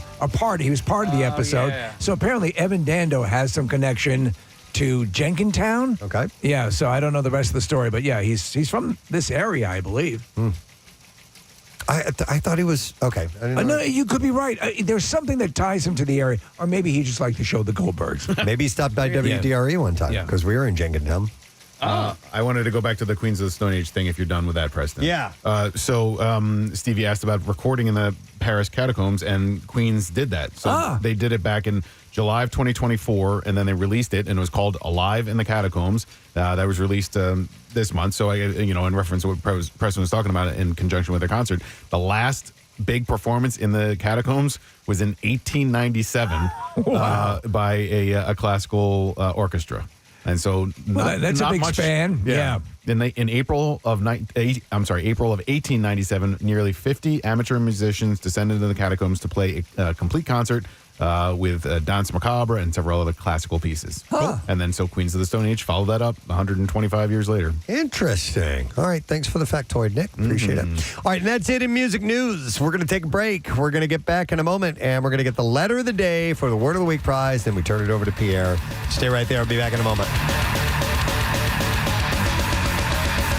Preston and Steve. Theology class, we had to do a project on different things, and this one girl picked euthanasia, which we were learning about. What you guys were just talking about was the mass killing of people. Right. She literally did her senior theology project on youth in Asia and stood up in the middle of the class and went 10 minutes into her presentation about it.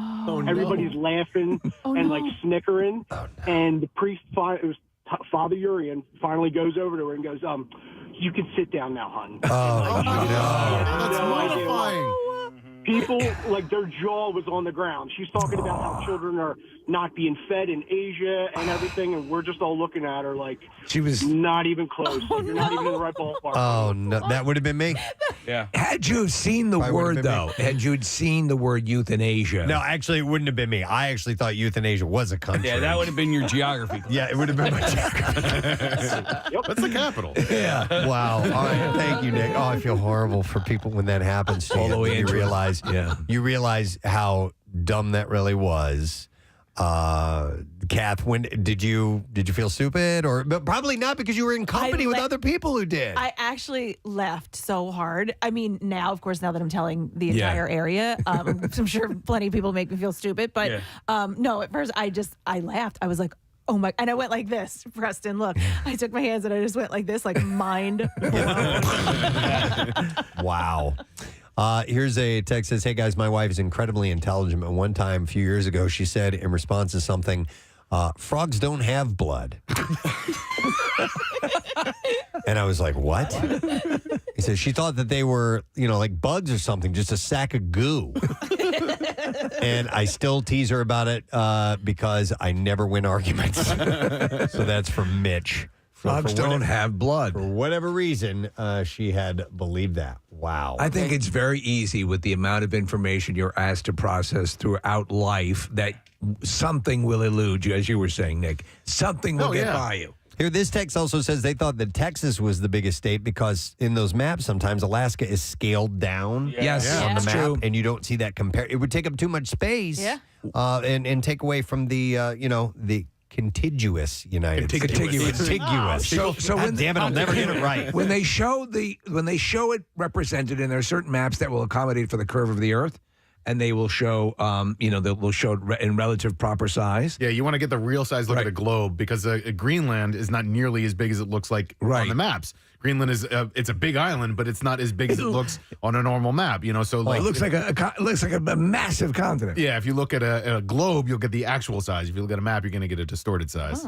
Let me go to. Hang on a second. You can't drive to Greenland, Kathy. Let me. Well, I know now because I was looking at maps all weekend. We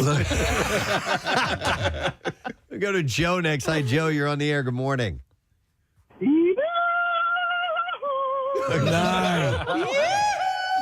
What's up, Joe? Hey, guys. Hey, so my story is this. It was back in the early 90s. I was home from Westchester University, Cap. All right, yes, go Rams. Old Rams in the house. And we were all sitting out on the front porch, my family and I, and my sisters were out there with my parents. And my parents had just came back from Canada with from a trip with my younger sisters. So we're all sitting out there on the porch, and my one older sister says to my parents, hey, so how was Canada? They said, it was great. And she said, well, how was the weather? And they said, it was hot. And my sister said, really? Wow. The other older sister chimes in and says, of course it was hot. Everybody knows heat rises. Oh, no. Oh, yeah. No lie. It's like the second story of a house. Yeah, Canada's above the United States. I'm sure heat rises. Yeah, he just goes up that way. Oh, my God. That's so funny. And did you guys laugh, get a kick out of that, or what? We laughed our behinds off, but we've gotten used to my sister saying like crazy outlandish things. Like she had told my one younger sister, "Don't stand next to the microwave; you're going to get radiated." Right. Well, that used to be a lot of people had that concern in the early days. Yeah. In fact, there is. Go ahead. But then with radon being prevalent, she would tell the one younger sister, "Don't go in the basement; you're going to get radon." The younger sister, being so young, thought there was a guy, must have looked like the Michelin Man, who lived in the basement, like Radon Man. Radon. Yeah. Oh, that's funny. Ray Donovan lives in our basement. I love it. He was always making up crazy things. Thanks, Joe. Appreciate it. What is this one, Nick? It's just like a mispronunciation, but it's sort of like O-range or okay. C of E. This one, yeah. This one time, me and my friends picked up a pizza, and on the top it said Italian. And I looked at it, and I said, "What is Italian?"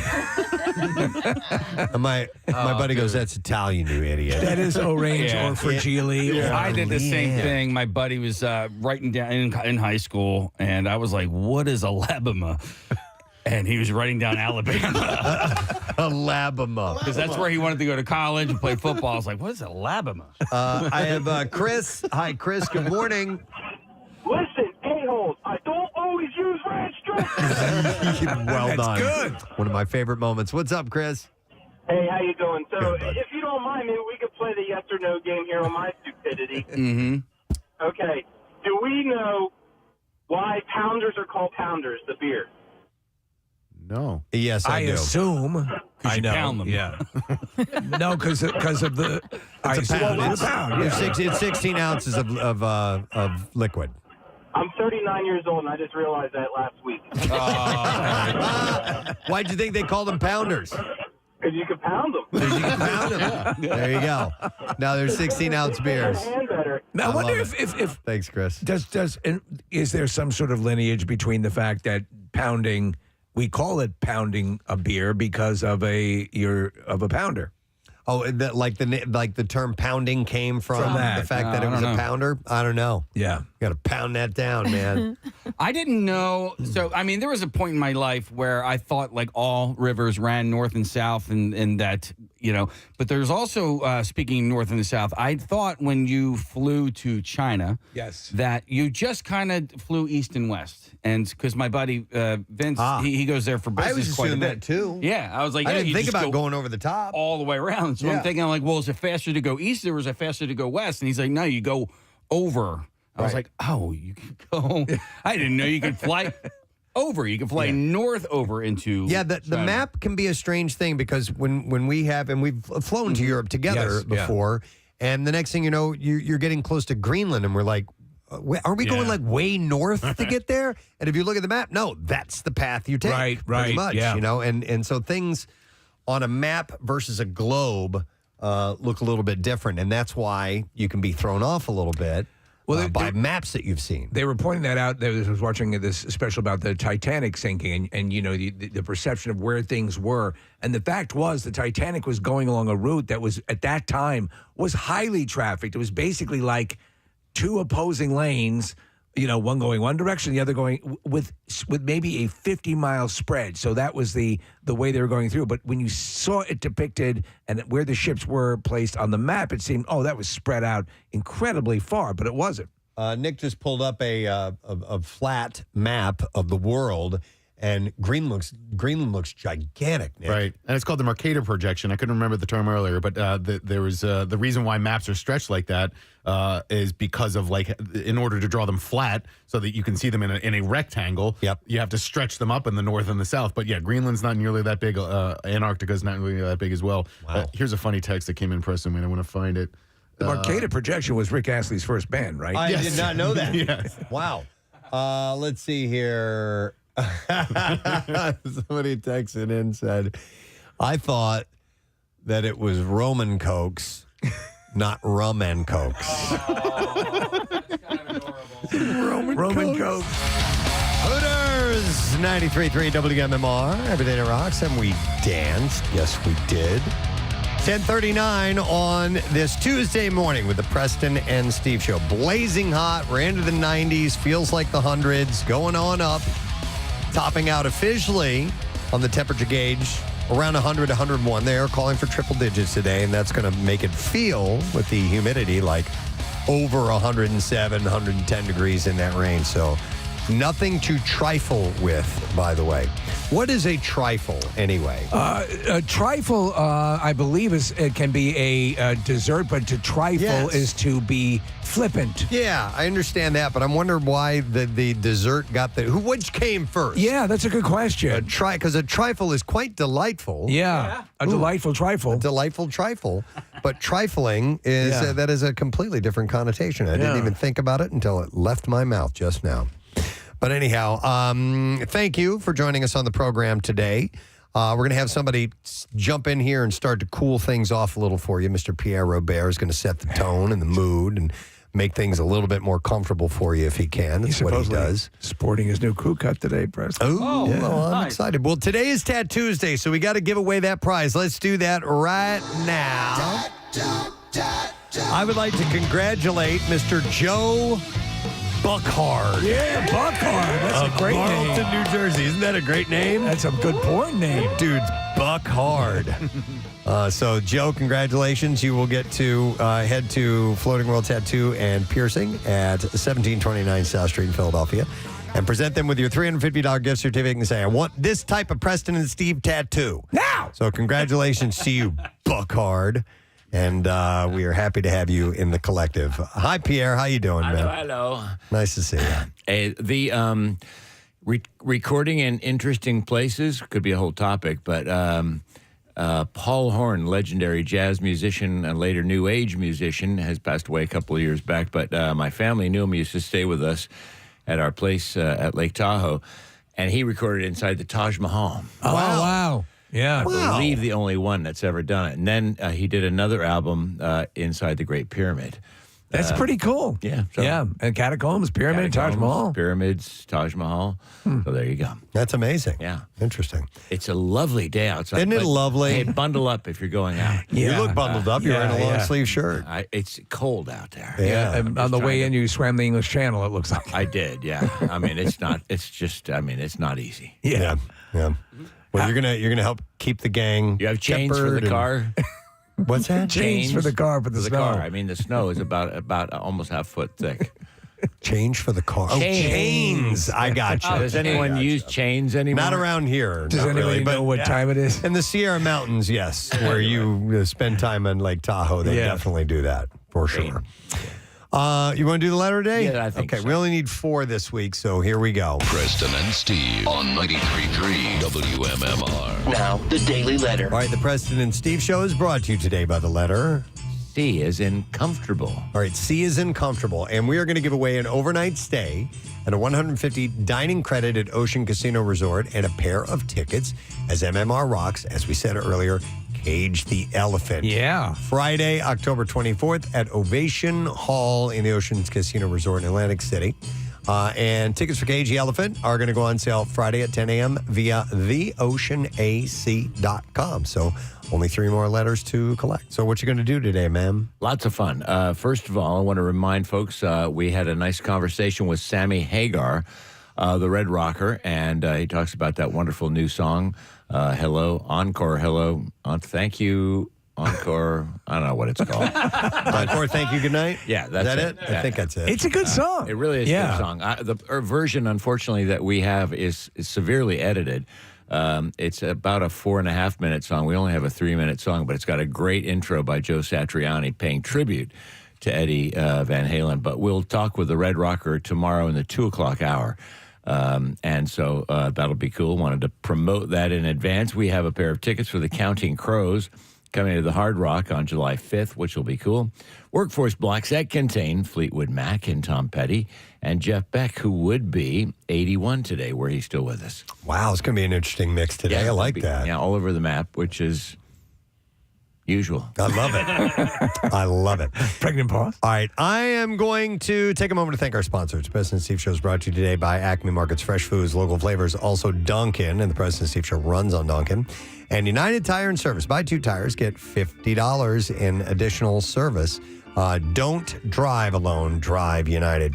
Tomorrow's Wednesday. It means we'll do a Fox Good Day thing, and we will have your last chance to win Hershey Park tickets because we leave after tomorrow's show and head to Hershey and get ready for the live broadcast on Thursday. So that's it. We're done. Rage on. You have a wonderful day, and we'll see you tomorrow, gang. Bye-bye.